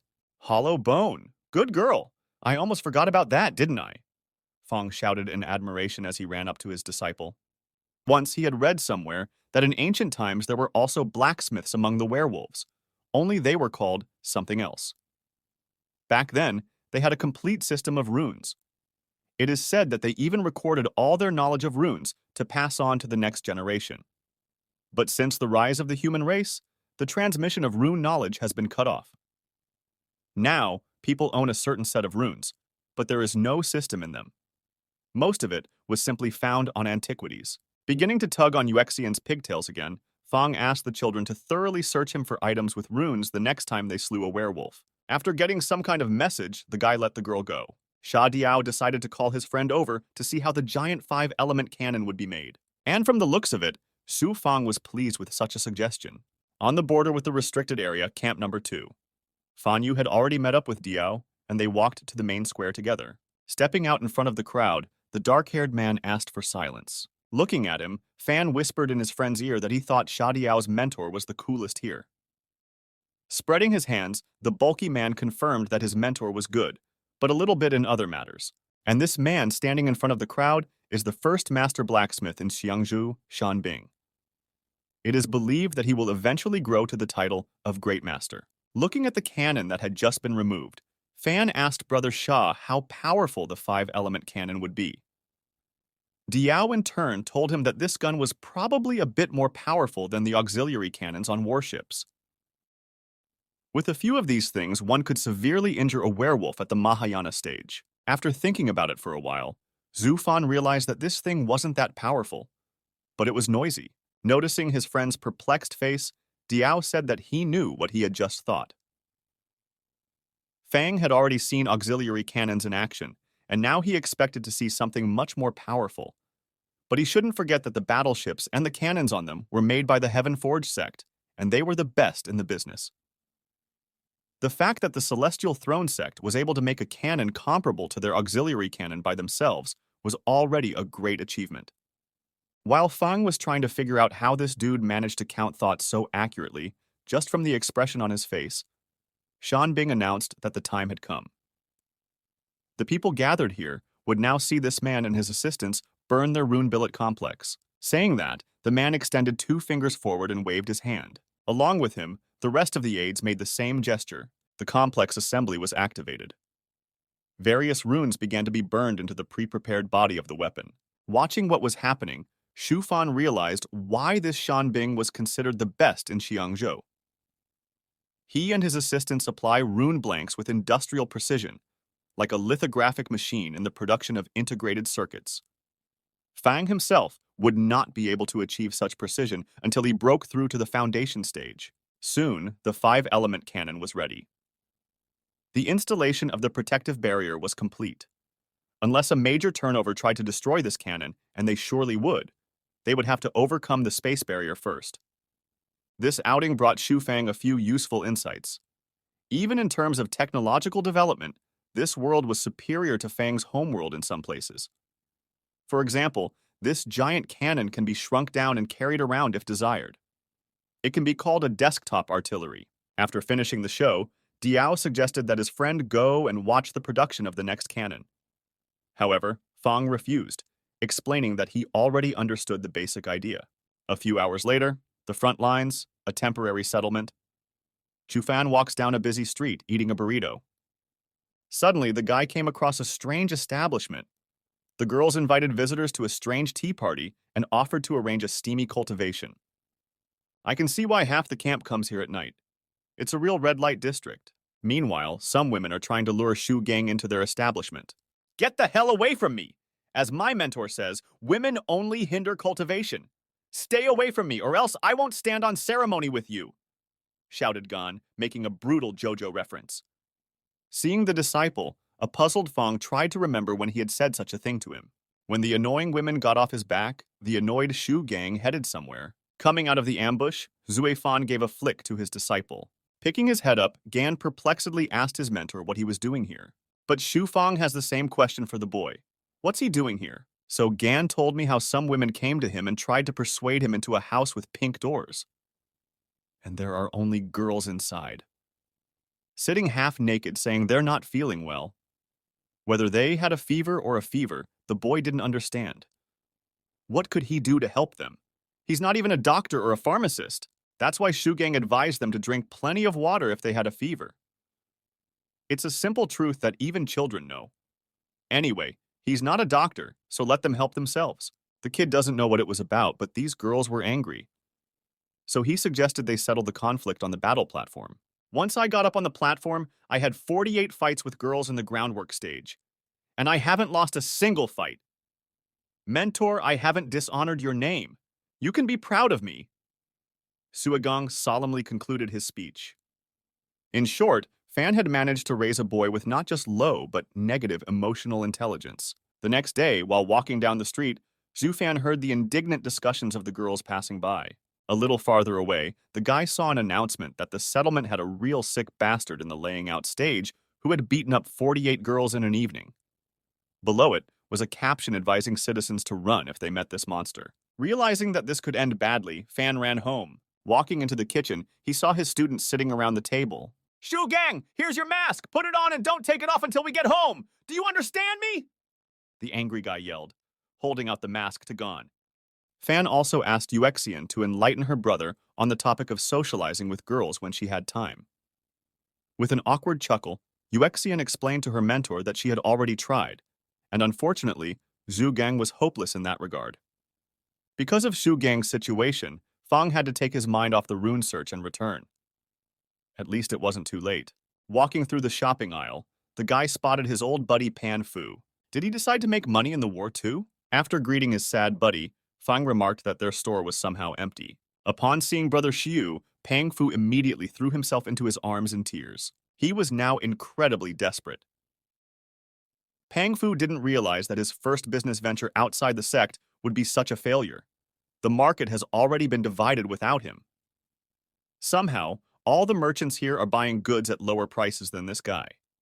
In order to compete with them on price, he has to trade at a loss. After listening to this poor fellow, Fang realized that this was his chance. After shoving his friend away, the guy said that this was no reason to be so downhearted. Pang Fu is a businessman. Finding a way out of desperate situations is part of his trade. If this market is already occupied and divided, then you need to create a new market where you will be the pioneer and monopolist. Falling to the ground in tears, Pang Fu asked his buddy if he would really have to create a new market. Exactly. I've just got an idea of how it could be done. Are you interested? Fan suggested, sitting down on the bench. Starting to shake his friend by the shoulders, The excited Pang Fu shouted that if it would allow him to earn decent money, then of course he was interested. In addition, if Brother Xiu suggested a working scheme, the guy would definitely share it with him. Determined to help this poor fellow, Xu Fan told him that there were no less than 10 million mobilized people deployed along the entire front line now, and the length of the front line was about 3,000 kilometers. For only 4 million spirit stones, the entire front line could be connected to a network of communication towers. And another 2 million would be needed for one huge communications processing center. Once the towers and communication processing center are in place, you can start riveting the simplest devices consisting of 3 basic runes: optical rune, communication rune, and energy focusing rune. Cost: 2 spirit stones. Such a device can be used to receive text messages and images from the general staff, although only a message can be sent back. The main thing is to make these devices ubiquitous. After realizing the brilliance of Brother Su's idea, Pang Fu gained determination. Fan himself was surprised that this guy really understood everything. He thought he would have to chew on this for a long time. This is what it means to be a hereditary merchant. Falling on his back in joy, Pang Fu shouted out that Brother Xiu was literally his savior. The guy can't even express all his gratitude. For this great idea, he promised to pay Brother Xiu 10 million over the next 5 years. Rising to his feet, Pang Fu curled up into a ball and cartwheeled off somewhere. Scratching the back of his head awkwardly, Feng noticed that this kind of fast-moving technique suited his friend very well. I wonder how soon something on the level of early Motorola will appear in this world. Xu Fan may have started a revolution today that no one even knows about yet. Meanwhile, in the world of werewolves, many years had already passed since Ye Xiaoyao had moved to the werewolf world. If he knew that it could take this long, he wouldn't have become a favorite werewolf disciple at the Mahayana stage. Right now, it's already hard to jump off that spot. On the plus side, the guy had already broken through to the spirit birth stage. On the downside, he is now the third in the hierarchy of the Jiu Lands werewolves. The protagonist wasn't embarrassed by this until the Bear Clan reported the discovery of a teleportation fucking field. The werewolves could now travel to the human world in peace, which led to the plan to invade the human world earlier than planned. Fixing his beard, the ring mentor asks the boy if he blames himself for the werewolf invasion. The thought distracts Xiao Yao so much that he even forgets to hide his human ears. Then the main character recalled that the teleportation field was left open just after he jumped in. It's scary to even think about what horrors are happening in the human world now. Because of this, the guy feels like a traitor to his species. But the ringmaster thinks that Xiao Yao is worried beyond what is necessary. At this stage, werewolves won't accomplish anything in the human world. Most likely now, they are hiding in the Forbidden Zone, which should be the first stage of their plan. In response, the protagonist asked the old swordsman what he knew about the first phase of the invasion plan. However, the mentor said that if he started explaining, the disciple still wouldn't understand anything. All Xiao Yao needs to know is that a big war between the two worlds is coming, and since these are the worlds of the Middle Chiliocosm, victory will be for those on whose side the strongest wars will be. And the strongest wars are those who have been blessed by the heavenly will. Right now, the wars among the tribesmen, Xiao Yao was slightly superior to his werewolf vis-a-vis. But even if the strongest warriors of the human race fail, they still have a trump card up their sleeve, Ye Xiao Yao. So all a guy has to do is wait, do his development, and don't think about anything else. And even more so, he must not think about the question of human lives. Men are mortal, but the best of them can be reborn at the will of heaven indefinitely. After listening to his mentor, Ye Xiao Yao decided to trust him and focus on his cultivation. For now, he was still too insignificant to decide the outcome of the history of the human race. At the same time, Xu Fang's temporary dwelling, Wang Yulong came to visit his buddy. Remembering how Brother Xiu had complained about how he had searched for antiquities and gems with runes but found nothing of value, the guy decided to bring him a small gift.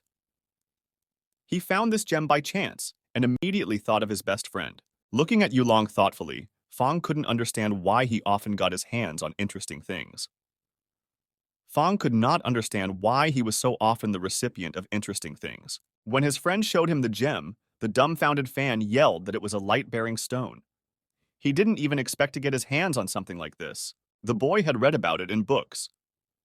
On its surface, there are runes of the sun and moon, which can be used to control the passage of time. And since this gem has such rare runes on it, Wang Yuelong allowed his friend to keep this pebble for himself.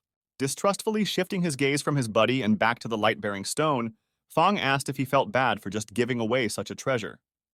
Laughing, Yulong reminded Shufeng that they were old friends, almost like brothers. When he found the gem, he immediately realized that it was something special, but he didn't know what to do with it.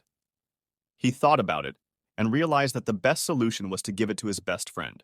Besides, Brother Shu is the mentor of Yulong's two sons, so it can be considered a gesture of gratitude. Sighing, Zhu Fan explained to his friend that if he brought the gem to any master blacksmith, he would be able to exchange it for a heavenly level weapon.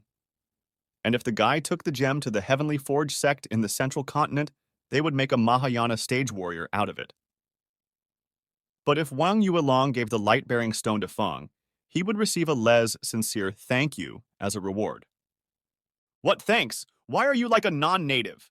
Yulong shouted, grabbing his friend's hand. Just stay my loyal brother, that's all I need. After saying that, Yulong said goodbye to his buddy and flew away. This stone was like a spring in the middle of the desert to Xu Feng. What a noble fellow this guy is, after all. This is an act that Fang will never forget. Inside the light-bearing stone, there are runes that are mandatory for Xu Feng's next project. They are so hard to find that the guy was just looking for something similar, but even then, he couldn't find anything. Lately, all he had been thinking about was this project. It would be the way out of his situation. Previously, the boy thought that he would quietly and peacefully live up to the upper limit and make a breakthrough in due time. But after Shuagang and Yuexian had already broken through to the foundation stage, Fang was finding it too difficult to accept his situation. He can let the disciples be a stage above him, but the speed of their cultivation is too fast. Very soon, if Fan continues them normally, these kids will greatly overtake him. In a couple decades, Suagang and Yuexian would be at the golden elixir stage. By then, even Xianqi and Shinzi will have broken through to the groundwork stage. If even then Shufan remained at the key tempering stage, he would become the weakest mentor in history. That kind of shame is going to be very hard for him to live with. So the guy wants to cheat time to break through to the dream-laying stage earlier than he should. And now it's real, he just needs to build a time room. You can also manipulate time in the Hall of Illusions, but there is no cultivation progress there. In the time room, time can be accelerated twice as fast. In other words, with the help of such a room, Fan would be able to be at the foundation stage in just 60 years. In order to influence the basic laws of time in a single space, time runes are required. They are very rare, but Wang Yuelong found them. That's right, this gem does contain the runes of time. Plus, some of the best are the sun and moon runes. You must first extract the runes from the stone and apply them to a pre-made drawing for safekeeping. Then retreat into the Shudder and internalize these runes. After all the previous steps, Shufang would finally manage to build the time room and break through to the groundwork stage. Right now, being at the key tempering stage, the guy could handle an opponent at the foundation stage with his own strength. Using third-party items, he could finish off a beast at the golden elixir stage, and when Fang made his long-awaited breakthrough, everyone would finally see what he was truly capable of. Half a year later, the Heavenly Throne sect, on the Exufang Mountain. Sighing heavily, Fang rumbled and placed some papers on the table. Since he and his students had returned home 5 months ago, he had spent 3 months mastering the runes of the sun and moon, and another 2 months studying the construction and long-term operation of the time room. But without much success. There seems to be only one way left. Shufeng would have to use the space-time grains of sand as a mediator to trigger the time room. 1 kilogram of such grains of sand is worth about 10 million spirit stones. This will only allow the time room to run for 10 years. In that case, the guy has to get 120 million spirit stones somewhere. Realizing this, the annoyed boy swept everything off the table. In addition to all other options, space-time grains of sand are mined in space, and only the strongest sects of the central continent are capable of doing so. Also, there is a high demand for such a unique commodity, so it will be difficult to buy them without communication. Fang had just begun to think of himself as a wealthy man, and now he would have to sell off all of his hard-won possessions. Tonight, he would dream of all the missed opportunities to earn spirit stones. Walking out of the workshop, a yawning Fan saw some disciples outside. Looking at Wexian with interest, he asked what they were doing. Had they decided to learn spells with Xiangqi? Grinning, the girl asked her mentor if he knew what spell Xiangqi was best at. He creates light and shadow images better than any of the other students. With a pat, Daxian asked the boy to show his mentor what he could do. Folding his hands, Xiangqi made several lightning-fast gestures. At the same moment, dragons, birds, and flying continents appeared in the air. Looking at this in surprise, the mentor asked his disciple if he had seen these images before, or if he had invented them himself. Xiangqi laughed and explained that this was how he imagined the celestial world to be. With a wave of her hand, Daxian asked the boy to show his mentor how to hide. Good. With a sinister smile, he replied, putting 2 fingers to his mouth. A moment later, Xiangqi disappeared without a trace. With an awkward grin, the mentor praised his disciple. Yes, at this rate, in a couple of years, Fong wouldn't be able to find this boy in front of him. In 20 years, he would look inferior against his background. In that case, Fan decided to give Xiangqi a trial. Taking some sort of device out of his pocket, the guy adjusted the wind strength to weak. There was a slight breeze outside at once. Clicking the button once, Fong increased the strength of the rain to medium. At the same second, it started raining, and Daxian, who was standing opposite the mentor, took out an umbrella to take cover. Pressing the button on the device again, Fan raised the vegetation level. Eventually, the whole yard became overgrown with mushrooms and grass. This boy is only 7 and he's hiding, blending in with his surroundings. After praising the disciple, Zhu Fan allowed him to go down. He then asked the boy if he was afraid of being beaten by his sister for doing so. Laughing, Xiangqi scratched the back of his head and remarked that the mentor was indeed hard to outsmart. And while Daxian was angry at the boy for riding her, Fan extended his hand, activating the spiritual energy. After that, he called out to Xiangqi. Xiangqi, create a hair projection with the light beam. Shui Fan spoke, materializing a huge tiger beside him. The boy did not contradict his mentor and created a hare in one motion. When the hare landed on the ground, he saw a bloodthirsty tiger in front of him. As soon as the huge beast roared, the hare cried out in fear. Taking out that remote control again, Fang decided to make the task more difficult. Since the hare was white, it must be winter. Watching the tiger and hare chase, the delighted Daxian remarked that this scene looked incredibly real, as if it wasn't just a play of light and shadows. Meanwhile, Xiangqi had already utilized all the computing power. Eventually, his CPU overloaded 100%. Falling to the floor, the boy shouted to his mentor that he couldn't take it anymore. After dispelling the illusion, Fang praised his disciple, explaining that this was not a bad result for a 7-year-old child. He then asked Xiangqi if he liked playing with light shades. I love it very much because with them, I can create a world with my mom in it. I know she's dead, but this way I can bring her back to life, explained the boy, sitting on the ground. Such words touched Shufang's heart. It's time to get used to the fact that your family is now me, Shuigang, Daxian, and Xiangqi, the guy muttered as he hugged his student. In addition, a strong dramatic denouement awaits Wang Yulong's family in the future.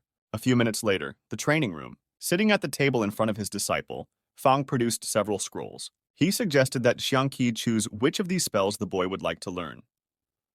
It was important to take your time and choose wisely. In the end, Xiangqi chose the pupil blurring spell, enchantment, soul touch, spirit summoning, 5-element spell, 5-element trap, and heavenly shadow. Well, the kid decided to take the dark path, which suits his bright and innocent face very well. When a person's appearance goes against his techniques, it always takes the enemy by surprise. He is not only talented, but also as savvy as Zhu Fan. Finished with his narcissism, the mentor allowed Xiangqi to take these scrolls with him and study them thoroughly. Humming a song cheerfully, the boy with the scrolls in his arms walked out of the training room. At this time, a creepy guy with bright yellow eyes stared back at him. Also entering the training room, he stood in front of Zhu Fan, still sitting at the table. Mentor, that's so unfair. I want to learn the coolest spells too, Xiangqi shouted indignantly. In 5 minutes, in the Hall of Illusions.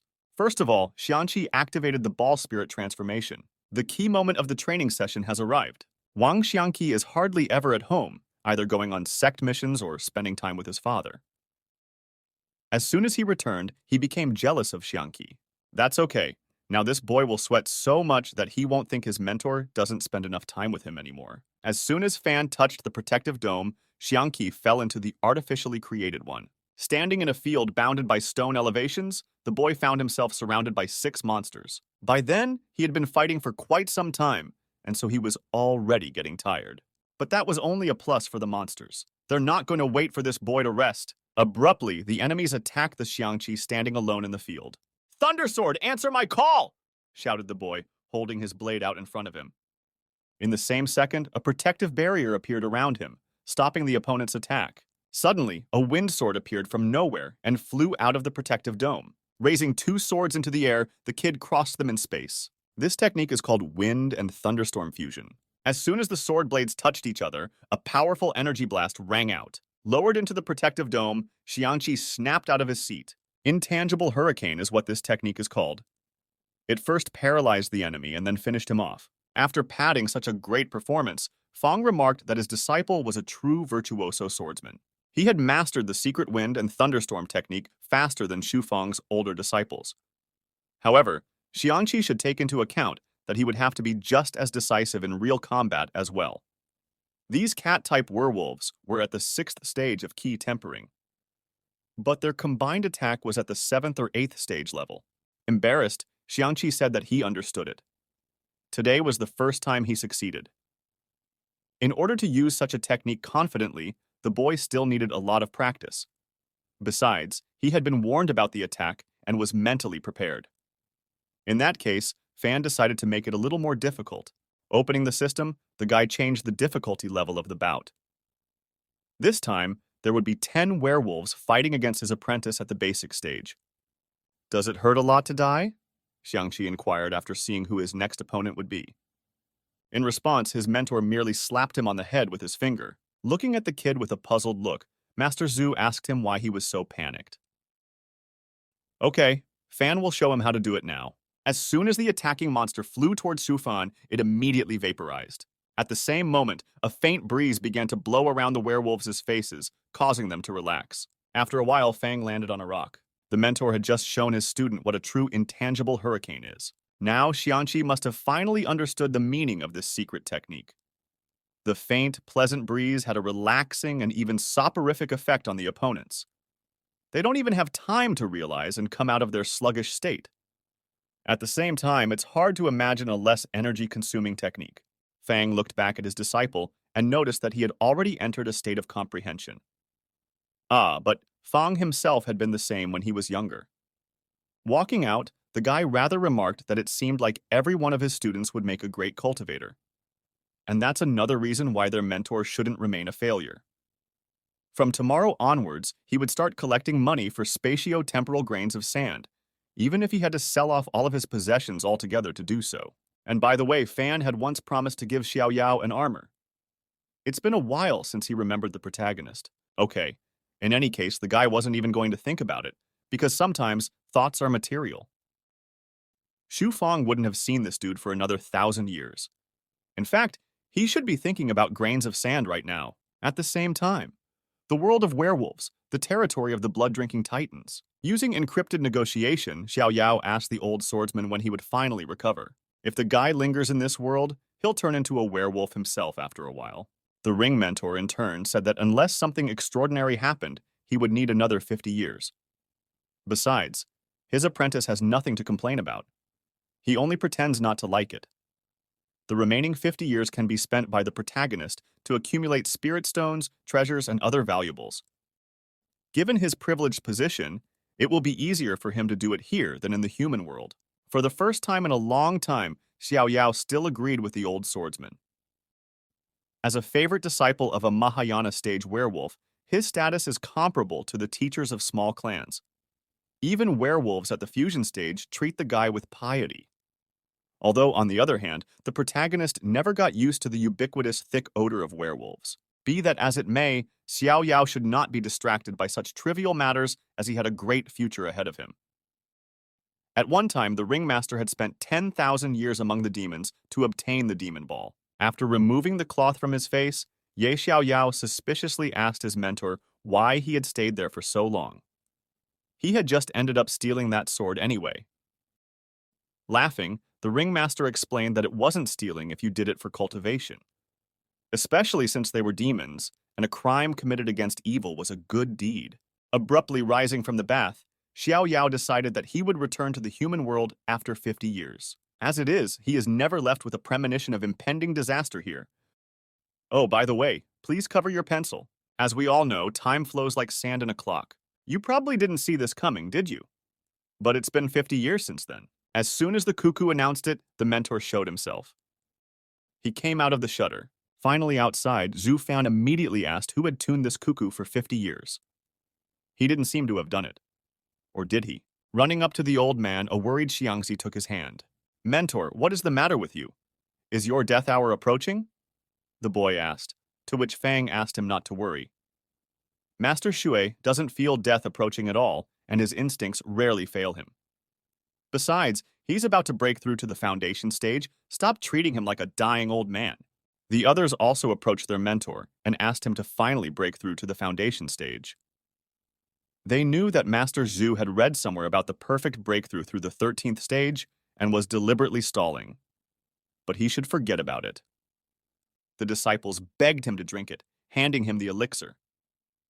It would rejuvenate his body and extend his life by 100 years. Waving it away, Fang said that he didn't need it. He had drank so much energy and resources to bring this moment closer, and these kids want to set him back?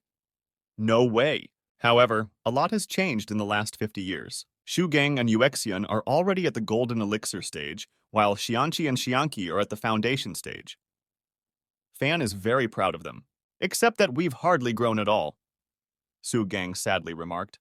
But as he came closer, Fan only gave his disciple a flick. Well, that's wonderful. Others can only dream of such a long childhood. In a way, Fan even envies his students. They are all moving in the right direction, and so the mentor is calm about them. And let these kids not be embarrassed by Shu Fang's appearance, because he is close to making a perfect breakthrough. However, the disciples were not satisfied with this option. The mentor must either make a breakthrough or drink the rejuvenating elixir right now. He needs to let go of the dream of a perfect breakthrough, or else it will kill him. And it's also apparent that he's on death's doorstep. But even despite their entreaties, Fang said that he had everything under control. Besides, the elixir might be useful to the children in the future, so they should save it. Unwilling to put up with it, Yuexian got up from her knees and tied up the dumbfounded Master Xu. Mentor, we're going to have to make the decision for you. You may think you have everything under control, but we need more assurances. The girl uttered in tears as she held Shu Fang hostage. What were those little brats up to? If only they knew how much effort Fang had put into aging twice as fast as he did to keep himself from dying. After apologizing to her mentor, Yuexian toppled him to the ground. Noticing that the girl was going to give him the elixir, Fang panicked and started yelling that he had everything under control, and she would only ruin his plan. He had chosen this path himself, but Yuexian cried out in tears that they didn't care about the path of the mentor. The important thing was that he should live. Slapping the master's cheeks, the girl paralyzed his face into position. Tilting the jar of elixir, she began pouring the contents into her mentor's mouth. And lo and behold, a drop of solution almost touched Sufan's tongue. Just as suddenly, someone came up from behind and grabbed Yuexian by her pigtail. Rising from the ground, Fan asked the disciples if they thought that since the mentor had grown old, they could no longer obey him. Fortunately, the old man had saved the puppets at the peak of the golden elixir stage. When the doll let the girl go, Zhu Fan said that he understood his disciples' worries, but they should not forget who their mentor was. After shaking off the dirt on his knees, Master Zhu explained that he needed another month. If he didn't break through to the foundation stage in that time, he would drink the rejuvenating elixir himself. Sighing, Fan looked lovingly at his disciples. Asking them to stand up, the mentor asked the children if in so many years they had never realized what kind of person he was. Shu Fan never takes risks. If he goes for it, he is sure of success. Last day of life, the training room. A key moment had arrived for their mentor, and so the children must be on guard. Right now, it was Yuexian's duty to rush into the training room and pour the elixir straight down their mentor's throat if anything went wrong. Xiangqi must use his spells to confuse Master Shu.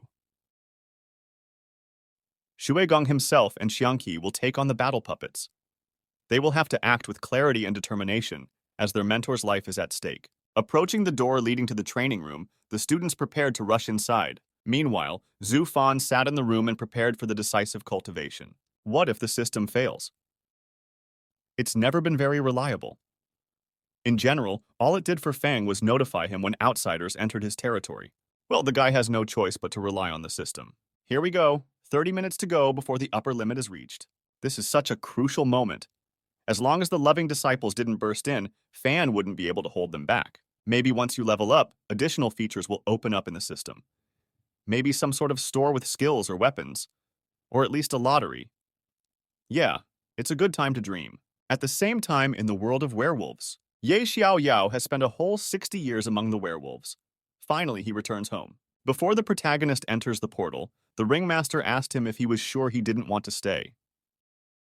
Xiao Yao's position among the werewolves would continue to grow. One day, he could become the lord of the werewolves and help the humans destroy their entire race. The guy would become the greatest hero. However, although this proposal is pretty good, Xiao Yao has a lot of unfinished business in the human world, and realizing the old swordsman's plan could take forever. Xiao Yao's parents are waiting for him to return. He still hasn't washed away the shame of his cancelled engagement. Besides, Brother Shu must be bored. That's why you can't stay here anymore.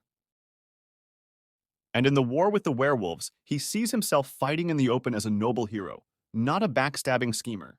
Moreover, the protagonist has already figured out how to explain his absence to others. He will say that he discovered a portal to a treasure-rich land and spent 60 years there. In this case, the old swordsman did not deny his disciples' wish to return. But before helping him to move back, he decided to say one more thing. Some events look random, but they would have happened anyway. Xiao Yao could have been anyone. A few seconds later, a teleportation field opened up in the human world 10,000 kilometers away from the Heavenly Throne sect. At the same time, Xu Feng's disciples saw something unusual in the sky. The 5 colored clouds of good omen. They correspond to the path of the 5 elements of the mentor of these children. This means that Xu Feng is doing well. The diameter of the elixir field is 99 fathoms. The diameter of the elixir field is 399 fathoms. The diameter of the elixir field is 699 fathoms.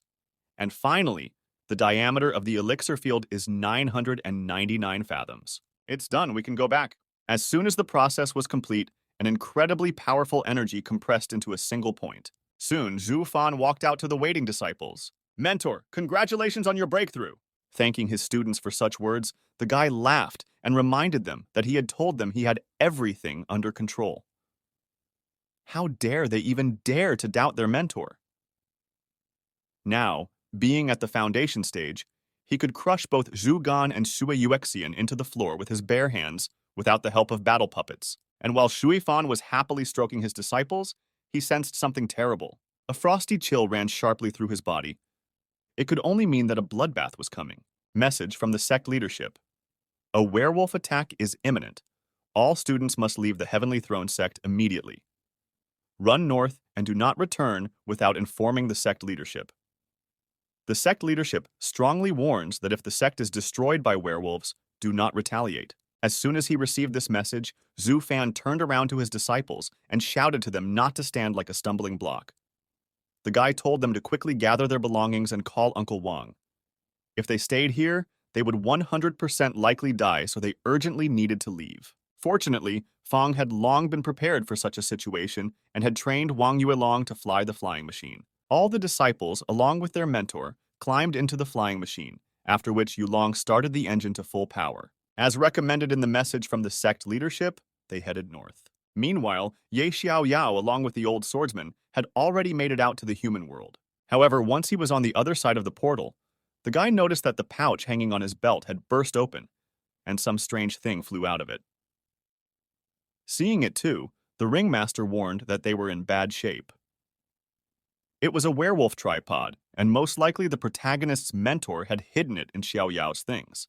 But no sooner had the old swordsman said that it was urgent to go to another place than suddenly a sly laugh was heard nearby.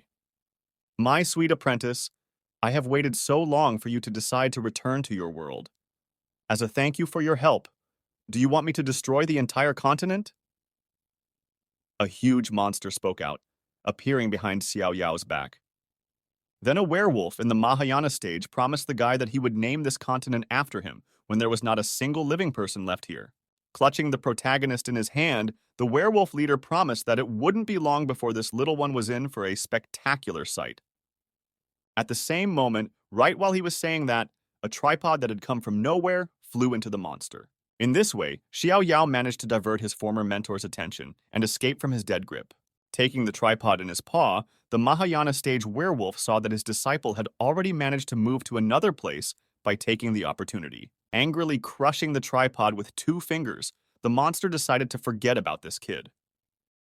At this point, it was no longer scary to lose a pawn, and besides, Xiao Yao had already fulfilled his main role.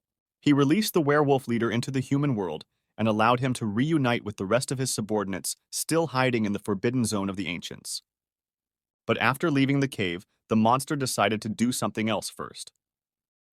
When he reached the nearby town, he swung his arm and smashed half of the buildings in the settlement. That's right, before meeting up with the others, he wanted to clear this continent for himself first. This man was once told that fate was preparing a disaster-level test for him. I think this is it. Be that as it may, this yellow-clad master doesn't agree that it's a disaster. Without destroying the old, you can't build the new. It's just a pity that the sect collapsed under his leadership. The Heavenly Throne sect's sect head has given the disciples time to evacuate, which is the most important thing. He believes that the best of them will be able to rebuild new sects in new places and not shame their predecessors. Upon reaching the domain of the Celestial Throne sect, the werewolf leader sitting on the huge creature looked around and marveled that all the local humans were cowards and had gone on the run. Now I'm going to give you the heat, mistakes of nature. Even running an entire fleet by myself, I'll be able to thin out your brethren considerably. The head of the Celestial Throne sect said through gritted teeth. Immediately after saying those words, the old man activated his full power to maximum. He desperately pounced on his opponents while multiple shots rang out from the cannons of the ships behind him. Flying up to the monster's huge arm, the head of the Celestial Throne sect reminded him that once underestimating the humans had already caused the werewolves to lose their position. And the times when humans were their objects of exploitation would not return. At the same time, Xiao Yao, having gotten rid of his werewolf image, moved somewhere near the shores of the boundless sea. The only thing the protagonist was wondering now was whether the old swordsman knew everything beforehand. And when the ring mentor replied that he didn't know about it but had a hunch, the guy asked the master why he didn't say anything. Mentor Xiao Yao, a blood-drinking titan, is feared by everyone even in the werewolf world. And what he could do to Qiangzhou was scary to imagine. Looking at his apprentice with disdain, the old swordsman reminded him of something. Actually, he urged Xiao Yao to stay, but the boy didn't listen to him. If the ringmaster told him everything in detail, the kid wouldn't be able to control his emotions and would quickly give himself away. In that case, the Titan bloodsucker would eat him on the spot. After listening to his mentor, Xiao Su clenched the sword in his hand tightly with anger. Suddenly, not far away from him, he saw an old man walking slowly and an unknown girl in yellow robes running beside him. After greeting the protagonist, the old man said that he realized who was in front of him at a glance. Xiao Su must have heard of the Royal Swordsman sect from Zhangzhou country. After explaining that their sect leader was currently in the last stages of the Mahayana stage, the old master suggested that he join them. Meanwhile, rumors had already reached the people at the Xiangzhou border near the intercountry teleport that the Heavenly Throne sect had been destroyed by a bunch of powerful werewolves. According to the rumors, the sect's supreme mentor had single-handedly stormed the enemies and fell like a hero. It's just a shame his sacrifice didn't destroy the source of evil. Hearing these people talk, Zufan realized that he and his disciples were very lucky to be alive. Following him, Yulong remarked that if it wasn't for Brother Shu, it would have been hard to get his feet out of there. Holding her husband's hand, Qianqiang noticed that the bad news was coming one after another. Judging from the developments, Shangzhou would be destroyed within a few days, followed by the neighboring countries on the continent. Turning around to his friends, Fan asked them to pull themselves together and look at their future with positivity. The guy himself is treating this as a journey at all and is going to show his students Zhangzhou first. It's the largest and richest country in the central continent, so Fan thought, why don't they spend some time there until they decide what to do next? And when Brother Shu suggested that Yulong and Qianqiang go with them, explaining that he had enough money to take everyone there, the two of them quickly discussed everything and agreed. Bowing, Yulong said that it was very generous of Brother Shu to do so.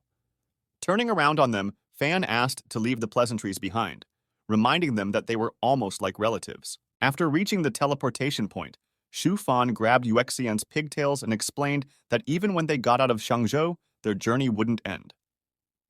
Therefore, the guy asked the girl to plan a route to Zhongzhou country. Between saving the world and running away, this boy chose the latter. Let the protagonist, wherever he is now, do the former. If the universe wanted Weifan Wu to take on such a responsibility, then let him live for at least another 5,000 years. In the meantime, he needed to take care of his students and friends. And himself, of course. While the guy was thinking about it, some man riding a huge lion came up to him and told him to get out of the way. Pulling her mentor away, Daxian explained that there were too many people wishing to leave Xiangzhou, not to mention that many of them were at the spirit birth stage and above. It was scary to imagine when the turn would come to Master Shu and his disciples. Asking the girl to keep her voice down so as not to provoke anyone, Fang pointed out that every other person here could knock him out with a slap. Didn't expect to run into you here. The creepy man spoke, putting a heavy hand on the boy's shoulder. Joyfully tapping the deathly frightened brother Shu on the shoulder, Shan Shen was surprised at such an unexpected encounter. Gently taking this giant's paw, Fan laughed nervously and said that he was happy to see him too. Shan Shen asked his old buddy where he was going, to which the guy replied that they were heading to Zhongzhou. Pointing his finger at the queue, the bulky man remarked that they were on their way. In that case, he invited the boy to keep him and his friends company. Of course, Fang agreed to such a proposal, realizing that with such a companion, not only the road would be a joy, but also the queue would be much easier to overcome. Noticing the way this bulky man was politely chatting with their mentor, Shinzi was greatly surprised. When the boy approached his sister, he remarked that their mentor must be very cool, since even a warrior in the Void Mastery stage was asking to be his traveling companion. After agreeing, Daxian said that Master Shu was very modest and did not like to show his true abilities. He is also very talented. There is probably no one in the entire world who is as accomplished in alchemy and forging as he was at the key tempering stage until recently. That's probably where the big guy's vested interest lies. He's probably trying to get his mentor to poke him for something. After sneaking through the entire queue, Zhu Fan and his team stood in the intercountry teleporter. In just a few seconds, what they had just seen disappeared, and a completely different view opened up before them. Zhongzhou country, the main city. After renting a place, Fang went inside and sat on the bed. I know it's probably not a bed, but I'm sorry. I don't know what Chinese people sit on. For the first time in a long time, the guy finally feels safe. The feeling of threat used to hang over him all the time. Perhaps he feels confident now because he has moved to the foundation stage. After all, his strength has increased tenfold. In his current state, Fan would be able to create battle dolls at the spirit birth stage. When he gets settled in his new place, he will take his army of battle dolls to the next level. He wants to be fully prepared for a possible encounter with werewolves. While thinking about it, the guy heard a knock on the door. Running inside with her sister, Zhu Gong asked her mentor if he had planned what he was going to do next. The children ran up to him, and Fang noticed that from the looks of them, they had already thought of something. The students, in turn, noticed that their mentor was a well-rounded man. If he had decided to open a shop selling pills and swords or start a family, it would not have been in keeping with his talents. That's why they decided to suggest that their mentor start his own sect. Find a quiet place and start a small sect? Fang interjected after imagining it. The guy ended up liking the idea of his students. While Fan was imagining his not-too-distant future, Zhu Gang said he had already thought of a name for the sect. Let's call it the Gang Sect. Sounds like something indestructible, don't you agree? The boy suggested, making his mentor regret taking this little brat as a disciple. The pun is that Gang Sect means steel door or steel sect in Chinese and is pronounced gangmen. However, gangmen is also anus in Chinese. Walking up to his dear disciple, Fang stroked his head. Holding his heart, the guy explained that he had previously thought that Zhu Gang would become a little smarter with time. It turned out that Zhu Fan was engaging in self-deception. But the mentor doesn't blame his disciple. Apparently, this child's cerebral cortex was damaged at birth. Kicking the children out of his chambers, Master Su said that he would only decide on a name after the sect was founded. Closing the door behind him, Fan began to dance happily, realizing that very soon he would have his own sect. A couple days later, in the back streets of Zhengzhou, Xu Fan met up with Shan Shen. This was where their paths diverged. Due to Fang's low cultivation, he wouldn't dare to forge divine-level items yet. In order not to offend anyone, He promised that once he broke through to the golden elixir stage, he would help Shang first. Laughing, the bulky man caught Brother Su's eye and said that he would look forward to this moment. After shaking his hand, Fan once again thanked his friend for helping him reach the central continent. Without this thug, it would have been very hard for him to do it alone. As agreed, the next time they would meet here was 50 years from now. And especially for his buddy, Fang will prepare a special gift. Scratching the back of his head, Shen said that Brother Shu, his favorite blacksmith, and he greatly treasures getting to know him. This is a meeting the man definitely does not intend to miss. After shouting that if the world didn't collapse in 50 years, they would definitely see each other, the thug immediately took to the sky and flew away. Walking up to her mentor, Yuexian asked what they would do next. Turning to her, Fang said that they would need to refresh themselves first. And once they recovered from the road and sorted things out, they would start looking for a place for the new sect. Besides, the guy couldn't help but feel the greatness of the central continent. There was a dense spiritual aura here that one would never find near the Heavenly Throne sect. After listening to his mentor, Gon took a deep breath to also feel what Master Su had just said.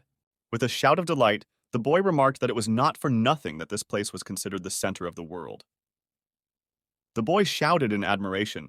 Not for nothing was this place considered the center of the world. Not willing to refuse his disciple, Fang agreed to go out. Walking through the city, the guy looked up and noticed the Cloud Islands. I wondered what they were for. While he was thinking about it, some unfamiliar people showed up ahead. It turned out that these people were just fans of shoving advertisements of their sects to the newcomers. A man representing the Iron Mountain sect told us that their chapter was in the process of merging. Asked not to listen to this fool, the guy with long hair offered the tourists to join their sect of spiritual flight, explaining that their chapter was at the stage of intersection. Surprised at such a useless suggestion, Fang remembered that the Heavenly Throne sect had several crossing stage-level mentors. However, the two no longer listened to their client, starting to measure their sect's strength against each other. Realizing that it couldn't go on like this, Fan gave Shinsa's order with a simple clap of his hands. Reacting instantly, the boy jumped out from behind his mentor's back and swung his hand. Landing not far from the squabbling boys, Shinzi activated one of his favorite abilities. In short, this kid put a love illusion on the two men, making them think of each other as beautiful women. Life in the city is booming. Walking down the street, one couldn't help but notice the strange devices that almost every citizen of Zhengzhou had. Zhu Fan himself, after seeing such a strange thing, became very interested in it. When the guy and his disciples entered the inn, they were greeted by a merchant on the doorstep who immediately offered the tourists jade plaques with information about this hospitable land. After accepting the gift from the elderly man, Fan decided to look into this information. After penetrating his consciousness into the jade plaques, the guy learned that his development of 60 years ago had gotten a great development here. The level of local information technology was comparable to the 36th generation. They had created a full-fledged communications network. It uses spiritual energy instead of electricity to transmit data. And those flying islands appear to be communication-based stations. So, the most important thing to know about is that the most important guys of the central continent are not from the top sects, but from the organization above them. Here they are called the Council of Elders of the Central Continent. This organization collects taxes from all sects, chambers of commerce, large families, and so on. You have to get their permission to register your sect. First of all, while Uncle Wang is working on gathering information in the city, Fan and his disciples decided to study the map of the area. The red dots indicate all the places occupied by other sects. The bolder the dot, the bigger the sect. Now their task is to find a suitable location on the map for the new sect. Then, they will split up and explore the selected locations in person.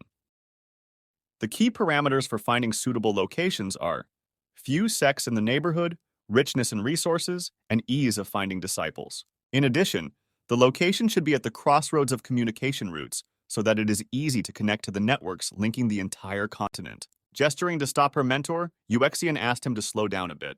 Waving her hands, the girl explained that if there was such a beautiful place on this continent, it would have been occupied by others long ago. Agreeing with his student, Fang decided to make another brutal attempt on her hair. And while the guy was pulling Yuexian's pigtails, Zhu Gang had already found a suitable place. Pointing his finger at an island off the shores of the vast sea, the boy noticed that there was a large forest, there was a town nearby, and most importantly, it was not occupied by other sects. Letting go of Uxian, Fan said that this was some nonsense and such an option wouldn't work for them. Running up to her brother, the girl explained that if such a good place was not taken by any sect, then there were reasons. It was clearly a problematic place. Making a confident face, Zhu Gang did not deny this possibility. However, when were they ever afraid of trouble? With Master Shu, they couldn't have any problems. The very next second, the boy caught a powerful blow to his forehead from his mentor. I don't feel sorry for him, though. He's always been dumb. But after looking at the map again, Fang wondered if this kid was right this time after all. There was no need to dismiss this option until it had been investigated personally. With a clap of his hands, Zhu Fan said that he would go and find out about the place himself. After that, he ordered his disciples to continue their search. It was advisable to find as many worthy options as possible. In order to get information about that place as quickly as possible, the guy decided to try to find out information from the innkeeper. After giving the old man some expensive ore, Fang wondered why there were no sects near that city. It looked like a nice place. The innkeeper then told him that 1,000 years ago, this was the largest Dao city on the western side of the continent. Its surroundings were home to countless sects, one of which was even a 9th-level sect. But over time, the resources of the area had been depleted. Due to the sheer number of sects, even the coastal shallow waters had been scoured to the point of losing their ability to regenerate. Eventually, after several invasions of the giant beasts, the city was practically deserted and all the surrounding sects moved to new locations. Interestedly listening to the innkeeper along with his disciples, Fan clarified if there were any resources in that place at the moment. The old man, in his turn, told me that it was possible to find mines in the forest, but they were hidden in the deepest part of the forest where all sorts of beasts ruled. In other words, the extraction of resources requires great effort and is accompanied by risks. With all this in mind, the innkeeper advised the visitors to look for another place to establish their sect. Hearing the sound of the door swinging open, the cheerful owner turned to his guests and motioned for them to come to the table. But Fang was clearly not happy when he saw the one who entered the inn. There is a saying, if it is fate, acquaintances will meet even in a foreign land. But it's not fate, it's some kind of evil fate. Telling the kids that they were clearly overstaying their welcome, Fang suggested that they run away from this inn and scatter to their chosen locations. The guy himself quickly activated a light and shade appearance change spell and disguised himself. When he passed by the protagonist, he heard from his conversation with the innkeeper that Xiao Yao had joined some sect of royal swordsmen. So now came the main parameter of choosing a location. It should be as far away from the protagonist's new sect as possible. Since his sudden disappearance, Zhu Fan has lived 60 years with virtually no adventures. And if even the heavenly will wants to bring the guy to Xiaoyao time after time, he is determined to resist it to the end. However, as soon as Fan approached the exit of the inn, Ye Xiaoyao felt something strange. Turning around, the protagonist tried to figure out what that familiar sensation was. Activating his panoramic view ability, the guy looked around. But in the end, he never managed to figure out what it was in the first place. Looking at the exit of the inn, Xiao Yao asked the old swordsman if the person who came out from behind the table looked familiar to him. The ring mentor responded by saying that it didn't seem that way to him, although he too had paid attention to this strange stranger. He has a very pure spiritual energy. Perhaps he is a member of one of the high-level sects. Well, Xiao Yao must have just imagined it. 3 days later, a small village by the shore of an inexhaustible lake. Studying the map of the area, Su Gang sipped some tea and placed the cup on the table. An island in the middle of an inexhaustible lake looks quite attractive. But it is not yet clear whether there are animals there and what level they are. Today, the boy will have to find out. The lake animals have come ashore. Hide! No one goes out until the superintendent comes to help. Upon hearing this announcement, everyone in the inn panicked, and only Shu Gang continued to sit still, not understanding what was going on. Grabbing the bench in his hand so that it would not be inadvertently destroyed, the dazed innkeeper warned the young man that the establishment was closing for the day.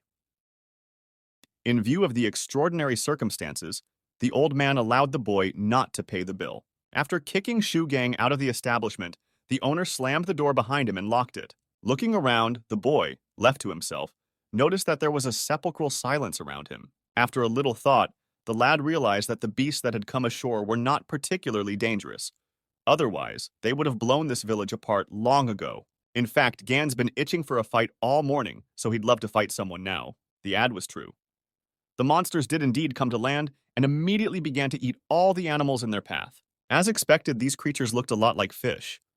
But what else should monsters from the sea look like? While eating a passing bird, one of the monsters noticed a strange glare high in the sky. In the same second, a 300-ton missile landed on his head, then exploded, forming a huge nuclear mushroom. Not a moment later, all the creatures that came ashore were charred and dead. It's a special nuclear explosion spell taught to Shuegang by the mentor. By the way, the boy flew here to have a good time, but ended up solving the whole problem with just one explosion. Most of the monsters died, and the rest began to flee back into the sea in fear. Of course, this outcome of the battle couldn't suit Shuegang. Extending his finger forward, the boy used one of his powerful spells called the Killing of Feathers altogether. Since last time, he has greatly improved this spell. Now, several firebirds appear in space, crashing into the ground at great speed and exploding. After dealing with all the opponents, Shuegang waited for the smoke to clear to better assess the situation. Noticing that all the enemies were indeed dead, the boy was disappointed that none of them were in the spirit birth stage. Otherwise, there would have been an excuse to blow them all to smithereens with Armstrong's cyclotron jet cannon alone. I am the steward from the Council of Elders for this area. Son, have you just arrived in the central continent? A voice suddenly came from behind. Seeing the manager from the Council of Elders, Shuegang asked how he knew this. The old man in turn looked at the boy with disdain and explained that it was obvious since the cultivators of the central continent wouldn't make such a mess over a bunch of small animals. Now under this kid's feet are excellent arable lands, each acre of which took more than 100 spirit stones to cultivate. And these beasts rise from one lake once in 5 years. It would be enough to kill their leader to make the others frightened and retreat themselves. After realizing his terrible mistake, a dumbfounded Shuegang gave 1 million spirit stones to the Lord and asked him to give the money to the peasants who would suffer losses because of his actions. Laughing contentedly, the steward from the Council of Elders was glad that this boy was so understanding. Thanks to him, the man would not be fired now. And when Shuegang said that he still had things to do and was about to leave, the manager from the Council of Elders asked him to wait for a while. The man asked the boy what he was looking for in these parts. Gan sighed and told him that he was looking for a place where a sect could be founded. But unfortunately, so far the search had not yielded any results. After listening to the guy, the steward from the Council of Elders realized there was something he could help him with. The man suggested that the boy stop by the Council of Elders if he wasn't in too much of a hurry. The manager will be happy to tell Shuegang about these places in detail. A month later, Zhangzhou Border City, the gathering place. Sitting at the table with his slumped disciples and Wang Yuelong, Shu Fan asked everyone one by one to tell who was making what progress. Lowering her head, Yuexian told her mentor that the place she had chosen was already controlled by a large level 8 sect. There are several smaller sects in the same area, but their lives are not enviable. They are content with the crumbs that the large sect has stopped taking. Sitting next to his sibling, Shinzi explained that the place he had chosen was home to beasts at the incarnation stage and above. He did not advise setting up a sect there. Xiangqi's report was quite brief. There were few laymen in the area, few resources, and nothing to do there. His father was also unable to find anything good. Surprisingly, even Xu Fang was unable to find anything good. Sure, there was one nice place by the sea, but it was only 100,000 kilometers away from the Royal Sword Sect. It was too close to the protagonist. It was the last member of the team, Su Gung. The rest of the team glared at him and waited to hear what he had to say. Ignoring the incredible pressure in the air, Shuegang diffused the situation by placing some sort of device on the table. There are 2 options for a place called Inexhaustible Lake. The island in the lake has abundant resources, and there are no dangerous animals there at all. In the long run, the place can be made a tourist destination. Aside from the lake islet, the sect can be located on the highest point of the surrounding area. Although the top of the mountain is a bit chilly, but it is hard to allow outside attacks. After finishing his report, Shuegang said that he had been given all these tips by the manager of the Elder Council who is looking after the Endless Lake. He is in charge of protecting the coastal areas where lay people cultivate all sorts of things. The old man promised the boy that if he decided to register a sect in one of these places, he would receive a 20% tax discount. However, the others were no longer listening to Shuegang. Taking the obscure map in the form of a sea compass in their hands, they began to study it thoughtfully. After all, items from outsiders should always be checked for bugs and trackers. For the next 2 hours, Zhu Gang kept talking to everyone about why they should establish a sect near the inexhaustible lake. There are large mines at the bottom of the lake itself. There is arable land along the shore, and so land use fees can be charged. Also, there are many potential apprentices in the area, and the beasts are almost harmless. Activating the light version of the PowerPoint developed by Shufan, Gan poked his pointer at the island and explained that the most dangerous beasts in that county were only at the spirit birth stage. But even if worse beasts suddenly showed up, it would be possible to directly contact the Council of Elders, and then they would send their man to eliminate them. After listening to the disciple, Zhu Fan agreed that it would make life a lot easier for the new sects. Besides, large mines were also good, but since they were at the bottom of the lake, it would be laborious to extract the fossils. The mentor then remembered Zhu Gang talking about the tax rebate recently. Now, is it granted forever or for a limited period of time? By the clock neck, the boy said that in fact the discount goes for a limited period of time, but in practice you can say forever. All you have to do to get the discount is pay the registration fee and sign a 100,000-year contract. After thinking for a bit, Zhu Fan raised his hand up and snapped his fingers. With a single movement, he recreated the exact illusion of an inexhaustible lake. After looking around the area, the guy noticed that this island met all the right criteria. The situation with resources and connection to the mainland could have been better, but Fang knew how to make the most of the available conditions. Most importantly, this place is quite remote and discreet. Other sects and cultivators are unlikely to find it a tidbit. And for a newly formed sect that is not afraid of work and has no ambitions to subjugate the whole world, at least in the near future, this place fits right in. Also, this island has one unbeatable plus. It is very, very far away from the Royal Swordsman sect. Dissolving the illusion with a palm strike on the table, Shufan finally decided to build a sect on the inexhaustible lake. Central continent, Tianlin country 50,000 kilometers away from the inexhaustible lake, Dao City, Nanling. Meeting their new guests, the entire Council of Elders overflowed with enthusiasm. Holding out a cup of tea to his friends, the happy-go-lucky representative of the Council of Elders said that since the guests had come here today, it meant that they had thought it over and agreed to the proposal to establish a sect on the inexhaustible lake. Laughing, the man noticed that there was no one at the spirit birth stage among the people who had arrived here. To make things easier, the representative of the Council of Elders offered to provide the guests with a person at the incarnation stage to clean the surroundings of the lake of all beasts at the golden elixir stage and above. Naturally, all this would only be done after paying the registration fee and signing a contract. Looking at this man, Zhu Fan felt embarrassed by his fake smile. Did they really need new taxpayers that much? Taking out a pouch containing the down payment from his pocket, the guy smiled charmingly and asked the Lord not to bother. This was a matter that Fang was able to handle on his own. This crystal-clear smile almost blinded the entire Council of Elders. This boy's smile illuminates the entire room, yet it looks so natural. It must be the result of tens of years of long training in the pleasant smile technique. In truth, that was the case.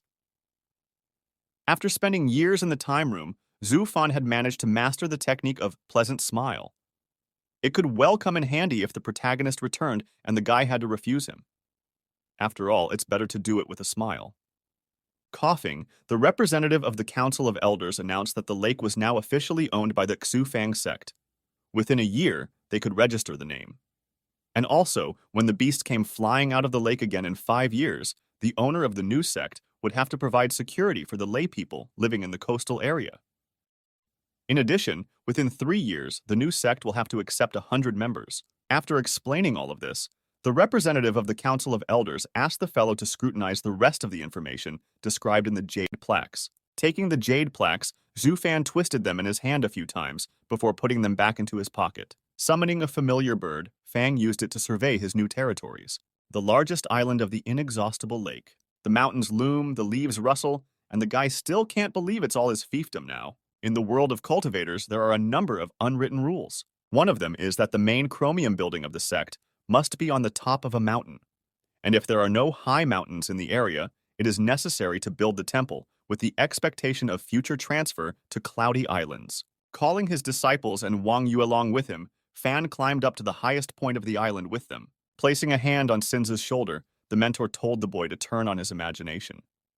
Their new home would be built as his apprentice imagined it. After scanning the area, Cincy informed his mentor that his project was for 10,000 people. Shufeng really liked his student's project, and so he decided to leave it as it was. When one of the robots flew up to its master, it reported that the scanning had been completed and construction work would begin soon. A total of 1,000 laborers, 300 construction workers, 300 flying movers, and 20 spiritual fire puppets would be engaged in the construction of the temple.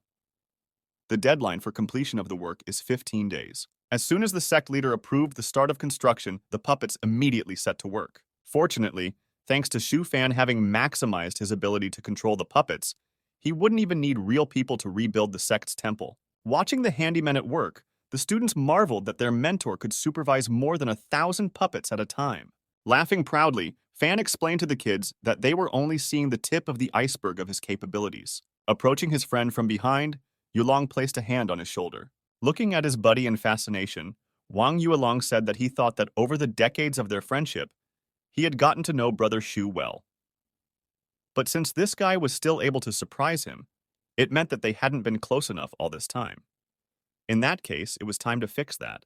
Trying to shove his admiring friend away from him, Fang yelled, "Why was he surprised?" Actually, the guy had always hidden his abilities, and since Yulong still didn't realize it, he was really stupid. Watching this strange scene, Xiangqi perplexedly asked his mom what was wrong with his dad. Okay, they've decided on a place for the cult, but the main work is just beginning. These guys are going to have to run around a little more. And from the looks of it, everyone else was only too happy to help their mentor. First of all, Zhu Fan had assigned Yulong and Shu Gang to the purification squad. The two of them have to scour the island and eliminate all the beasts at the foundation stage and above. After that, they should scour the lake area and kill all the beasts at the golden elixir stage and above. Yuexian found herself in a reconnaissance unit.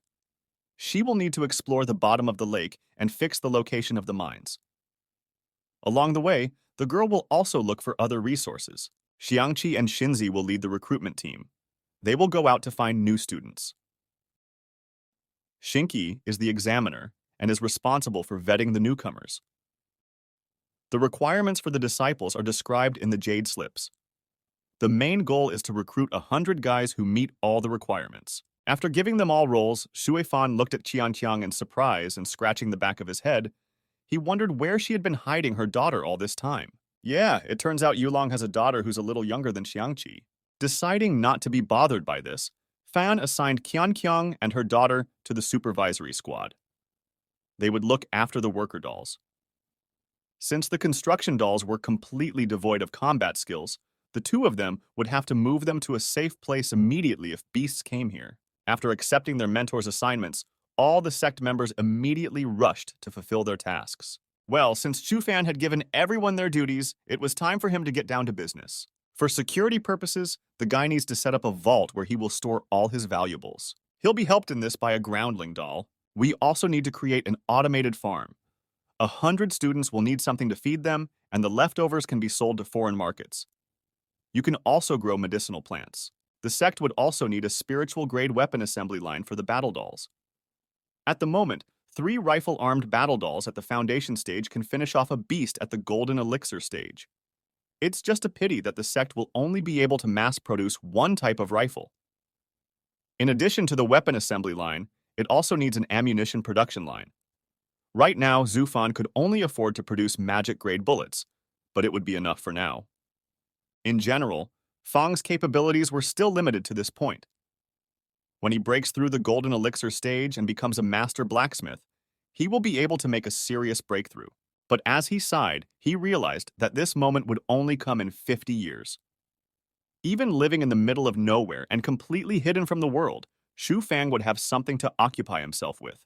Speaking of mystery, the boy just had a great idea of what to name the cult. Henceforth, they will be called the Spirit Mystery Sect. A month later, the main temple on the highest point of the island. After observing the work of the puppet builders, Yulong reported to Brother Shu that all the beasts above the foundation stage had already been exterminated. Today, he sent Shue Gang to go around the island one more time and came here to chat with his friend. While sipping tea, Fan praised his buddy, saying that he had also set up some production based on doll exploitation. It remained to wait for news from Xiangqi and Xingqi. Putting the glass on the table, Yulong asked Brother Shu if all those dolls were really controlled by that metal ball. My name is Dark Lord of the Dolls. You can also call me Dark Lord or Doll Lord. Suddenly came a robotic voice behind the boy's back. Jumping up from his chair in fear, the dumbfounded Yulong shouted, "What the hell is this orb doing spying on him?" Then, smirking, the guy asked if the balloon would like it if he called him Blackie. At the same moment, the angry dark puppet lord made 3 beeping sounds. Various screens began to appear around the uncomprehending Yulong. Seeing what Blackie decided to show him, the guy wondered what he was trying to say. Why had he turned on the video of Yulong practicing with Xiangqi?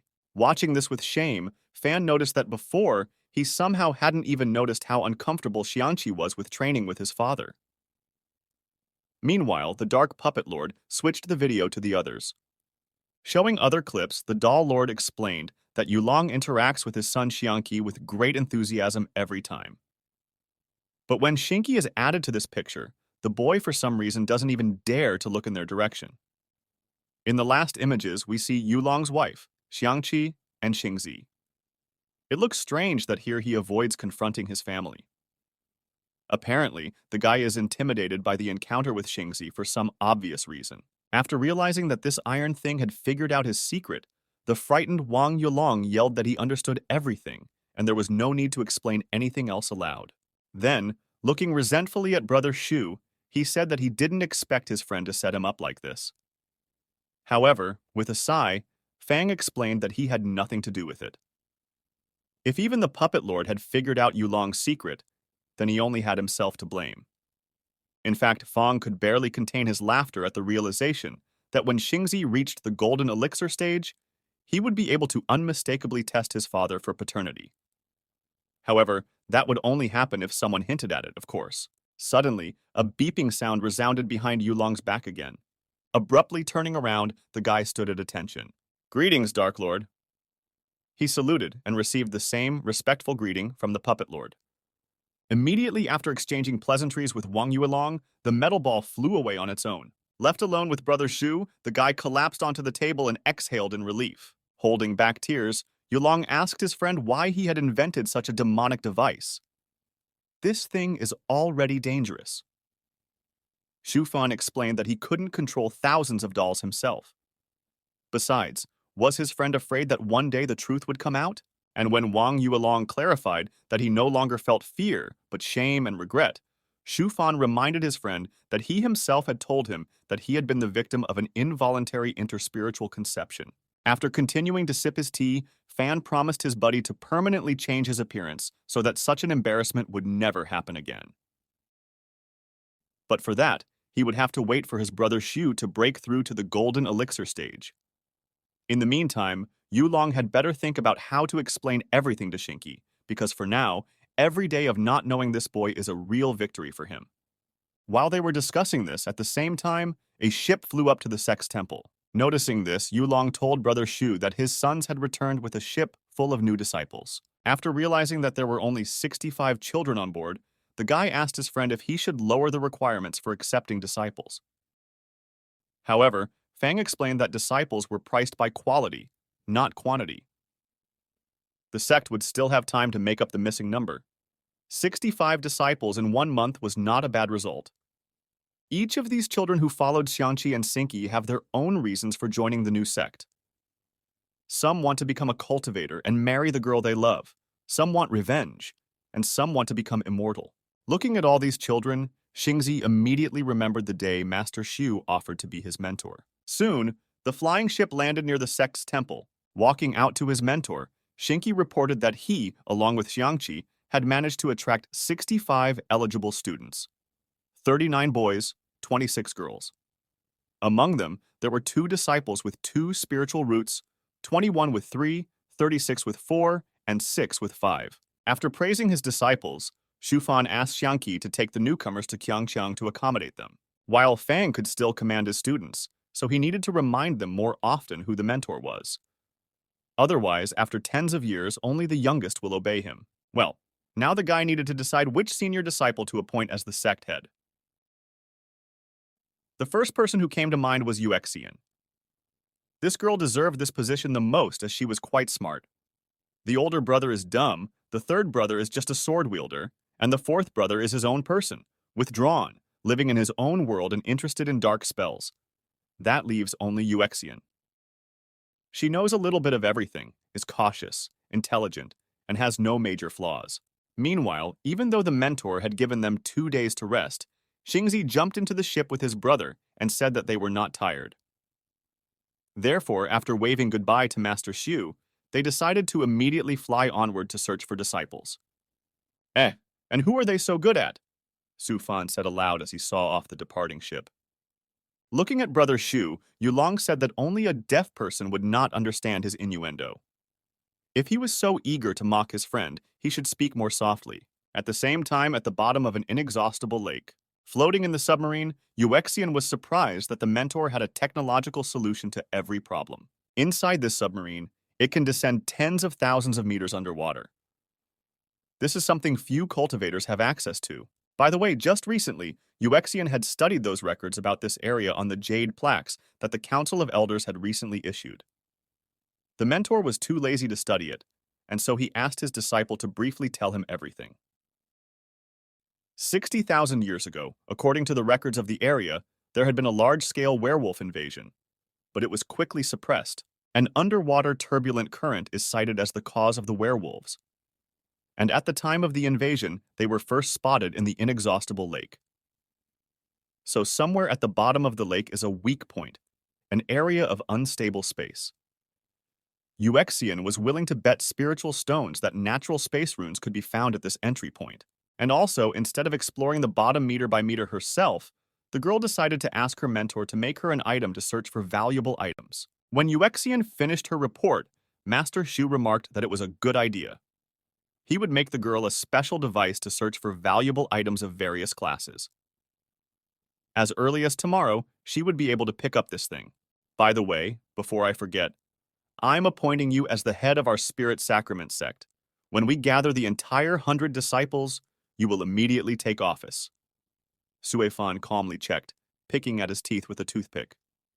Hearing this, Uxian puzzledly asked why the mentor had chosen her. What was she going to do anyway? However, it didn't take long to explain to the girl why exactly she would be the head of the sect. If Xianchu were to assume the position, he would be constantly training and would have no time to solve problems. Shinki was out of the question altogether because he would simply have no interest in the sect's affairs. And when Uxian asked her mentor what about Uncle Wang, Master Xu replied that he hadn't even considered him. With a heavy sigh, the girl agreed to accept the position. It was like a thunderclap for her. Now she would have to learn how to be a sect leader somewhere. Probably when she got out of the inexhaustible lake, Uxian would read a manhwa like Spare Me, Great Sect Leader, or Duo Leveling with Sect Leader. Meanwhile, on the shore of the main island, adjusting the manual model of the forging machine, the tired Fong realized that although the sect was almost formed, it was not yet time to rest on his laurels. No doubt, the guy had managed to accumulate some assets over the years, but compared to the sects founded hundreds of years ago, the Spirit Sacrament sect was just homeless. Moreover, half of what he had accumulated was sold to buy time-space grains of sand, which would be enough until he broke through to the golden elixir stage. But after breaking through to the golden elixir stage, the time room would no longer be able to bear Shu Fang's natural energy consumption. Anyway, the boy can't afford to lose heart. He's always found a solution, and now he's not alone and has a whole sect behind him. The inexhaustible lake is full of resources, and it doesn't matter if they're mostly mines of spiritual iron. In my hands, even the most basic ore turns to gold. So what if all the useful resources are at the bottom of the lake? I'll build an entire submarine fleet for efficient mining. As soon as Zhu Fan shouted this, his manual forging machine exploded from overheating. Yes, he had gotten a little carried away. Forging tip, don't get overexcited in the process. A day later, on the shore of the inexhaustible lake.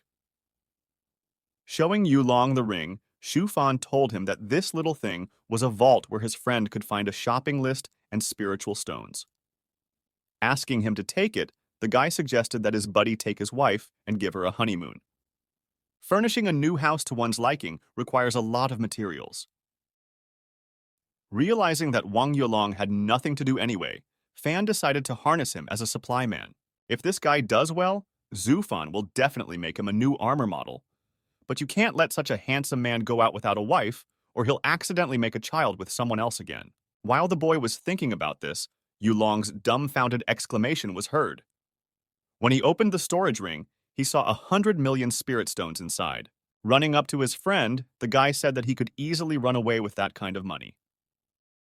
Laughing, Fong replied that it was nothing, because last time Yulong had brought him a gem that was worth at least 1 billion. So now his buddy could have a good time with his wife in the city with that money. The main thing is that they should remember to buy everything on the list. And when the guy promised to buy everything on the list, even though the idea of running away was much more interesting, Zufan tossed him some kind of mask and asked him to put it on. This mask changes appearance and aura fluctuations. Now Yulong will have to put it on every time he leaves the sect. We are called the Spirit Sacrament sect, the word sacrament being the key word here. Outside of the sect, we can't share our internal affairs with anyone, Fan explained with a thumbs up. Glancing awkwardly at his buddy, Yulong remarked that it was quite his style. After seeing his friends off, Zuofan remembered that he still had some things to do. First, the boy will need to set up a defense system for the entire acute mystery of the spirit, and a satellite reconnaissance system around the perimeter of the inexhaustible lake. Then, he'll need to send the dolls out to mine for fossils underwater. And finally, when the guy has enough iron ore, he'll do market research and create a product that will sell like hotcakes. Oh, and he'll have to build an automated conveyor line for it. Taking off his glasses, Fan realized how excellent this plan was. But unfortunately, he will not have enough money to realize all this. Will he have to turn into a bourgeois who has to constantly think about how to earn more spiritual stones? It would be really great if Pang Fu's brother took on this role. Zhongzhou country, in one of the major trade and transportation hubs, sitting in his own shop, Pang Fu. Putting on a medical mask, the merchant was surprised that he managed to catch a cold, even at the groundwork stage. This boy's name is Pang Shuo, and he's Pang Fu's son. A humble and simple-minded boy. His father still wishes he had never apprenticed his son to Brother Shu. Although Pang Fu thinks that he was wrong to follow in his footsteps, Shuo is very happy to learn directly from his father. Sighing, Pang Fu told his son that while living in Xiangzhou, he was on the crest of a commercial wave. He had grand plans, but the werewolf invasion had put an end to everything. Pang Shuo's father lost almost everything, and now he has no idea what he can accomplish in the richest country with his crumbs. Unfortunately, he no longer feels the strength to rise from the bottom again. After Pang Fu met Brother Shu on the front lines, and the latter opened his eyes to a huge niche in business, the merchant has been investing in information infrastructure development for decades. But a werewolf invasion has wiped out all his achievements. The man now misses his dear brother Shu more than ever, who has never sent him word since then. Trying to cheer up his father, Pang Shuo suggested looking at this whole situation from a different angle. Compared to this place, Xiangzhou was a petty provincial swamp. But here, one could really turn things around. After all, this is the central continent surrounded by a vast sea. However, when Pang Fu's spirits finally dropped, he asked his son to stop, explaining that he had no chance of regaining the position he had in Xiangzhou. At the same moment, two strangers walked past Pang Fu's shop. Seeing them, the merchant jumped up abruptly. Running out into the street, he asked passers-by to stop. It turned out that he was able to recognize Wang Yulong and one of the strangers. Looking at the man puzzled, the guy he'd stopped was surprised that the dude recognized them. How could it be possible? They were wearing masks that changed their appearance and aura. He and his wife had changed their clothes too. "Long time no see, Brother Panfu," Yulong muttered, waving his hand to his old friend. And when the guy asked the merchant how he recognized them, Pang Fu replied that he couldn't recognize their faces. The man actually remembered those closet balls hanging on Qian's belt very well. Fortunately, now the merchant had a chance to get a hold of Xu Feng because he was the one who had invented these things. After giving Pang Fu a friendly hug, Yulong said that he knew how to contact Brother Shu.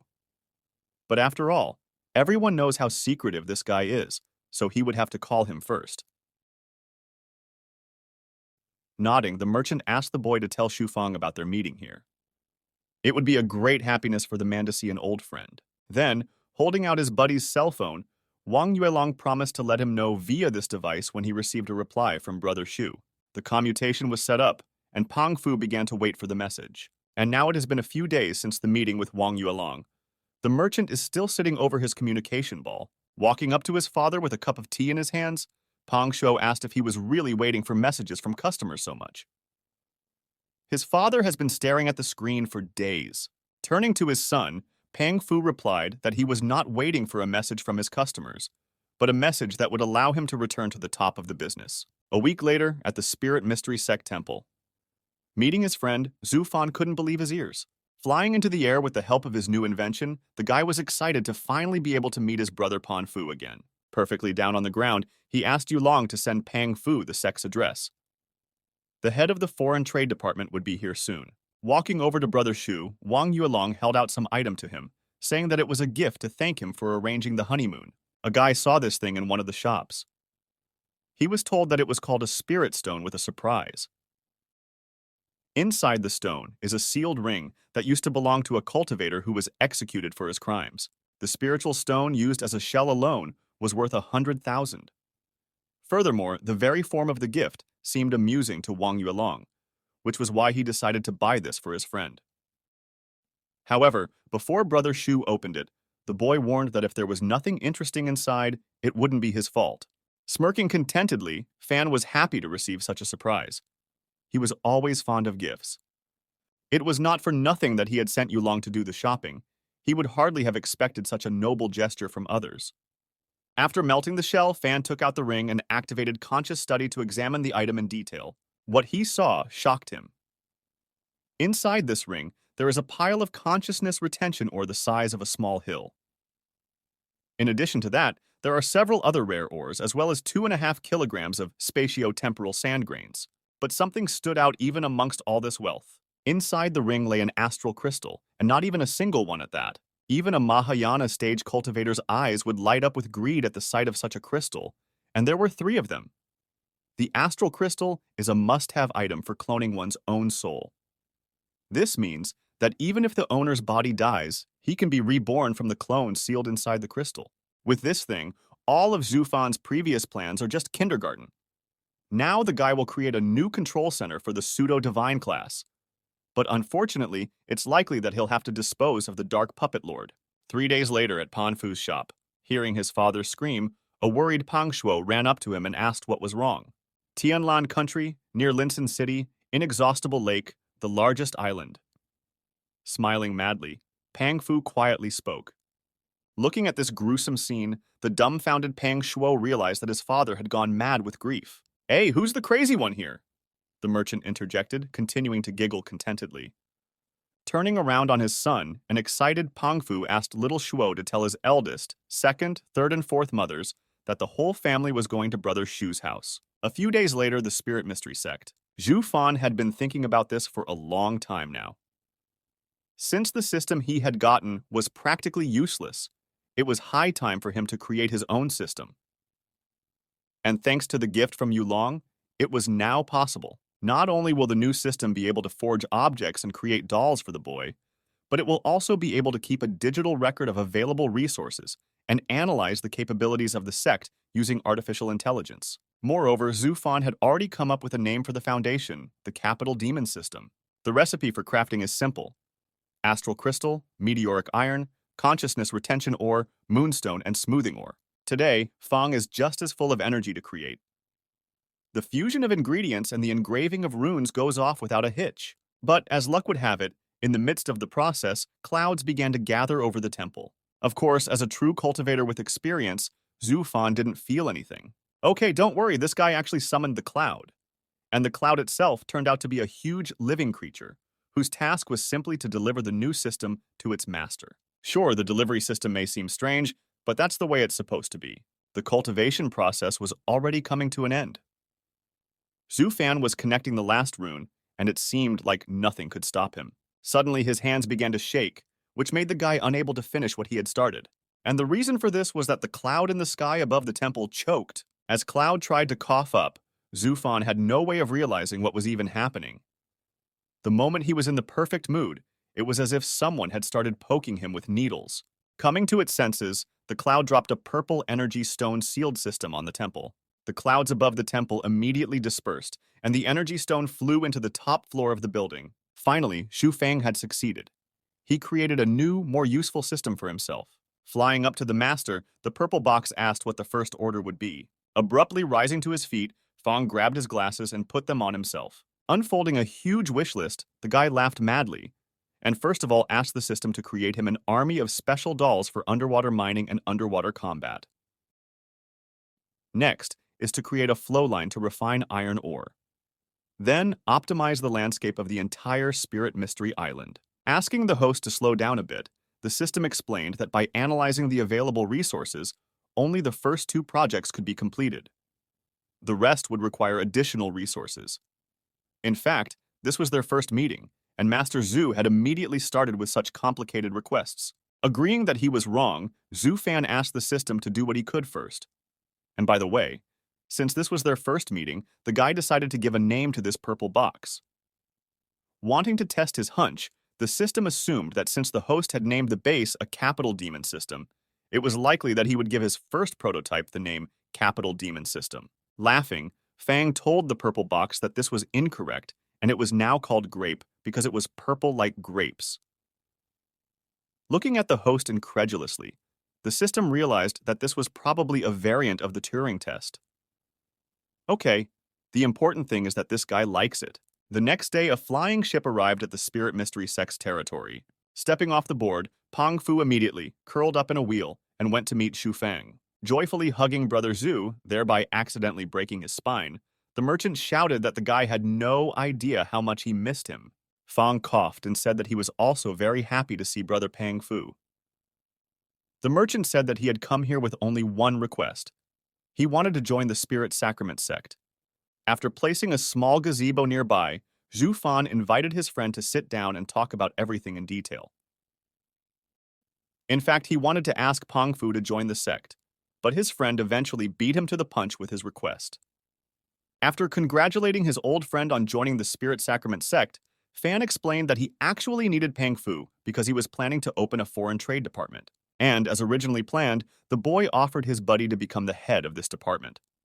As for payment, the man would receive half of the profits. Sitting down at the table, the joyful Pang Fu couldn't immediately believe that he had just arrived here and had already become the head of the department. However, he feels that half of the profits would be too much. In the central continent, there was so much competition that local businessmen were often happy with even a 0.1% margin. Hearing this answer, Zhu Fan was surprised that this merchant was also trying to cut down on his profits. This was not the typical behavior of a merchant. Apparently, it was more important for him to enjoy the process. In the end, in order to keep his friend motivated, he offered him a percentage of the department's profits. Then, summoning a grape, Feng asked her to build a foreign trade department. Soon the money should be flowing. The boy has no doubts about Brother Pan Fu's commercial talent. It won't be long before we'll have a system of mining from the seabed.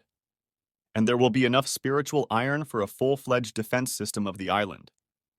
And then there will be satellites and drones and missiles and electromagnetic cannons. In the end, Fan would completely hand over the leadership of the sect to Daxian. The guy himself will be able to devote the rest of his time to himself. However, Zhu Fan's dreams of a quick rest were suddenly shattered by a terrifying roar. Flying in the direction of the unknown noise, the boy decided to look to see what was going on. Looking around from a bird's eye view, he saw that there was an invasion of beasts. Those bastards are trying to disrupt the construction of the sect. But as soon as Fang gathered to stop them, all the creatures interfering with the construction dolls immediately died. An unknown person high in the sky finished off all the monsters with a single spell. Suddenly, huge tentacles emerged from under the water. But they too were cut down very quickly by the flying man in armor. Watching Su Gang act magnificently, Fan was glad that he had returned in such a timely manner.